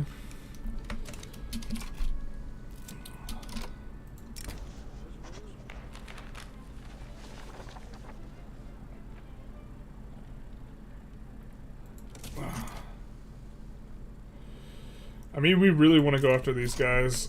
I guess we could just break alliance. Or we could definitely halt military assistance. Yeah, let's do that. Jesus. Oh, were they sending us military assistance? RIP. They are bankrolling us right now, which is like a pretty big amount of money. Are they not? That's what we swayed in for. What the hell?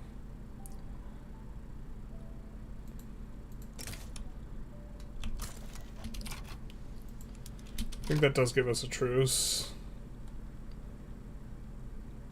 And we're gonna...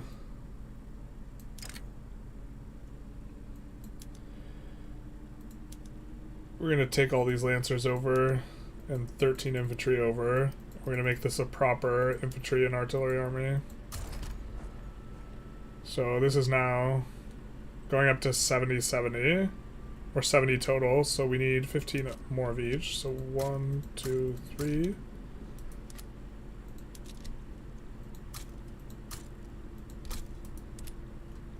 So we'll make it a 100 stack eventually here. Because we're no longer going to be able to depend on France for help. Like first Vic 3, then Civ 7 and EU 5. Truly the generalist. Yeah, I mean, I'm... if I could get the similar viewership with Civ 7, I might, like, switch to being more Civ 7 oriented. I'll still definitely play Vic 3. I still like Vic 3 a lot. Look, I still love the economy stuff. Like, but that's, like, unambiguously what I'm here for. I don't care about the pop simulation at all. And I think that, EU5, like, just, like... I hate to say... Oh, we're not on export prioritization? Wait, why do we have prioritization? Brother. Why do we have that button?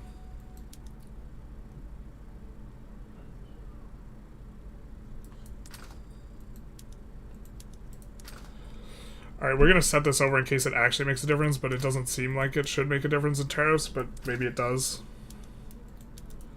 But that would make sense why we can't... why we feel really gummed up in being able to trade anything.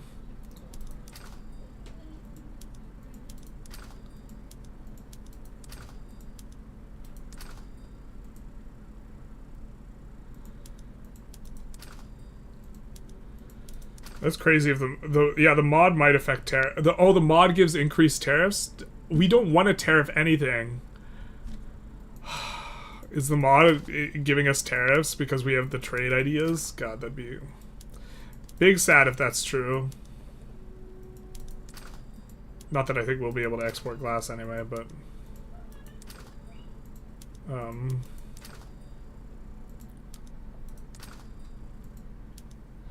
think we still are kind of a fan of importing engines.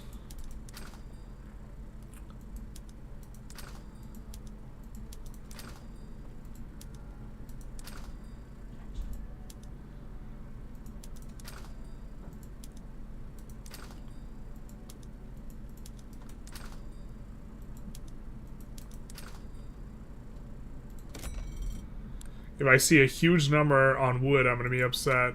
Okay, I don't. Well, I see that, but that's just one huge number.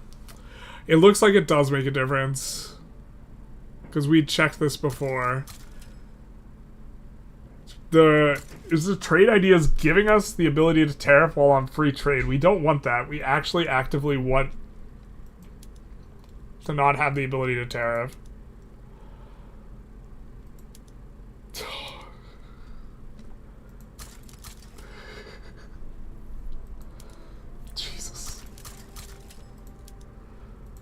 I don't know if the mod's doing that or not. It's like, it's too hard for me to tell, but if that's what it's doing, I would rather it not. That makes it arbitrage impossible. Not that arbitrage is possible because trade is so weak because of Mappy, but in theory, like, countries during this time imported from one country and then exported that exact same good to another, and they did that because they could make money doing it, and the UK did a ton of that.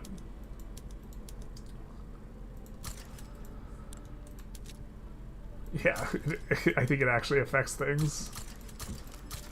Or maybe it's just us having more convoys. It could just be us having more convoys. Maybe I'm just, like, reacting to that.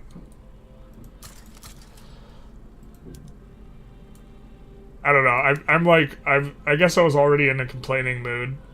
Or, like, that's already what I was doing. I stayed in complain mode. Maybe I should just, like, get out of this mode. This isn't the way to live. It's not... Complaints... Negativity is not real, chat. It can't hurt you, except it can. Like, if you have this underlying simulation, but you're slightly railroaded into the path via vision, events, and trees, yeah. I mean, I definitely wish... I wish there was more, like, flavor in Victory. Or were you changing the ideas modifiers to make some of them more appealing in both multiplayer and single player? Well, so for some of them, the problem isn't even necessarily the ideas. But hey, Fulmocotone. I don't think I've said your name out loud before. Like, naval ideas suck because the AI can't play properly with navies. And they're probably okay in multiplayer. But what ideas would I change? I think minting... The minting bonuses should maybe be a little bit bigger. The thing is like, some of the modifiers are really, really strong just because getting those things is really good. Like, construction efficiency is really good. I mean, we could go through these, like, one by one and talk about which ones we think are weak versus strong. Output's a really strong modifier. For naval ideas, like, you could also, on some of these, give ships output if you wanted to make it better in single player. But I think that this is actually probably pretty strong in multiplayer, or relatively strong in multiplayer. Like, another problem is just trade is just, like, weak in terms of vanilla because of Mappy, so you'd have to resolve Mappy to, like, make trade ideas probably feel really good. If trade was good in vanilla, like, the mechanics for trade, then trade ideas would actually feel incredible.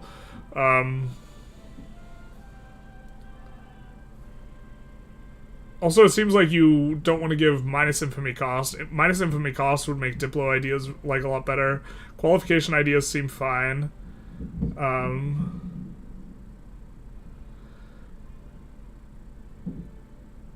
don't think humanist ideas is really very strong, but I don't know how you would buff it. Other than maybe pop acceptance. Pop acceptance could be a really strong modifier.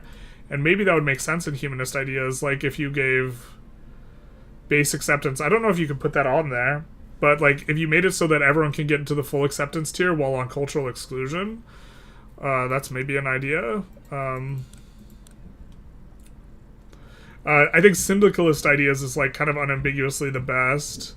You don't necessarily have to not have a best idea group, but like even after the nerf, I still think it's insane. I think the military ones are going to be strong in multiplayer, generally speaking, but I'm fairly confident one or two of these is going to be, like, just way stronger than the others, and, you won't see, like, the other ones if, like, people are trying to play optimally.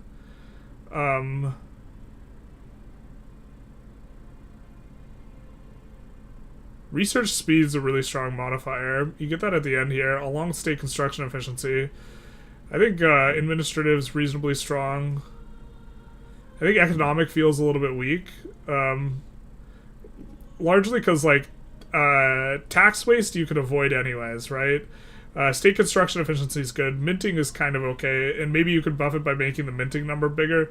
Loan interest rate is, like, a medium modifier. Tax collection is kind of an interesting modifier, but, like, it's kind of like increasing taxes without having to. I guess tax collection's pretty good if it operates the way I think it does. And we have production research speed. Yeah, this is probably fine. I imagine ethnocentric ideas aren't going to be very good. But just because going like more multicultural is kind of tends to be better. Loyalism increases for full acceptance though. Maybe this is kind of okay. Education access qualifications. I think it's a little bit on the weak side, but it's probably okay. It's certainly on theme. Politics ideas just seems only good early on. I think I would give more loyalists from... Like, it's only good when you're trying to pass laws, and other than that, it seems pretty bad. You could maybe give more loyalists for having a legitimate government. So it helps you to have a more legitimate government, and then gives you a payout in the form of loyalists, which makes it easier to maintain positive bonuses, something like this.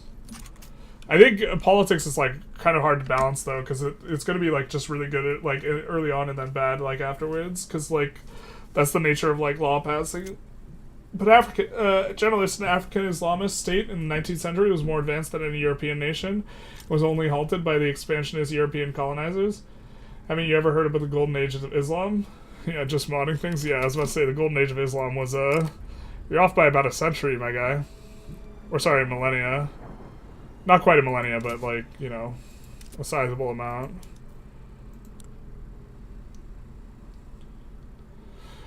I also like can be just like wrong in my evaluation too. Like to some extent, like whatever feedback you get, you should get from like multiple people. Diplo ideas are not as good as you think. Well, I know decay is like not anywhere near as good as reduced cost. Take a quick look at Diplo ideas again, though.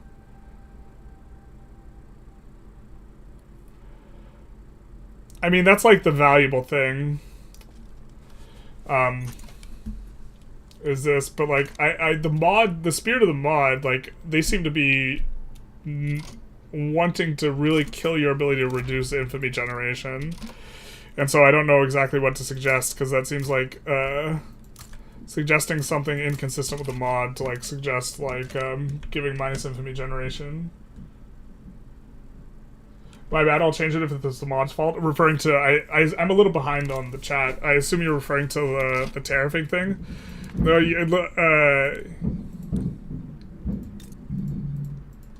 yeah, I appreciate it. I feel like you don't need to apologize. It's just I don't want a tariff. Like just because tariffing's not good. If tariffing was good, it'd be a different story. But I think this might be doing it, where this gives tariffs independent of the free trade. I guess we could actually take a look. Yeah, we shouldn't be generating any money on tariffs, actually. Right? Unless I'm just grossly misremembering vanilla.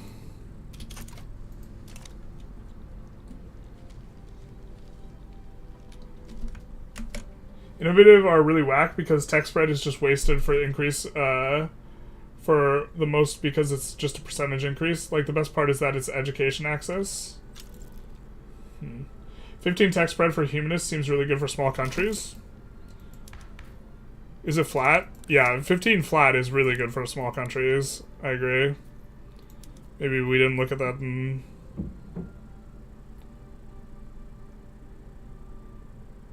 My brain filters this automatically to percentage, but yeah, flat is really good for small countries.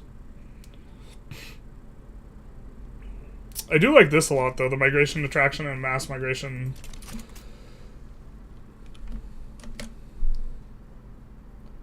It's EU4, basically. Innovative is just kind of like EU4, the kind of group you drop after a while because you get something better, and the earlier you get it, the stronger it is. Economic ideas seems really good for Great Qing or large pop backward nations. I would agree. If you can convert your main culture in this mod via governors and seed your religion and culture via governors and missionaries too. Yeah, this is like an important one. I really like the ability to seed. Yeah, we're gonna choose that. We're not gonna support Malta's independence. Not right now, at least. Plus 50% enactment chance is an insane modifier. It is quite a strong one. It does fall off, though. You could only embrace one of these groups every 10 years. Is this at the front, though? Like, if it was at the front, it would be a lot better.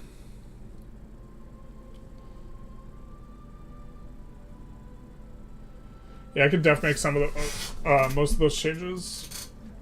Yeah, I mean, this is also just my opinion. People are going to have different opinions. I know, relative to other players, I tend to undervalue military stuff.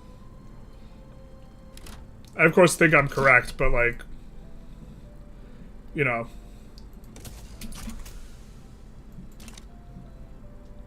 Interesting to see in this mod that places like Sokoto are colonizing. Gaza did too. Yeah, Gaza's our subject, and they've been doing great here. I guess we could have tried to annex them, but looks like we maybe could colonize a little bit more over here. No, we're already doing it. Mod has a modified AI. Yeah. Hey, Hot Pocket Pylord. Happy Friday. Bruh, you guys would not approve of my Hot Pocket, the way I handle my Hot Pockets. You guys would unfollow and unsubscribe if you knew the way I'd... Actually, that sounds like way worse than it actually is. I like my Hot Pockets to be cold in the middle. Like, a little bit cold, but not like frozen. Not like crunchy, but to be like a little cold in the middle. That's the way I like my Hot Pockets. I realized I was implying something so much worse than how I actually like my Hot Pockets. Or maybe it's actually so much better. Who knows? Freedom of conscience is going to be a nice little bump for us. Why don't we increase the speed a little bit? Sir, you are an American. You should think tariffs are super based. Tariffs are like situationally fine. I'm not like categorically anti-tariff. I'm categorically anti-tariff in game though. Like you just shouldn't run the. Well, no, actually, technically, if you want to protect, I would like an economic and trade system where tariffs sometimes make sense though. Show us the religion map? Sure. I think we've converted most of this to Canite here. Kind of our home territories. Mainly because we were able to seed our religion in these places with the missionaries.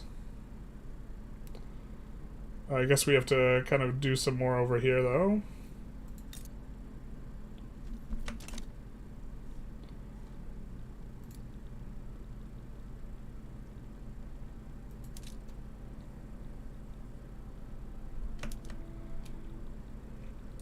Why don't we actually recall them and do that?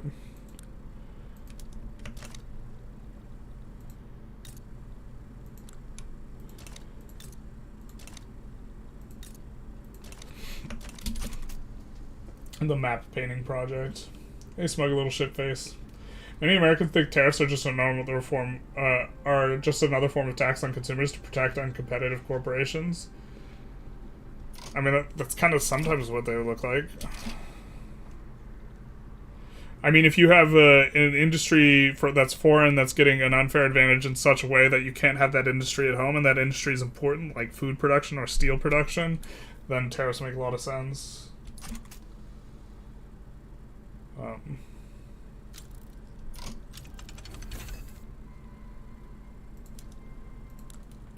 I'm generally pro free trade, but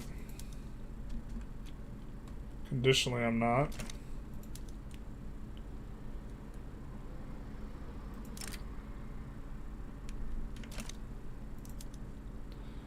Let's get a commander in here. Slaver, sure, that's not an ideology we don't mind. Ethnocentric ideas might be good in some countries too. Some of the journal entries require you have a certain percentage of your culture's pops. Oh, that's fair. Bengal is Zoroastrian. Interesting. Yeah, we haven't seen like what all the religious bonuses for the religious kind of centers and stuff are. Yeah, that's not gonna make money. It's like one of the few secondary PMs that is like not as good. We're supposed to be increasing construction, aren't we? Let's do that.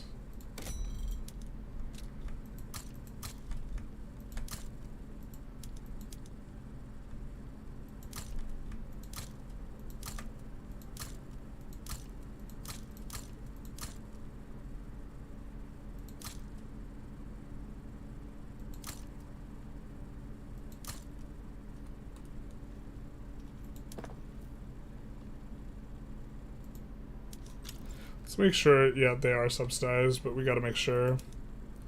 Stolen wooden wagon. What are we even researching? Oh, we're researching multilateral alliances. That's right.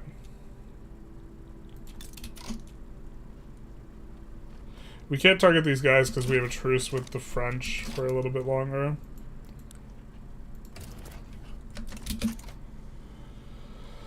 Why are we making so much money? Don't want to be making money.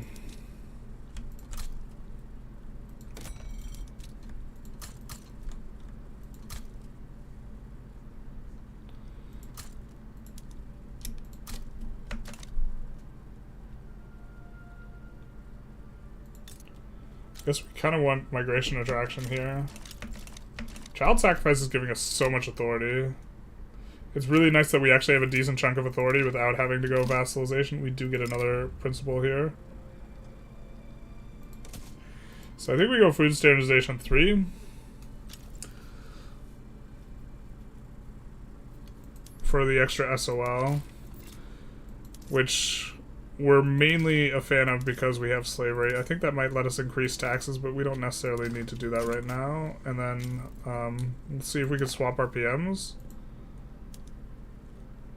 I think that we don't even have, yeah, we don't even have vacuum packaging, which you need in order to get the efficient food company. But, we might as well research that next.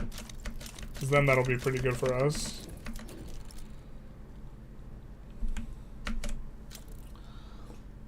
Are you gonna reach the last stage? I don't know if we're gonna play that. If we're gonna play another session after this one. I guess we're kind of a little bit behind on the salting Rome idea, and we've instead. I forgot we named our power block timeline restored. Sure.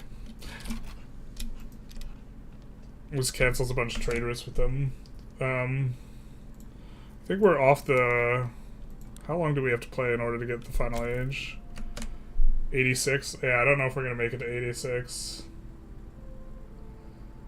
Seems a little bit more of a lengthy thing, because the game is starting to slow down. Hey, so use it with the raid. Big nice. We are playing Victoria 3 with Project Variety. I think that's the name of the mod. It is Project Variety and more unique companies. Project Variety re-overhauls like all the starting countries in addition to kind of giving a bunch of EU4 type mechanics.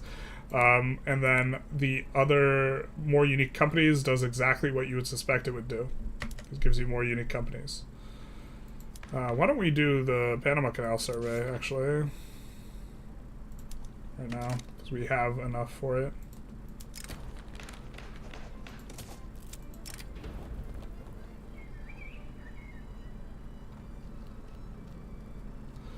Oh, gross. These guys really want in.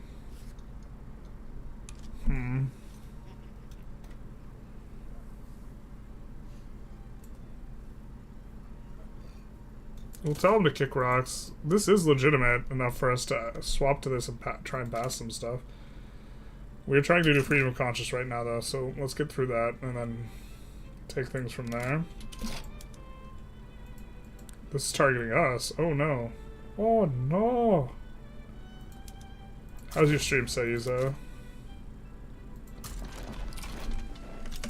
So better than Fluss Home and Realms of Exeter.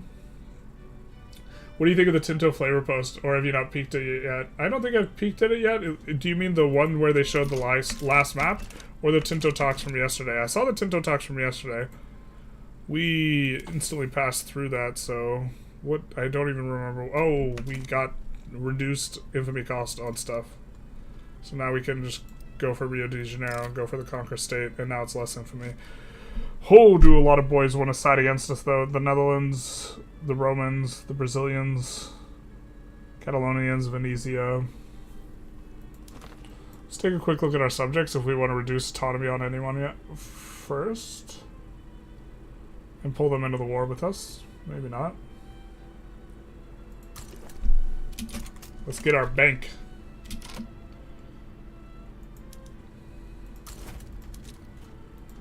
Put that in, and then let's put this in, and then let's bolster up this National Guard type unit a little bit. I'm not back at home So I can't check, but it's somewhere around the 80s. Yeah, because you don't have any holy sites to begin with. Atheism is really interesting because it's a weak religion because you don't have to increase your piety, or you don't increase your piety by having holy sites. But your bonuses are pretty strong. Like you can only, but you just can only cast 2 at a time though. Interesting.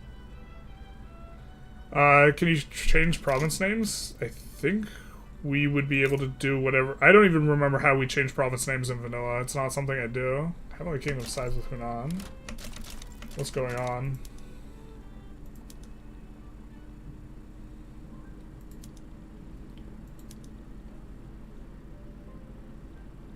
We have a bunch of return state CBs on these guys. Really?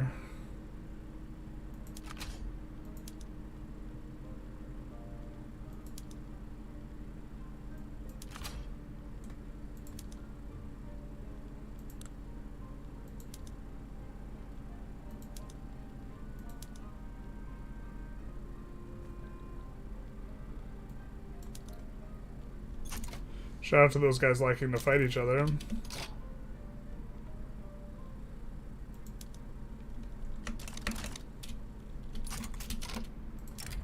We give France an obligation, they'll probably use it to get back into an alliance or something with us. Let's take a look at what's going on here. Return Suzhou.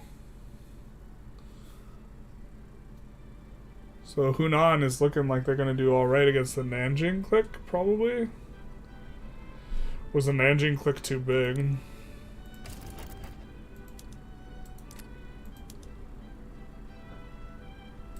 I guess we'll... They are... The Nanjing clique isn't demanding anything. Oh, they are demanding something off Heavenly Kingdom. We kind of don't want that.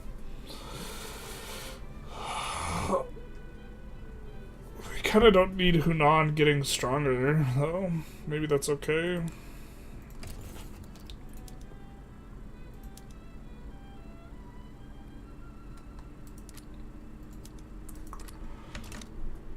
We want Heavenly Kingdom to keep this state is the problem here. What's the balance of power look like? They haven't recruited any troops. Nanjing is just way stronger. Without our help, they'll like certainly fold.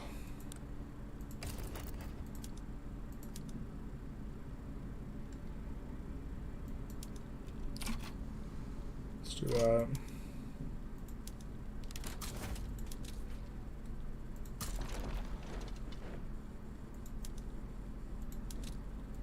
We might mobilize some conscripts here, boys, to win that.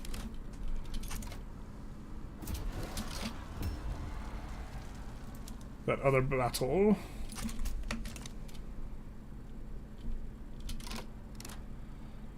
Oh, I pulled this army off. Hold up. Do your thing first. Then we'll move them over. You can declare a golden age? I don't think we have it yet. Oh, in the last one we can declare a golden age? Oh, we can.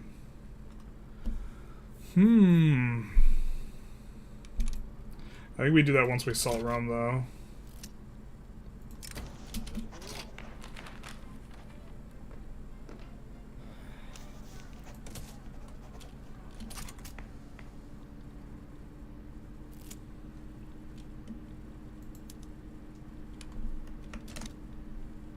Please finish this quickly. We want to move you. We want to move it over there.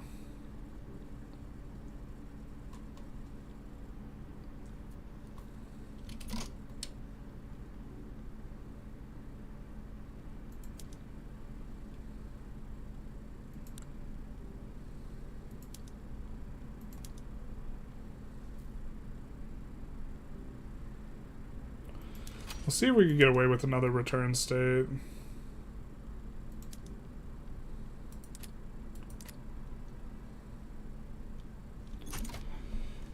And our infamy will get refunded if we can't.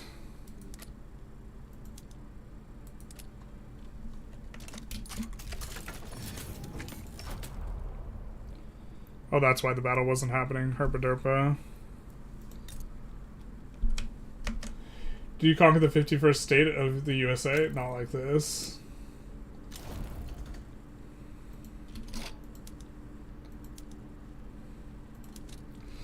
Not like this. We already had a little bit of a Canada discussion. I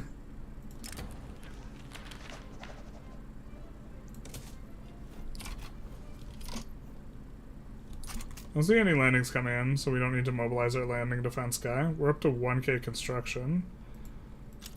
Can use a little bit more government stuff.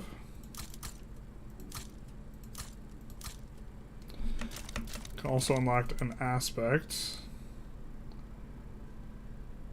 We'll choose offense here.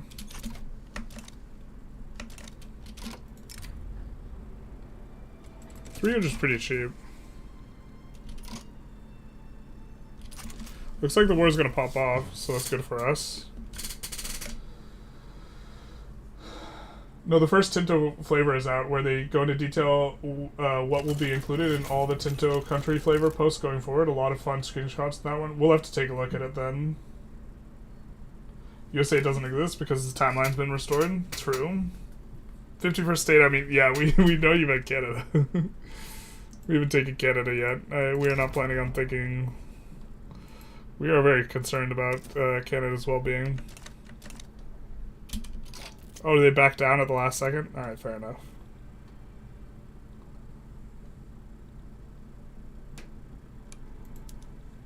There's our 5-year incorporation.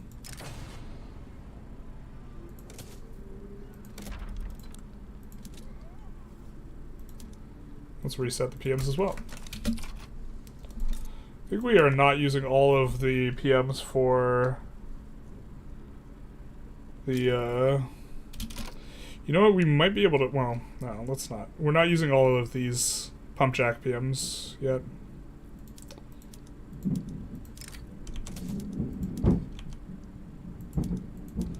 We're going to put them all in. I'm pretty sure this causes a shortage, but we'll just live with the consequences of our decisions. Let's get rid of some of these trade routes that are not unprofitable, but some of these... Oh, maybe we should have left those in for after this war, because I think we'd be trading with them after this war. Yeah, we probably should have left them in. Canada's access, it should only be incorporated in Alaska. There will be only 50 states. Alaska going from like 100,000 population to like 40 million would be insane. You get 10% offense as a piety bonus as Norse Pagan, by the way, and 5% kill rate with another flat 5 offense in the religion bonus. Norse Pagan seems cracked. That does seem pretty cracked. Also, like, if we start losing some wars, I guess, like, the thing to do is to, like, look at what modifiers the AI is getting. And be like, oh, that's a vibe.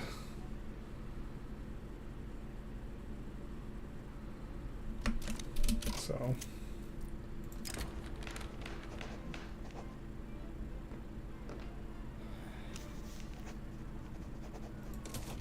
I guess we're okay getting a little bit of setback.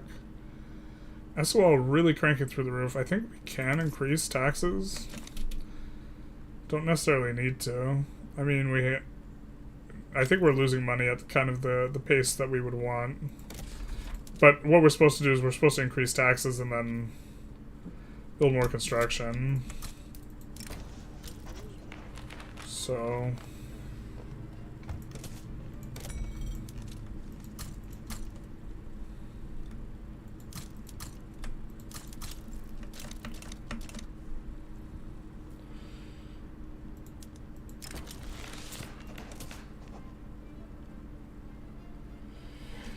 Canada, lesser culture. Oh no. JKs immediately follow. Oh wait, to be honest, Catholics get +5 offense and 7 offense percent with just 1 piety bonus. That's pretty good too. Flat is generally better than percentage. You have a lot of sources of percentage. Unless you're running a negative modifier somehow. Like, percentage is better if you're intentionally bankrupting, I think, the way the math shakes out. Maybe that might not even be true. Now, look at them.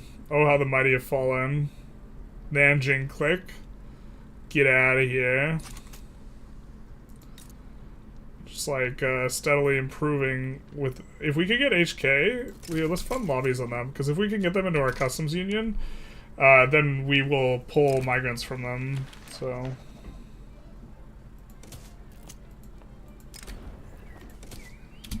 Party's not ending here, except it's about to end. So, we haven't gotten to the point where we're salting Rome yet, but... We did form the Timeline Restored power block.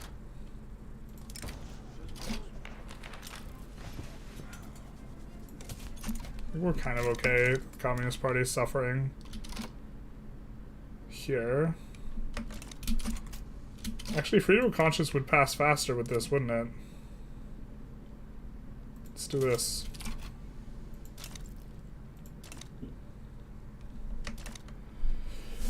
We've been waiting for these guys for a while now. And I, for one, think that Rome should be burned to the ground. Glory to Carthage. As someone make this man a moderator.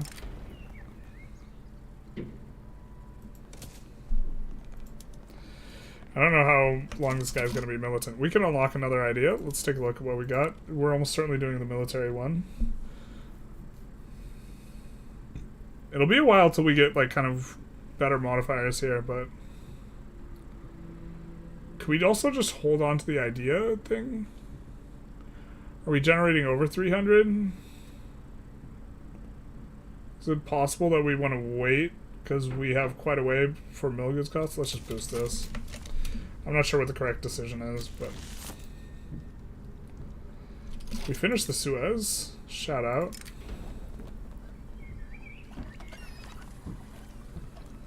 And we also... at the same time, finish this. It's like, head was a little tripped up there.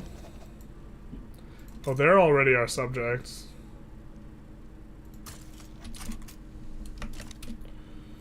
Let's improve relations. I guess we want to try and annex them.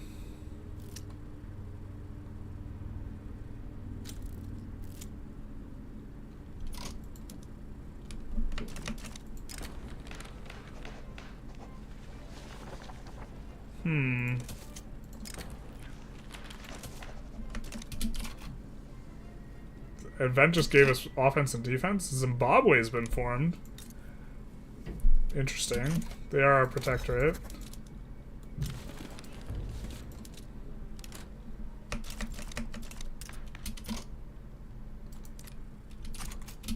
Oh, we passed the law. Whoops. So... my favorite. Swapping everything to secular. Let's see how this affects clout. 35 and 10. Oh. That didn't move the way we wanted it to. We wanted a really robust effect by swapping that over. Really? That's all we get? Excuse me. The Devout will kind of get real upset. They're upset enough to leave government. I don't think we can do a legitimate government with the Intelligentsia, without the Devout. In terms of getting pub schools in. So maybe we just have to chill until their penalty for being upset because we just changed the laws goes down. You get guaranteed libs.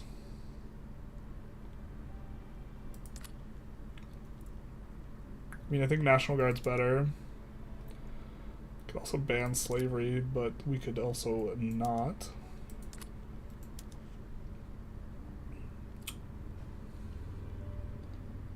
Why can't we do this? We need human rights.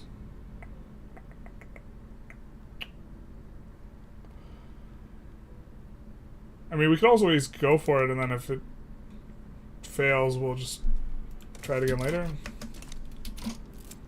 Oh, we only need...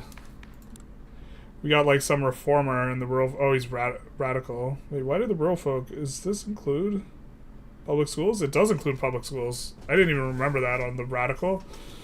But that means we can do it with this group... Oh, wait, we still need the Devout in. No matter what, we need the Devout in.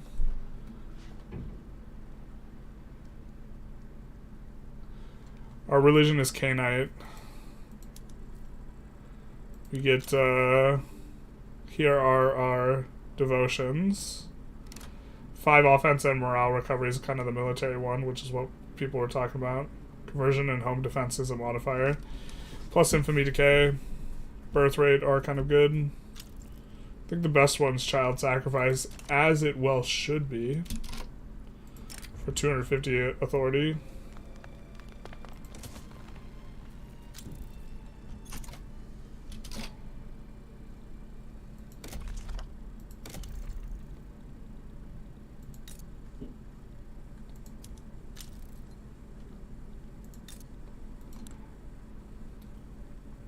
Alright, we're gonna come in here.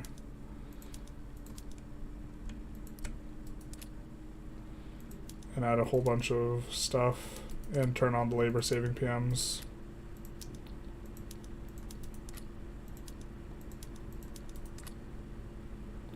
Which the labor saving PMs consume coal, so it's gonna be a little bit nicer here.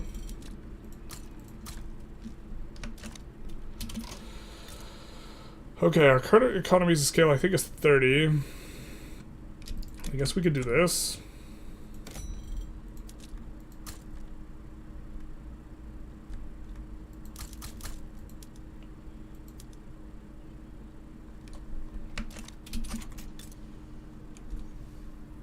We still have a truce with France, which is why we can't declare on the Hafsid Kingdom.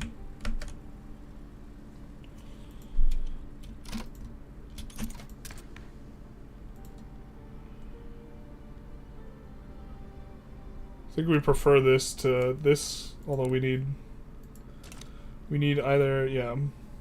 In order to get public schools, we need kind of what we have in is going to be best.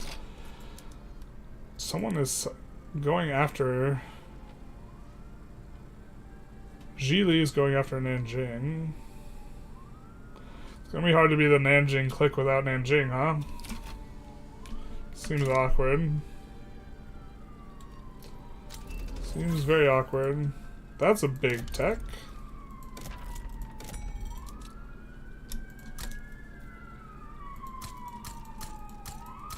We lose. Someone call an ambulance, but not for me.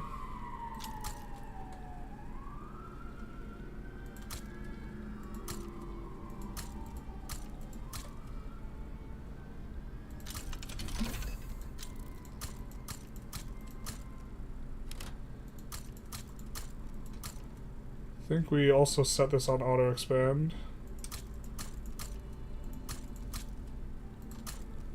Oh, Ecuador's a hella good state.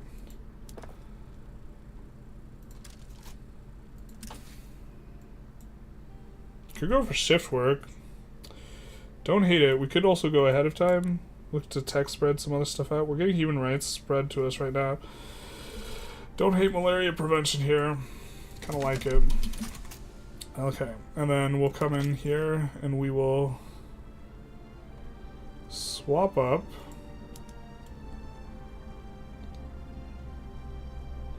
We cannot swap the urban centers yet because we don't have any of those things produced, but we can go to efficient canning practices.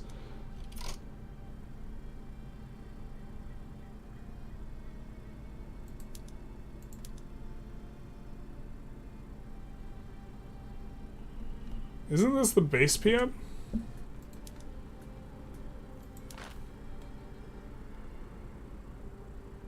Okay, never mind.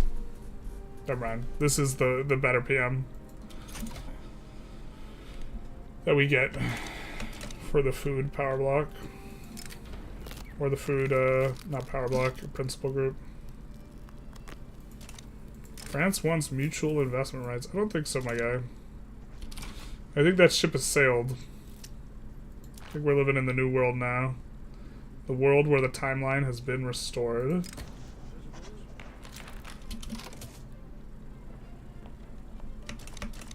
Venezuela, unfortunately, is our subject, and they are also damaging relations. I have a theory that labor-saving PM is always good if you go different if you have zero unemployment. So they do a variety of things, but what they have secondary effects beyond how they're just affecting the building, right? They create buy orders for coal, or a lot of them do, which is kind of a good. But they also will send people back to working as peasants. And peasants, when they have buy orders for goods, only 10% of those buy orders reach the market. So having more peasants depresses prices in the economy relative to consumption, and is like effectively a money deletion effect. And so I think that but it'll also raise average SOL and allow you to pull more migrants if you use labor saving PMs. But if you're having peasants and you're getting migrants, like, I don't know how good that is relative to like stymieing the economy up a bit.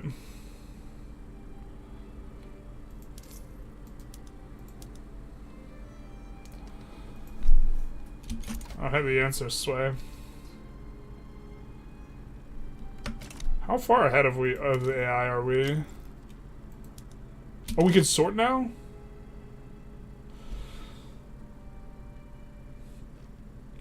That's awkward. The Korea's the next best. And then our subject in Aragon. That was such a nice pickup that when they were about to conquer 2 states, we subjugated them. Or state and a half, rather.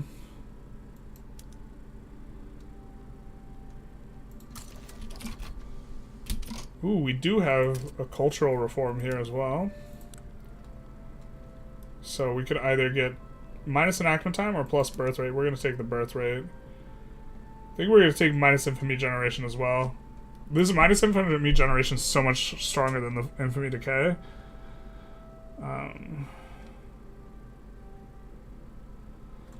Yeah.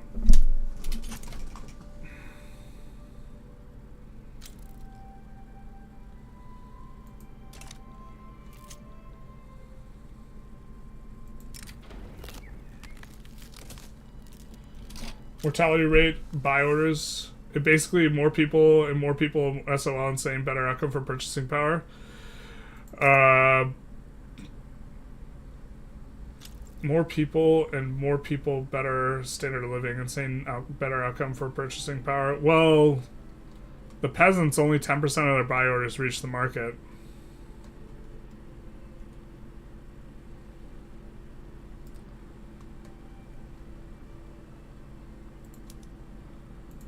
So these guys, they're buying a bunch of these goods, right? Or they are receiving a bunch of these goods. They only spend 10% on it, and only 10% on the buy orders reach the market. So they have a buy package of a 15 SOL pop, right? But it's not stimulating the consumer economy. Or it's only stimulating 10%.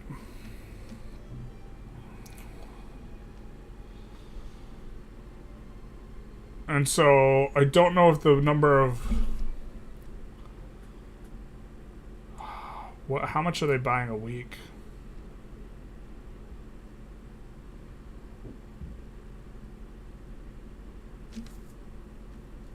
So this entire pop group is paying. I mean, we could look how much they spend on their needs, I guess. Weekly pop income is 60-55. Weekly expenses is let's take a look. They are spending $516 on needs per week. And they are, how many of them are there? There's 15,000. I imagine the amount of workers in here. Let's see, do we know their... I'm looking for dependence proportion. Their workforce is around 5K. Let's call it 5K. So, these guys 5K and are adding 500 worth of buy orders in terms of needs per week. Let's find a labor saving PM.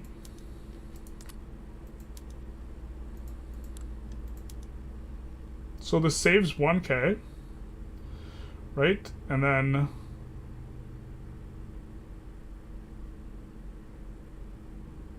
it costs, so we're just going to need to multiply this by 5. It costs 120 plus the engine. In terms of base prices, 120 on the coal, and then the engines is, what's the base price on engines? It's like pretty high. It's 43. So engine base price is 60. So 180 per 1,000 pops.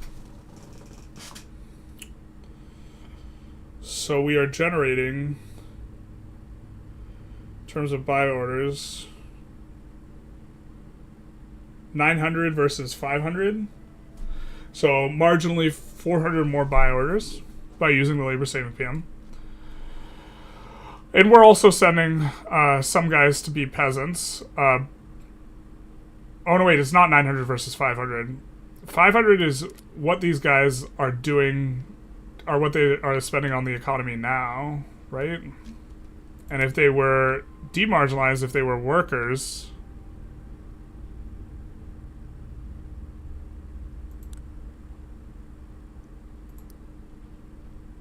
so this group's around 5k as well. Or wait, these are just, that's the, no, it's okay, it's around 5k laborers. And if we look at what they're spending into the economy, into needs, it's around 900.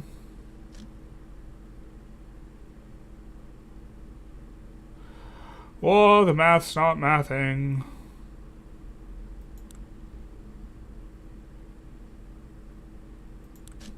I was expecting a much bigger number here.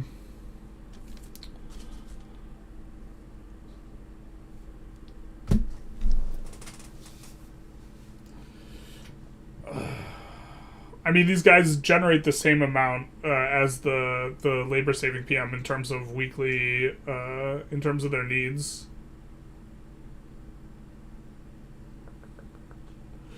But they also generate in terms of needs.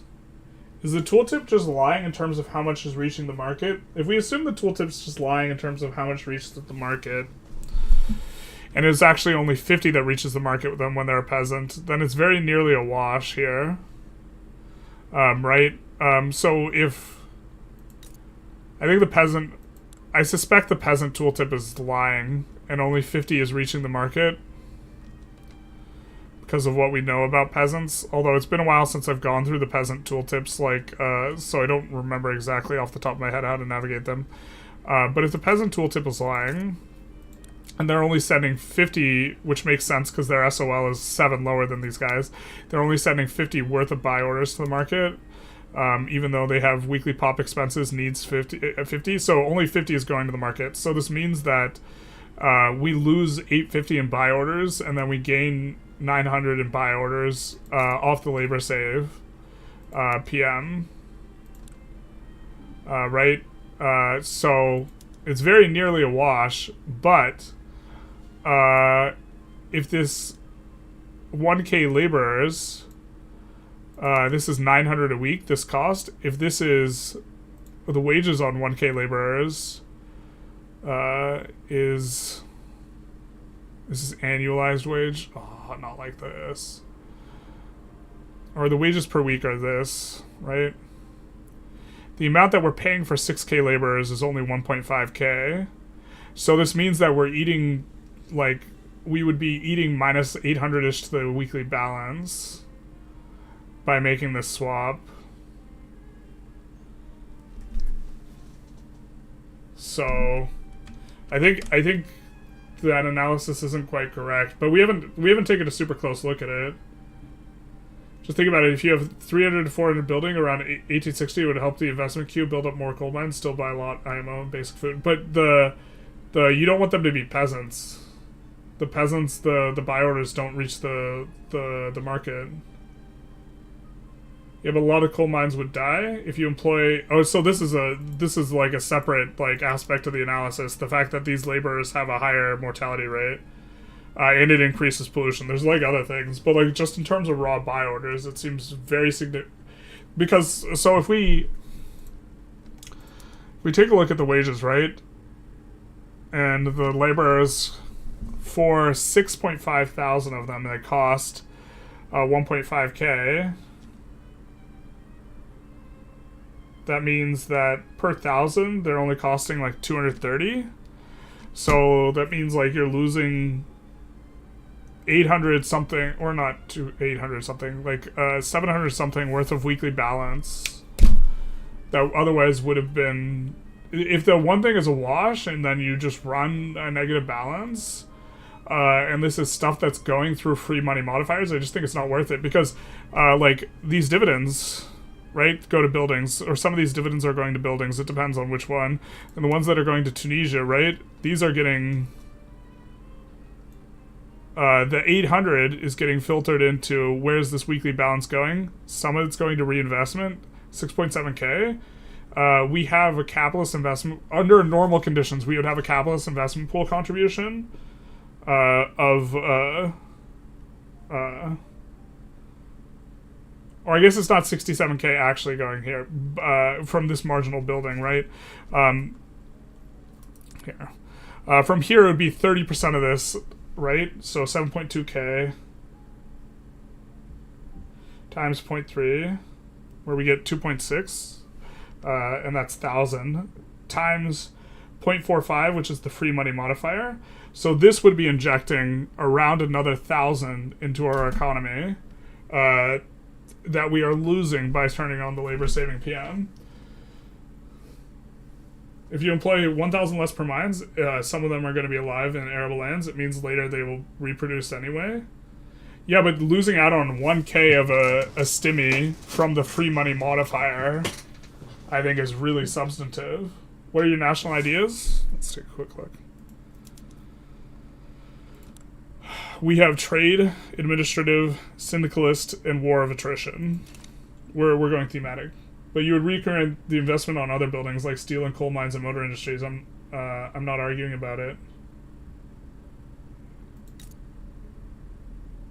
I don't think you recreate the investment. I disagree. You would be recreating it if you were net creating buy orders. So the argument is like you're creating buy orders in coal and you're creating buy orders in engines, and this creates this creates money injection, right?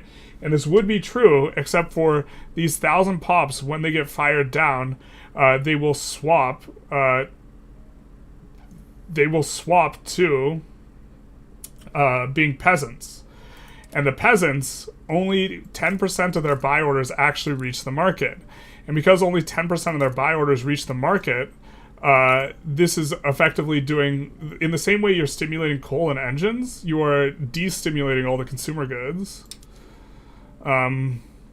Let's see if we can find a tooltip on the peasants, because we know that this is the effect on peasants, unless they change the number.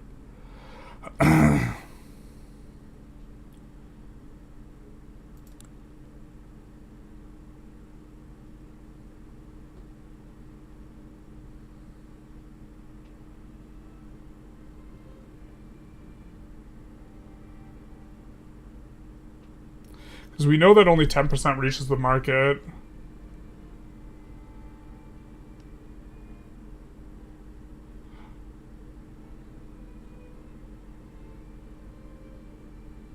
A set of buildings, low intensity, etc.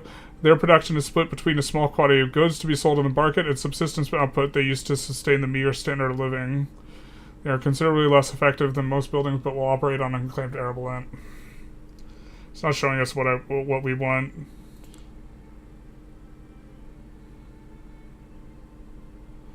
I mean, so here...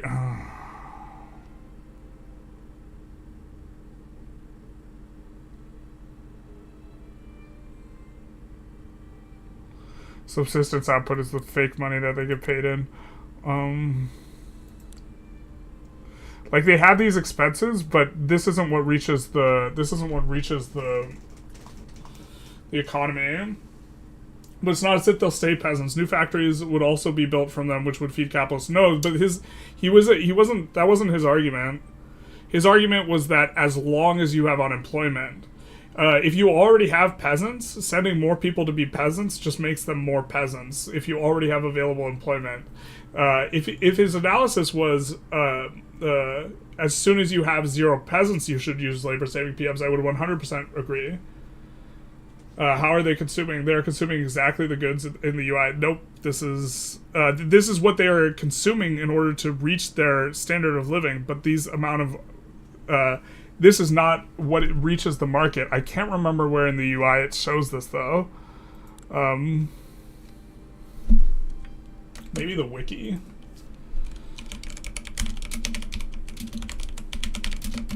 Which is one of the reasons why depeasanting is so important, is because the buy orders change and they actually eat the goods.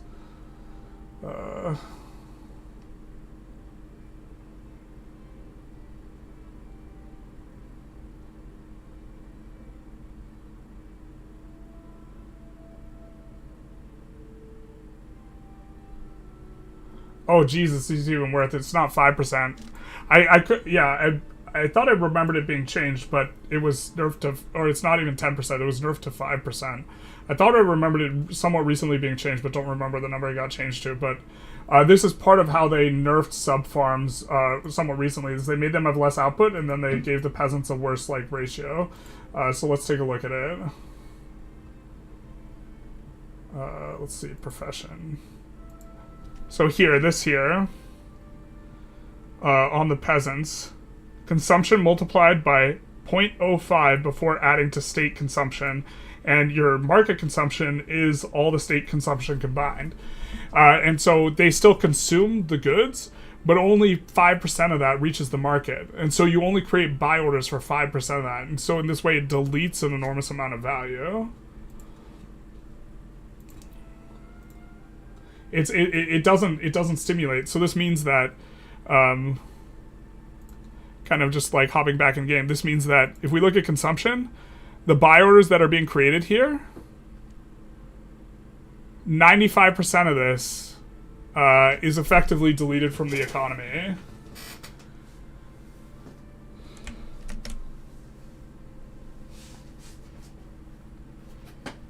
Until you don't find, I don't believe you. But in this case, I agree. Yeah, I mean I don't remember where it is in the UI because I just know it's a thing. I just don't remember how to look it up. I would like to know where it is. Maybe this is something we like want to make a video on, because we've talked about why depeasanting is really important before, but that this conversation comes up is an indication that maybe we need to talk about it some more. But keeping your pops off of being peasants is like really, really important.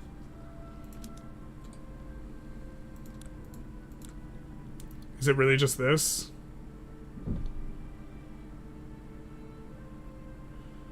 Where can we find that it's multiplied by 0.3 or 0.05 in terms of the buy orders?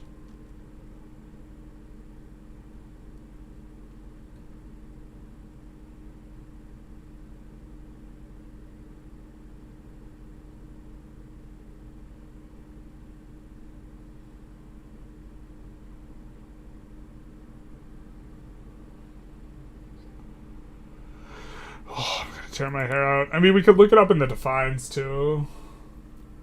Footpick screensaver, we gotta get on that.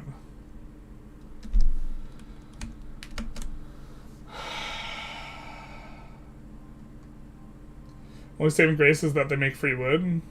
Well, kind of. You would actually rather they make everything but wood so you can proportionally build more wood. This isn't overtly indicated anywhere at all. I know it's somewhere because I've pointed it out before. Maybe it's just on the wiki end in the defines and it's just nowhere in the UI. That kind of sucks if that's the case.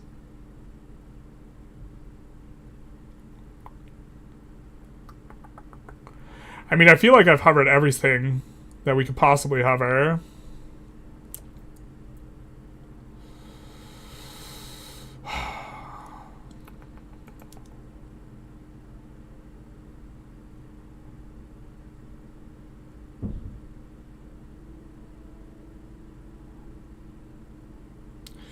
But this is like, they want it to like actively not stimulate your economy a lot, because otherwise having like you'd be creating such an enormous amount of buy orders. Like, think about it, like China doesn't start out with an enormous amount of buy orders, an amount of buy orders that is proportionate to their standard of living, for like clothing and furniture, right? Instead it's like way smaller. You found out where it says go to census data? Okay.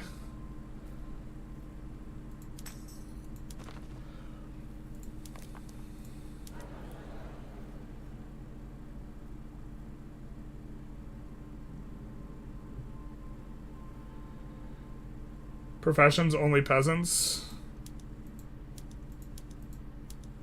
Oh, that's farmers.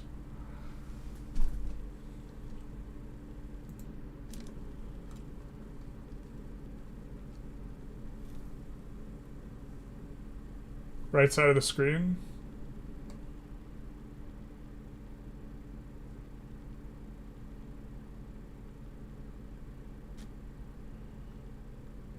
Right side of the screen. Do we hover peasants and then look at it? Over the green weekly income, right, there's an economy tab. It should show how much of that is consumed in the market.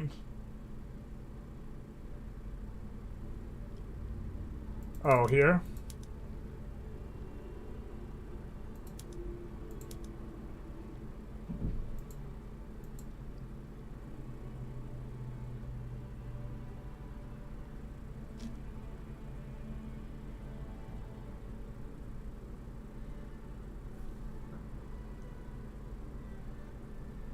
Hover over grain and you will see a modifier.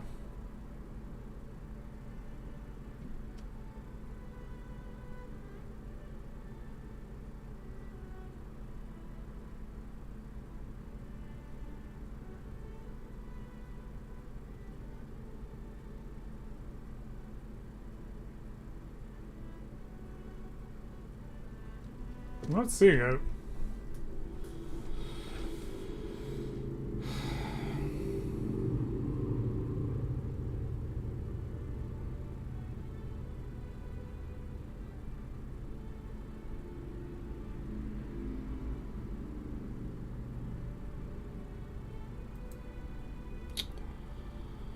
Do you see job satisfaction? That's like not something I even remotely look at a lot. Smug little shitface had like a different idea of where it was. Let's try and do that one. I would like to know where. So, hover the green weekly income in the right of the economy tab.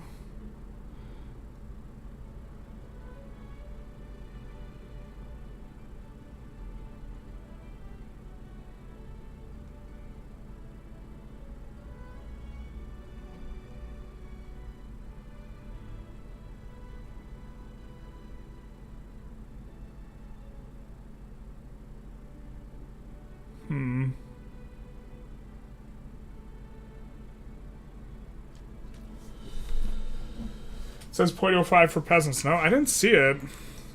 I don't know if the mod affects the UI. I can't imagine why it would, or why it should. Or maybe getting down in the weeds, because I know that it's, like, if I hover here, I don't see any multiplied by 0.15.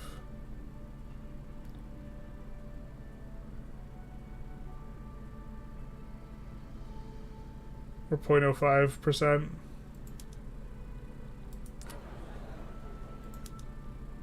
I saw a 5, I was like a rabid dog looking for the modifier. When hovering over impoverished, it shows it.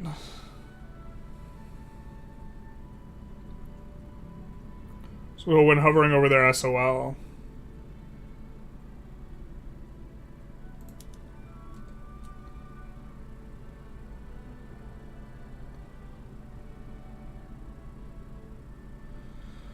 Standard of living due to.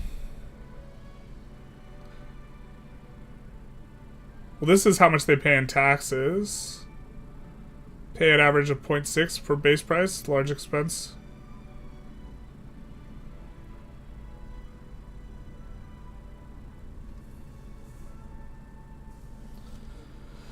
Next to it on the green background.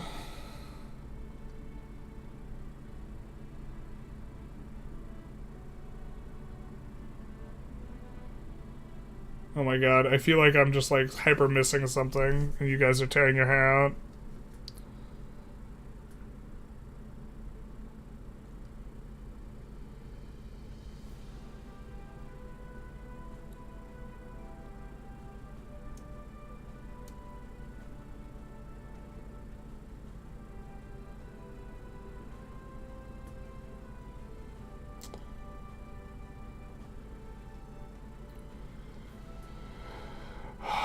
I mean, I know how it works, I just can't show how it works without using the wiki. I forget which patch they changed it from 10%, now it's 5%. You said to the green thing to the right? Oh, hovering the green background. Got it. There we go, consumption factor. 0.43 due to 0.05 multiplied by peasants. Okay. I see it is.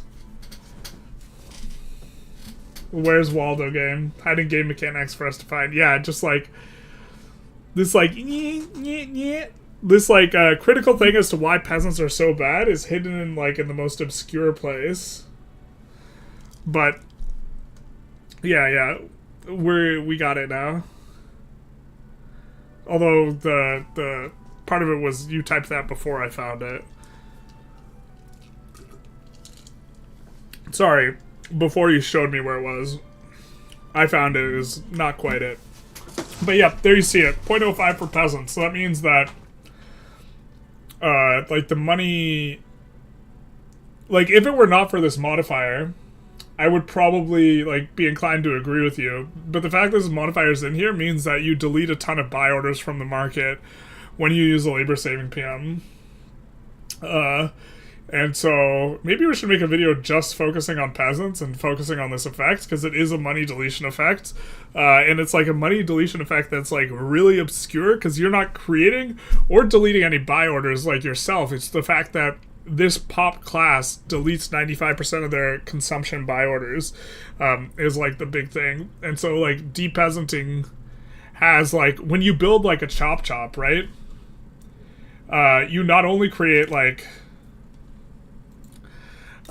when we build one of these, we not only create these buy orders, we create buy orders equal to the difference between the SOL of a laborer here and times 0.9, or the difference between the entire buy basket of a laborer here and the buy basket of a peasant here, which is quite substantive. It's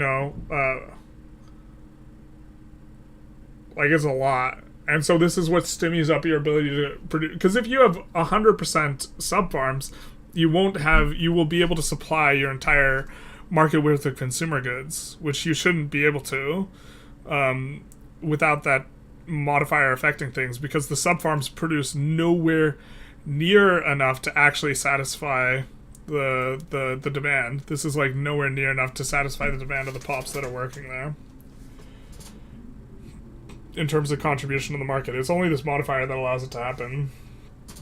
But we did have a little bit of where's Waldo here at the end. Yeah.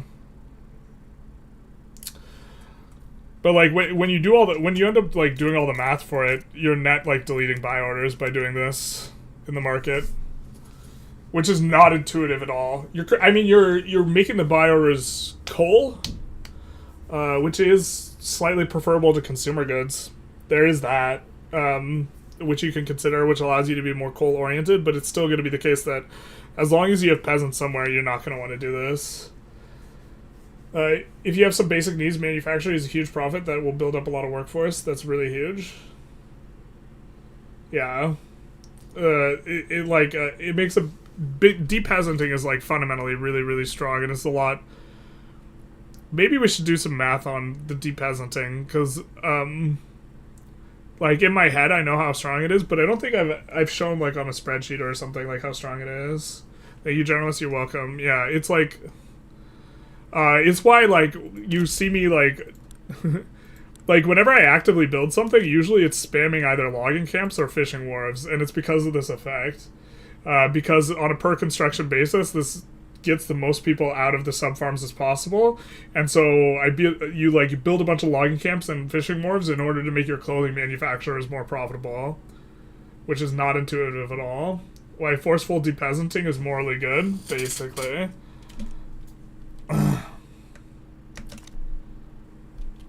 We need to like make it.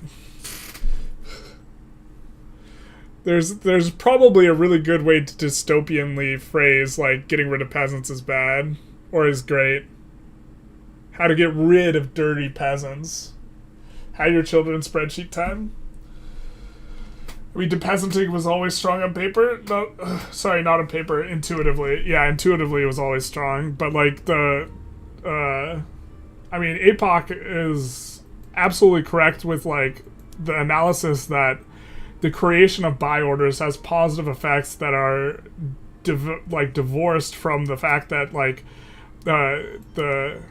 so if the peasant effect wasn't here and you made the lead mines less profitable by introducing Steam Donkey, you would still have the downstream positive effect of making coal mines more profitable. So if you made it less profitable just slightly, it would be super worth it to just jam labor saving PMs really, really, really aggressively. But because of this peasant effect, it's not in terms of the math.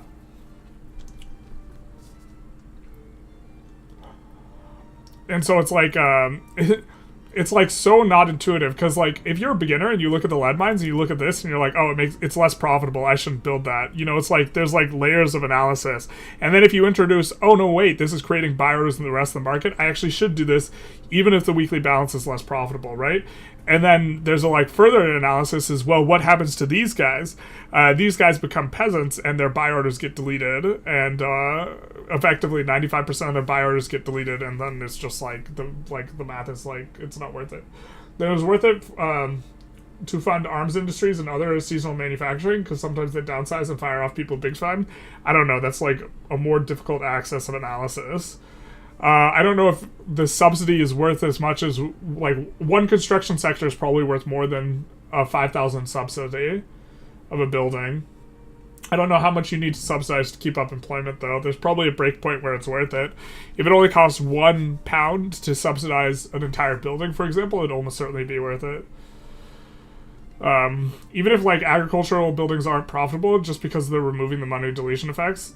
Yeah, so this is another thing, is like the agricultural buildings might be better than they look, to be fair, because they are still depeasanting as well. I can't wait to see the spreadsheets you produced, General, once Project Caesar's released. I'm already working on a Project Caesar spreadsheet. I just don't know how to overlay 3 like inputs so I can feed it from the thing.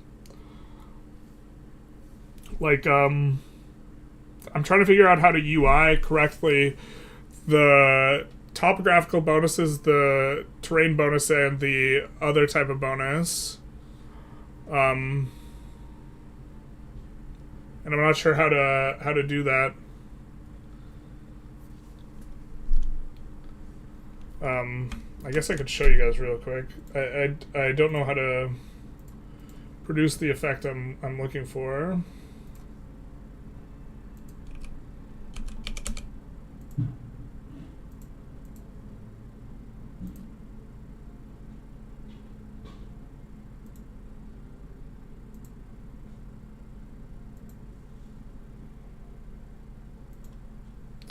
So we have this. Sorry. Didn't jump scare warn you guys. So we have like all these that we've drawn up. And that's something. But the problem is we want to feed these all into an equation and have it not be like, we could feed this in just fine if we wanted to make this like 120 cells tall, and we could do that if we just like introduce, like, we could do that and then just have a filter column and make it so we would filter for what we're looking for, but that seems kind of unsatisfactory. I'm trying to figure out the best way to visually represent what is this. 7 times 7, so 49. Is that really 7 and 7? That can't be right. Sorry, 8 times 7, so 56 times 5. So we'll call it 50 times 5, right? How do we represent 250 different conditions, like visually, in a way that feels satisfactory? And I don't really know. You'd have to keep each of the 3 bonuses separately for Project Caesar, so you'd have to have dozens of different values based on the type of vegetation, climate, and topography. I think it's going to have to just be a shitload of cells, given all the potential combinations. Yeah, just like... just 250 tall with a thing that allows us to sort or filter, I guess. Oh no, my child slaves were looking at the TV screen, not like this. I'm sorry. Apologies, no jump scare warning. So yeah, that would be like maybe how we'd have to approach that. But for a while, APOC, I thought the same thing, that you would want to use labor-saving PMs to like industrialize faster. Like, the analysis certainly makes sense. It just doesn't, the math doesn't math because the peasants... In theory, though, if their SOL is low enough, I suppose the math would start mathing again. Yeah. So maybe it's not appropriate for us to be looking at it in Tunisia specifically. And also, like, we have a throughput bonus. So the amount that the weekly balance is getting juiced up is maybe not a good indication. Maybe it's better in the early game. You'd have to like actually look at the math really closely. I'm pretty sure that the peasant consideration is just like overwhelmingly like more important though. And it just like deletes out the kind of other effects. Anyways, I think we're going to wrap up the stream here. I hope you guys enjoyed. Let's see if anyone else is streaming Vic 3. As long as we like still have viewers. I don't know how I don't know how much people enjoy watching us like sweat like analyze something, because we do it a lot in videos, but like also part of it is like we don't like have it finished. We could raid Karasek. Man, there's so many people streaming not in English. Vicky Friday's back. And they got a few viewers. And they're streaming in English. We do love Fridays. More like Fridays. Alright. They are a VTuber. I don't know if that makes a difference to people. Like, in my head, like, VTubing's cheating. You know what I mean? Like, you should have to show your face. Yeah, yeah. Oh, Dr. Dapper, thank you for the 9 months on the Prime subscription. Looking forward to see this later after I get through to part 2. Good luck, sir. Thank you so very much. I gotta fix that. I tried to fix it like 2 to 3 times now, and it still doesn't... The notification sound still doesn't come up when people resub. I'm really frustrated about that. So we'll give that there. Looks like we got a little bit more chat. And then there's the impact on goods output of some of the vegetation, climate, topography will have, not just military impacts on the environment, there's also economic impacts. Yeah, so this is like, where should I build? I also think that build time is going to correspond with build cost. And so where to build type of consideration, I think, is also going to be, like, there's a lot of filters through. Not everyone has a beautiful face like you, generals. Anyways, see you guys later. Bye-bye now. Let's end the stream on the YouTubers. And now it's just us Twitchers. You guys are my favorite, except the YouTube